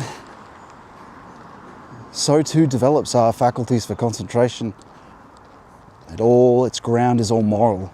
Otherwise, it's the complete organism is a tree grounded and grown in the Lord and through the Lord. He's the gardener, like I mentioned. He's the breeze moving through these trees, pruning, gardening with us collaboratively. He's the breeze moving through it all. And it's a growth. This is a tree from its roots in mysticism to its gnosis as the sap and the trunk. It's participatory miraculous. It's know-how. It's the know-how to be able to pray and be comforted, receive a benediction and warning. It's the in and out breath. It's the vascular blood. It's the arterial blood, in and out. There's a cockatoo flying along as we continue our walk here. So we are like the tree, and he's the gardener. And we're going down this road here. We are the tree, he's the gardener. We're touching him from the roots, and he is healing the surface being that we are, the surface part of the being, all the way up from the roots to the leaves, and dissolving the bark. He resurrects what's dead in you. Your dead ideas become filled with the life of true concepts. Because abstraction, where we are today in these days, is there is no content, no luster, no valuative being to our abstractions. That's what primordial concepts are when they're in truth. They're not in truth. They're a low derivative calculation now where they are. This is kind of nice. And so that's what we want back. That's what he does. And so we are this growing tree, invigorated by clean, eternal, uncreated, and the miracles that come from that. As he enters your being. Again, as I of course say, I'm talking from experience here. So, but also confirmed and backed up by an epistemic principle, by the sages and saints. And so, what they do, if you take the principle of technology, if you do these things, a procedure to achieve an outcome, you can be a Sam Harris who obliterates his person, and you achieve a sort of base specialization, waiting to crumble. Doesn't he appear as a dead crystallized system that can't escape? It's encircled, like the serpent eating its own tail has created a border around him. You look out to space, but there's no getting out of that circle, because only the miracle can pierce into the closed circle of the eternal recurrence. Only the miracle is the spiral in from the future. Only Christ is that. Only he can do that. And you have to get on your knees if you want that possibility. You have to reform the entire being of your nature of your being to this will to service, to this, out of this technical principle. You have to be willing to face the truth of your being. Face the truth that you have monstrous qualities, sinful qualities. No, you were wrong. No, you sinned. Oh, I don't want to be guilty. Well, you sinned. You have to acknowledge your sin. But also you have to get out of this. You have to recognize that the devil doesn't do things. Oh, it's the same every time. We know the devil now. No, he's the wiliest ancient being. Only through Christ can you resist him. And the will to power, the little inklings and tentacles of pride are in little corners and nooks, just like that. Think about how clever this is as a Luciferian scheme. The Pajit mysticism, the Buddhism, the Easternisms. This is a nice estate. Think about that. They're trying to achieve no egoity. And they have this subtle, and Steiner backs this up too, an egoistic non-ego. An ego about the pride of achievement through their bootstrapping of this non-egoic state. And there's a little sniggling little tentacle of the alien. Oh wow, this is quite beautiful. Niggling tentacle. And to get out of that is to know the truth of where the forces of the first wine came from, and that they were given by the Father. You are allowed to spend it in freedom, and only by coming home do you begin to recognize. Only by praying for these things over and over can you sort of train yourself. You train your way out of that will to power being, because it's not enough to, it's an important start to do that as a mind frame, to listen to what I'm saying and to think about it yourself, to set the frame yourself. Remember, as we said, you can not only just do an action, you can mean it. So you can say something and mean it, and just say it like you mean it, right? That's one thing. But yeah, just doing. But don't do it like a pragmatist. Just say, I don't know, Lord. Maybe I don't know anything. You have to be willing to admit that. Be looking for a source of truth that's not in your propositional acquisition from the world. Just be willing to say to yourself, maybe I don't know. I don't know, Lord. But what if I can know all these things? If it's him that tells me and shows me. What if I can know? I know nothing, Lord. Show me the way. I know nothing. We have to make the sacrifice of the intellect to put it in the service of intuition, in the service. And I don't mean women's intuition. I mean Bergsonian intuition. I mean from Christ, that intuition. As in becoming, as in uncreated light, as in spiritual touch, as in all these things that lead to a becoming transformation. That can be an instinct. That can be a joy and peace sent as an answer. It can be many things. It can be also, well, because every one of these divine communications and inspirations are actually, again, they're nothing like you might know from getting an idea or anything like that. They're emotive. Nothing is said with them. But they are all becomings. They're all, in that sense, intuition. And they all lead to the final intuition, which is a becoming Christ. It's a transformation as you are able to come into union. Every little thing is an intuition. Not everyone has every experience either. You can pray for it though. You could pray for those things. But it has to be out of a will. It has to be out of a will to service. It has to be out of a will to service. You have to be willing to, as I've said many times, you've got to be willing to serve, help others with it. Help others with it.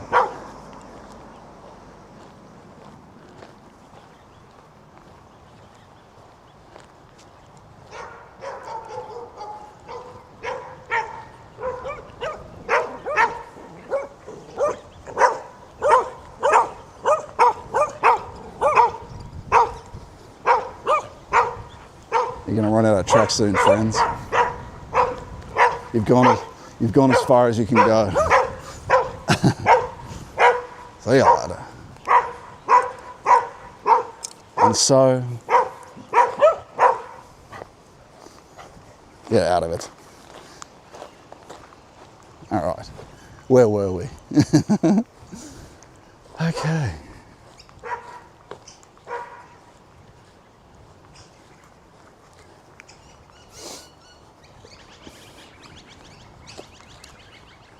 All right, I'm going to chuck you back on my chest for a while.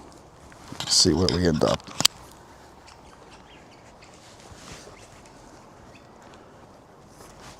My legs are going to be so burnt through this.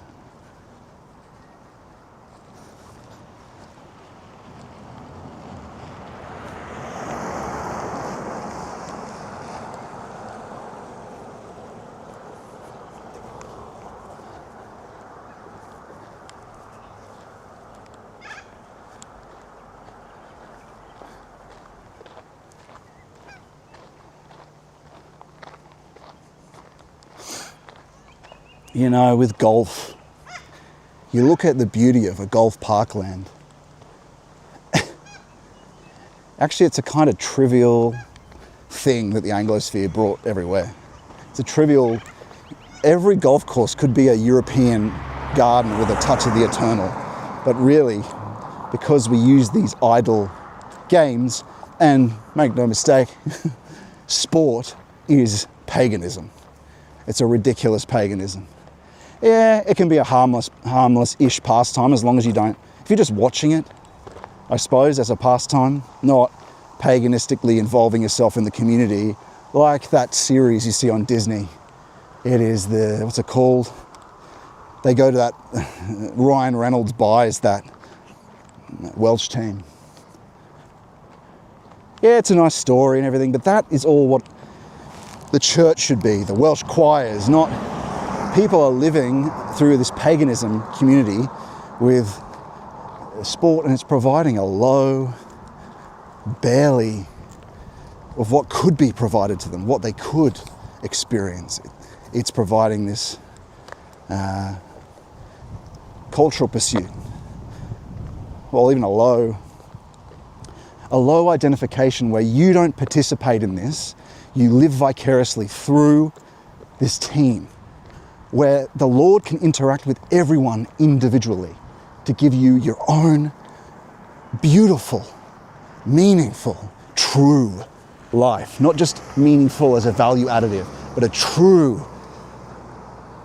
true providential mission, not a enslaved destiny, meaning a destination based on what has been, and not a vicariously living through some athlete so you can feel like you've achieved a will to power victory. So you can feel like the blonde beast. I'm the victor. Only to want another game and another championship of a pointless endeavor that helps And they'll point to this or that program, or inspired this or that. Oh, the team inspires me. Not anything providential, not anything that's really ultimately good for you. It's ultimately part of a low provoking of temporality, a low provoking of what has been, but not a glorious living remembrance, but a leftover of vitalism, a leftover of how decadent are we that we live vicariously through these ridiculous teams, these ridiculous fake heroes. Incredible. Golf's not so bad because you could, it's quite calming. You could even take it as an opportunity to pray the Jesus prayer. But people don't, of course. It's where you should be doing the Jesus prayer. We end up, in its dosage, it's probably fine. It's fine, but in its place. But when it comes to team sports, that is just decadent, degenerate, false spirituality, dangerous. Maybe if you're playing for a team, it can be good as there's a reason why the Orthodox Church says not to join these sort of clubs, these distributed cognitions that form these clubs, right? But the main thing about what I'm saying here, guys, and I'm not being a prude about it, but it's like entertainment. It can become very poisonous.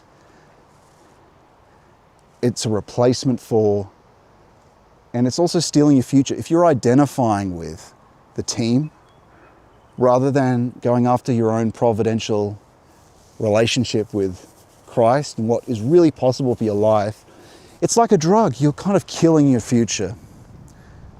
When if you just put the time in for contemplation, if we just put the time in, everything would be going okay. More and more people would be leading lives driven by divine will, would be, because the Lord knows the essence of everything and what evil is doing, would know. Okay, so we'll go down this way. Oh, wait, yeah. We'll go down this way. Would know. Just small country streets, not even the places that most people are walking this area, but we're going to check it out. But there's just a glorious future there for you, providentially. Could be the smallest of missions, but anything with Christ, completely enlivening and with you, is a life far greater than with all the power and wealth of the worldly, which, as we know, when we see these people that amass this stuff, it's empty. Within seconds, they're just comparing how big their Qantas jet is. And no, it's nothing. It's a shadow on a thorn. A shadow on a thorn. And he who leans into what is a thorn to try hold himself up gets pierced, bleeds, and dies. Go to the roots, not the thorny bark.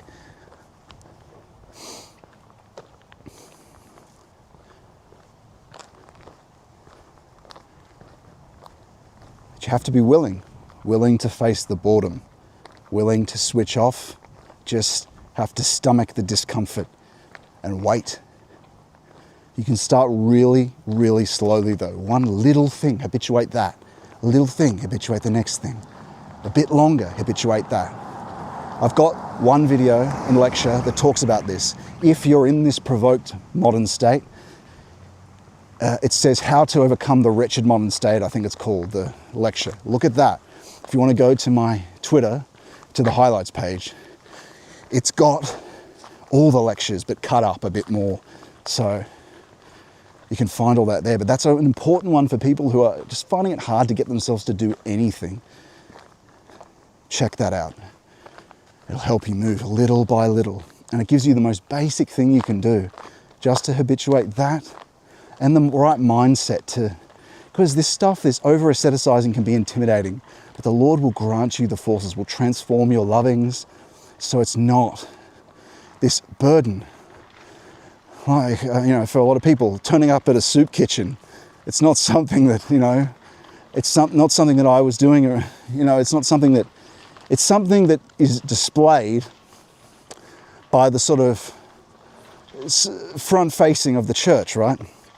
And yes, that's good.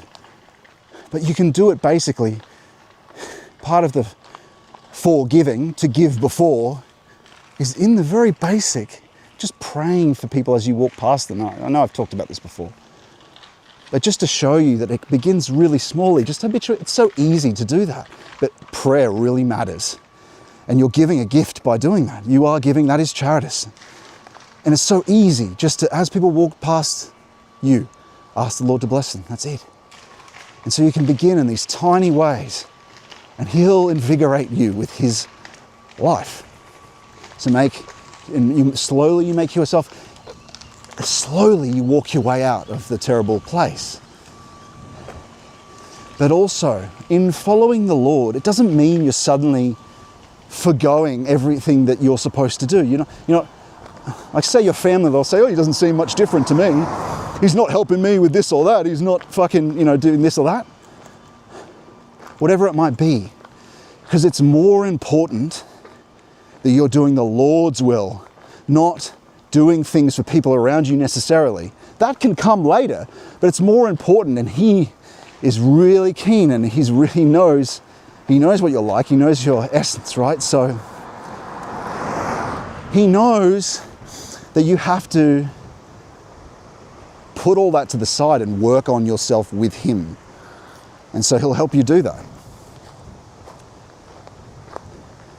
And so you might think, oh, suddenly I have to be at soup kitchens. Suddenly I have to be Mr.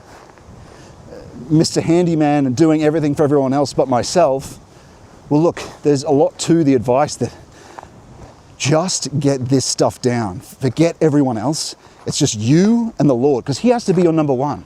Anyway, He'll transform the parts of your being later, but He has to be number one. You've got to begin putting Him first, which means for the beginning, it'll look like it's just for you to begin with, right? But of course, it's for everything and transforming, but it has to happen. So don't worry. To begin with, you're starting small. The most important thing is moving towards Him, and He wants that. So, because people have demands on you. And I can tell you from following this stuff and from being able to discern divine will, is that most of the time when people might think that you will want you to do something, you actually are not directed to do that, because it's so dangerous to be pulled back in. Like, say if people the destiny of the people that are in your relationships, that are around you, really inform the being that you are and can hold you back. Doesn't mean you're going to abandon them or anything. It just means that you have to put the practices with the Lord first, and He'll direct you to all that first, over whatever the wants and desires of most people who are provoked by modernity. So it's more important that you come into your relationship with Him as your Lord, and then the Father as the Father, and Mary as the Mother, first over anything. And He'll direct you to do that as well. Like He even says that I'll turn father against son, son against father. I can't remember the exact quote. He says that. And there's a real meaning to that, which you discover in learning discernment. And again, there's a real way to do that I've got in lectures that you can look at. And even this is just a simple, nice street, isn't it? I guess this time of day just really invigorates things with a meaning. Well, no, these things are there. It's actually the truth when it's, well, especially when it's the Lord anyway. That's a pretty one. This is a nice garden this person has.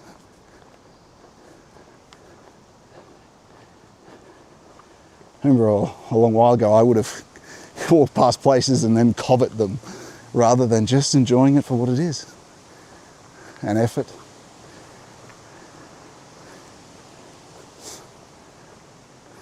But anyway, I'm still a sinner, of course. I can smell wood fires. It's a bit late for that sort of thing, but I still like the smell.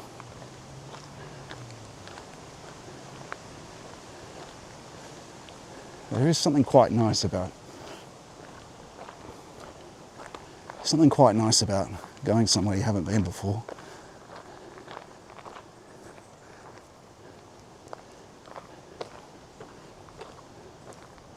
I think the trail's here somewhere.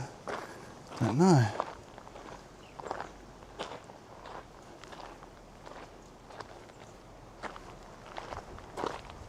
Don't know.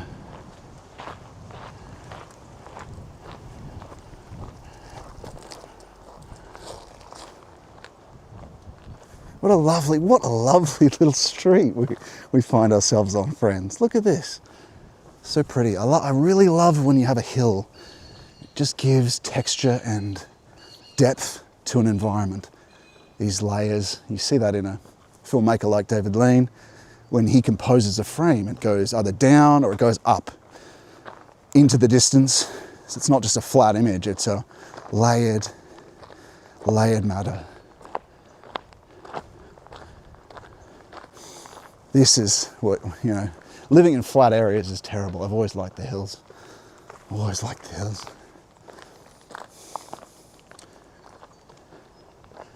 Wow. I'm so glad we came up here. I was almost going to end it there. I'm even so glad we did the stream in the end. Almost didn't do it because the camera was a bit zoomed in on and there's nothing I can really do about it where we were. Okay. Up we go.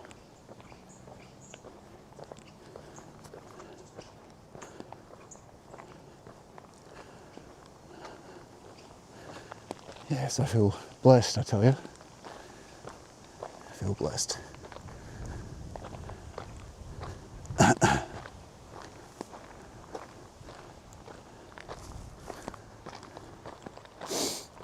And it just goes to show there's just so much more, of course, in the depth and everything around you. Even we just think we live in a shithole. People might think they live in a shithole suburbia. There's just so much of depth to everywhere that you go for one that you just don't know of that Christ can reveal. And the depth faculties reveal. But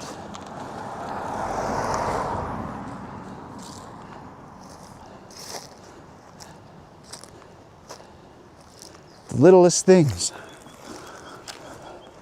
quality over quantity, far greater and over any quantity of cash and whatever surface pleasure can give you is granted by the Lord as depth of that.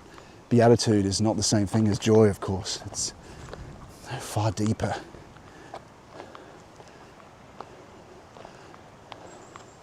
I don't know, maybe we missed the entrance to the trail. Not sure. Or maybe this road continues. Private road.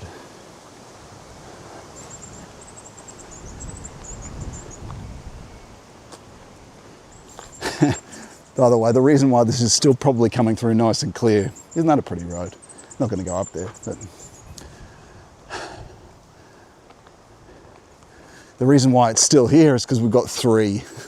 Every network in this country, mobile network that has its own infrastructure, we have a cellular system connected to it, so it should be still coming through nice and clear. What's this one called? Marl Manor. What a cheesy font. Good for them though. I bet it's nice inside. But as we know, wealth doesn't mean taste either. Even being rich in that, people don't really know how to spend it. The nouveau riche need to go speak to the genuine aristocracy. Such a thing doesn't exist, of course, anymore. Okay. Well, gosh, might be coming to the end, my friends.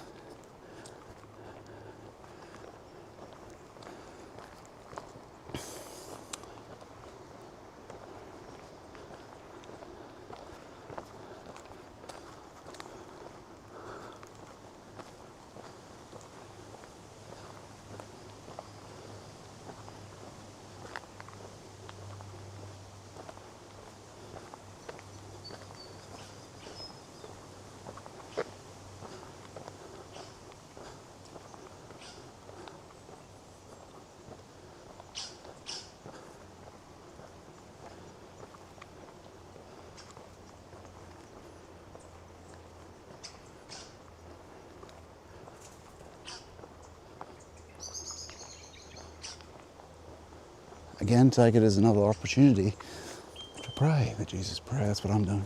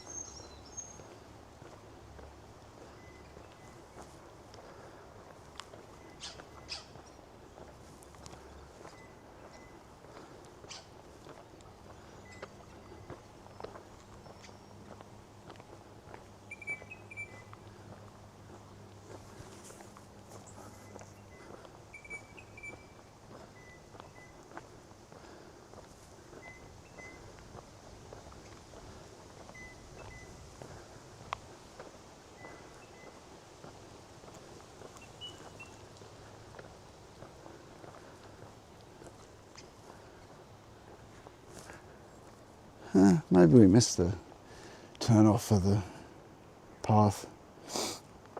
Where are we? I mean, that looks like where it was. No idea how you get to it though.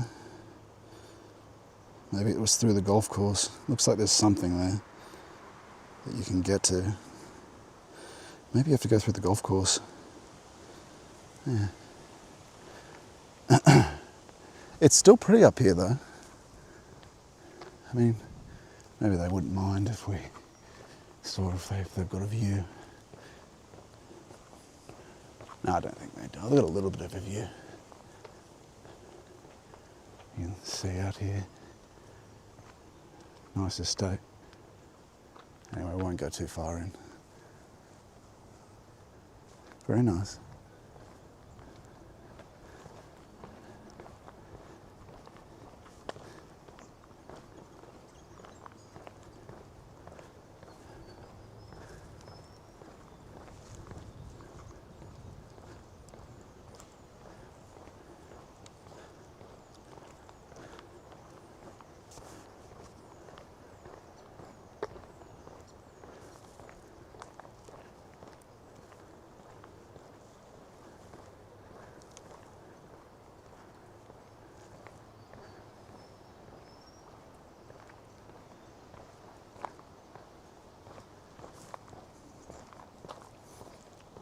I mean, surely we have to just wander down this driveway a bit.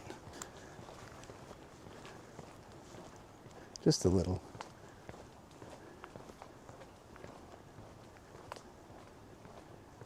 Interesting rock face there in the distance. Yeah. Looks like that's the view.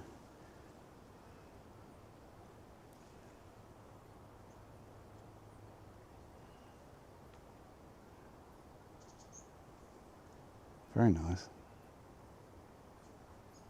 And that's Barrel, where we came from, if you can see that.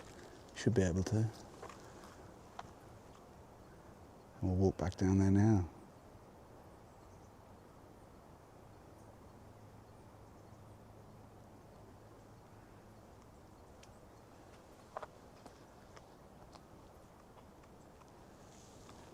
Say goodbye, friends. All right. What a day it's been. Legs toasted. To bring that sunscreen next time. I don't want to get cancer. What a day it's been, friends. Didn't make it to our trail. We did have a nice afternoon walk, didn't we? Did have a nice afternoon walk. And a good chat there too, I feel. All right, I'll just check the chats. If anyone wants to say anything, we'll be, if it's even still here and still connected, it very well may not be. Yeah, it looks like it might have disconnected, but then again, we have so many cell networks that it is probably still broadcasting. It is. The color's gone again. I don't know what was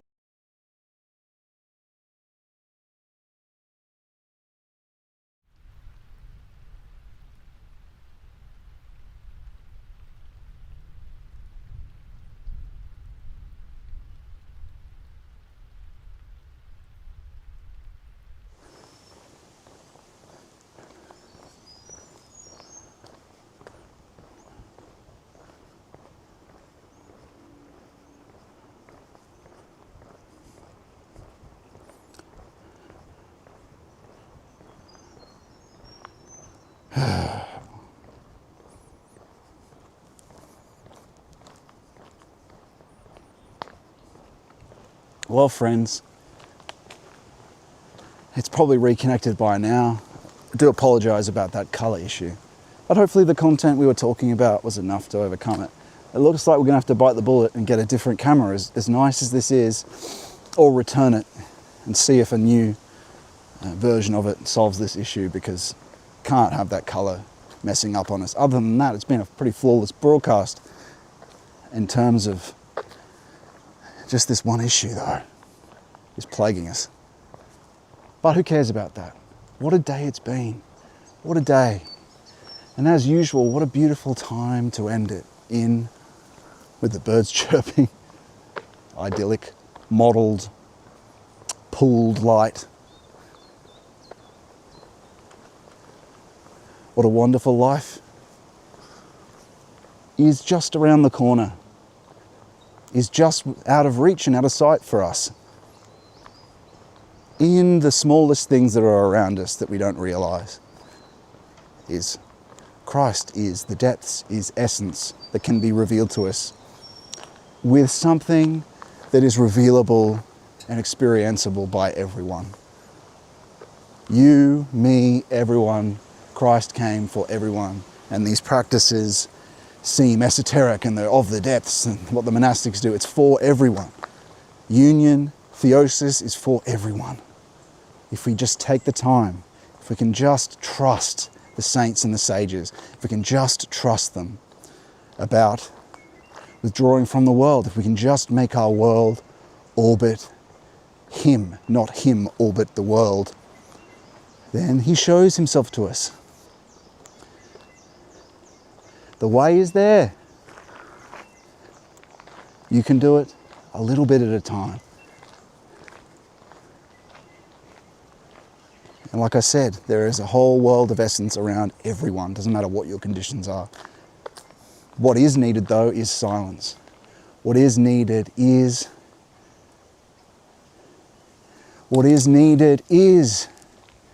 meditation, is contemplation, is purification, illumination, union, is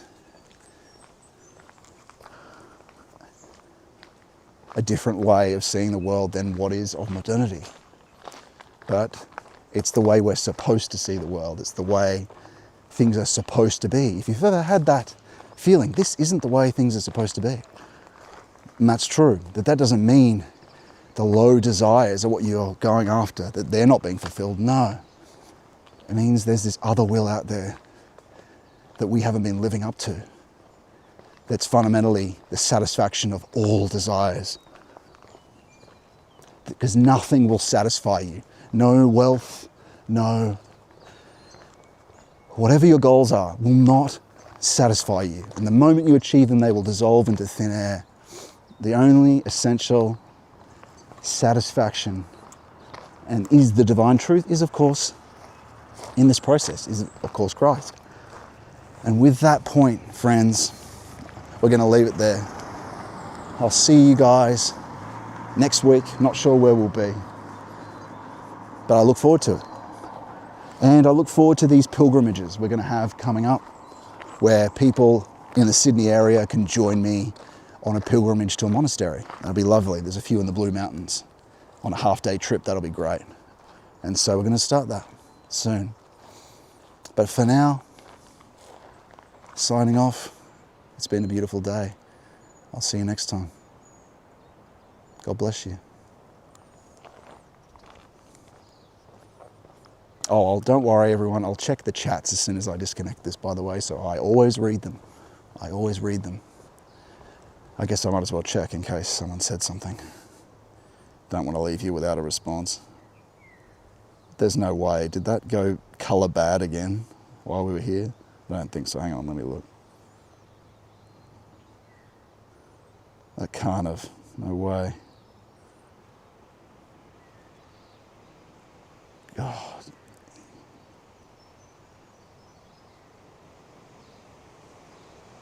Oh, what's going on here? Hi. How you going? Nice dog. Yeah, she's alright. She's a bit old. Yeah. 14 now, so. Yeah, my mother just got a Labrador. I don't know if that's a Labrador. It's a golden retriever, right? It's a retriever. Yeah. She got half cross, a cross between that and golden retriever. And so she's looking forward to it being calmer, which an old dog is probably a lot calmer. With this breed, the retrievers, I think in the labs about 4 years.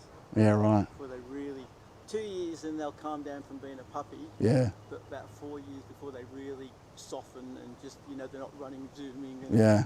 Well, she's going to be waiting a while then. yeah, they're really full of life, these ones. Yeah. Especially when they're young, they're just full of it. Yeah. But they enjoy themselves, so. Yeah. You must enjoy this. I've come down here a few times to Barrow. It's a beautiful place to live. Yeah. It depends if you can hack the winters.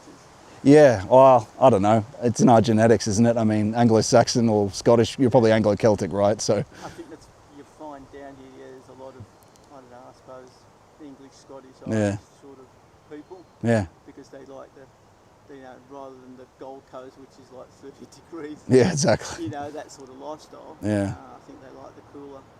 You get 4 seasons. So nice to see the trees back in green again, where normally, they get beautiful colours and all. Yeah, that is a nice part of it.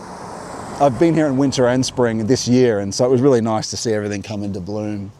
Yeah, don't wait until autumn. Come around about Anzac Day. Yeah, right. And you'll see all the trees changing colour and all these things here. And Yeah. yeah. I mean, okay, you've got the gum trees, but Oh, yeah, well, it's not much to look at with them. yeah, all these sort of trees all change over. Yeah. It's really nice. There's a lot of European trees around here, which is what's so nice about it. Yeah. And I want to go to Mount Wilson for that purpose. That's nice. Yeah, I've never been. Or maybe as a child, my parents took me there, but I haven't. But again, just watch your seasons, because are you in Sydney? Yeah. Okay. You'll probably not get autumn until what, Mother's Day, mid-May. By the time you get Too to late. Wilson here, it's finished. Yeah. It's gone. Because it's earlier. Well, I'll do that then. I'll do that when this comes around again. Yeah. Yeah. Anyway. Think about like mid-April, late April should be the best time to see it all, and then by May it's gone. Yeah. But it's the same as spring. I mean, okay, we just had the Tulip Festival on, but yeah, other areas of Sydney and that. I mean, we went up there to see some rels, and yeah, they had stuff out, last week of August sort of, and we go, geez, our ground's still too cold, Yeah. You could see the green shoots, but that's about it. So, just like that too. Yeah. So, did you get much content? Yeah, I had a good day. I went up to the National Trust. What's it called again? Yeah, that art gallery thing. Yeah. No. It's the estate. I just went to the estate. The Fairfax mansion. The art galleries. And I went down that cherry path, cherry walk. That was nice. Yeah. Oh, you've got all the daisies out too. Yeah, I got all that. I noticed that at the start of the day Nice too. too. That was a really nice place to start the stream. And just a really good day doing that and talking. Do you have a lot of subscribers? Or? Yeah, I got 40,000. Well, that's not bad. It's not bad. Yeah. So you're obviously going to the right areas and the right content for it. Yeah. I mean, it's almost like a supplementary thing. I talk about depth Christianity. That's mainly what we talk about. But the eternal is viewed in this sort of beautiful landscape, especially garden landscapes. And so if you match up the right landscape with the subject of depth, it really brings it out. So, Cool. yeah. Nice. Anyway, All right, come on. I'll see you later, my friend. Gonna walk. Yep. See you later. See ya.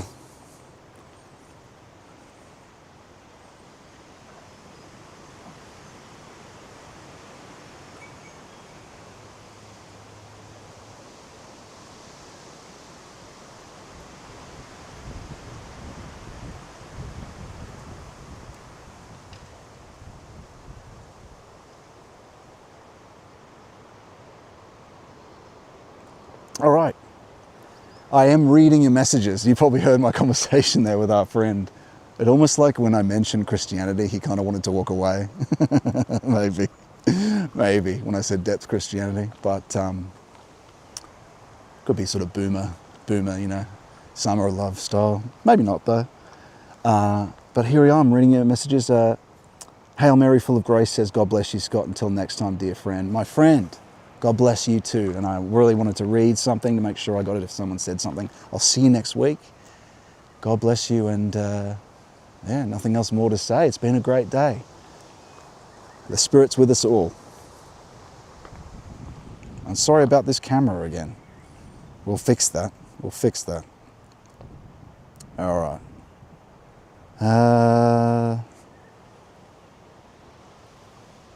Goodbye. Good.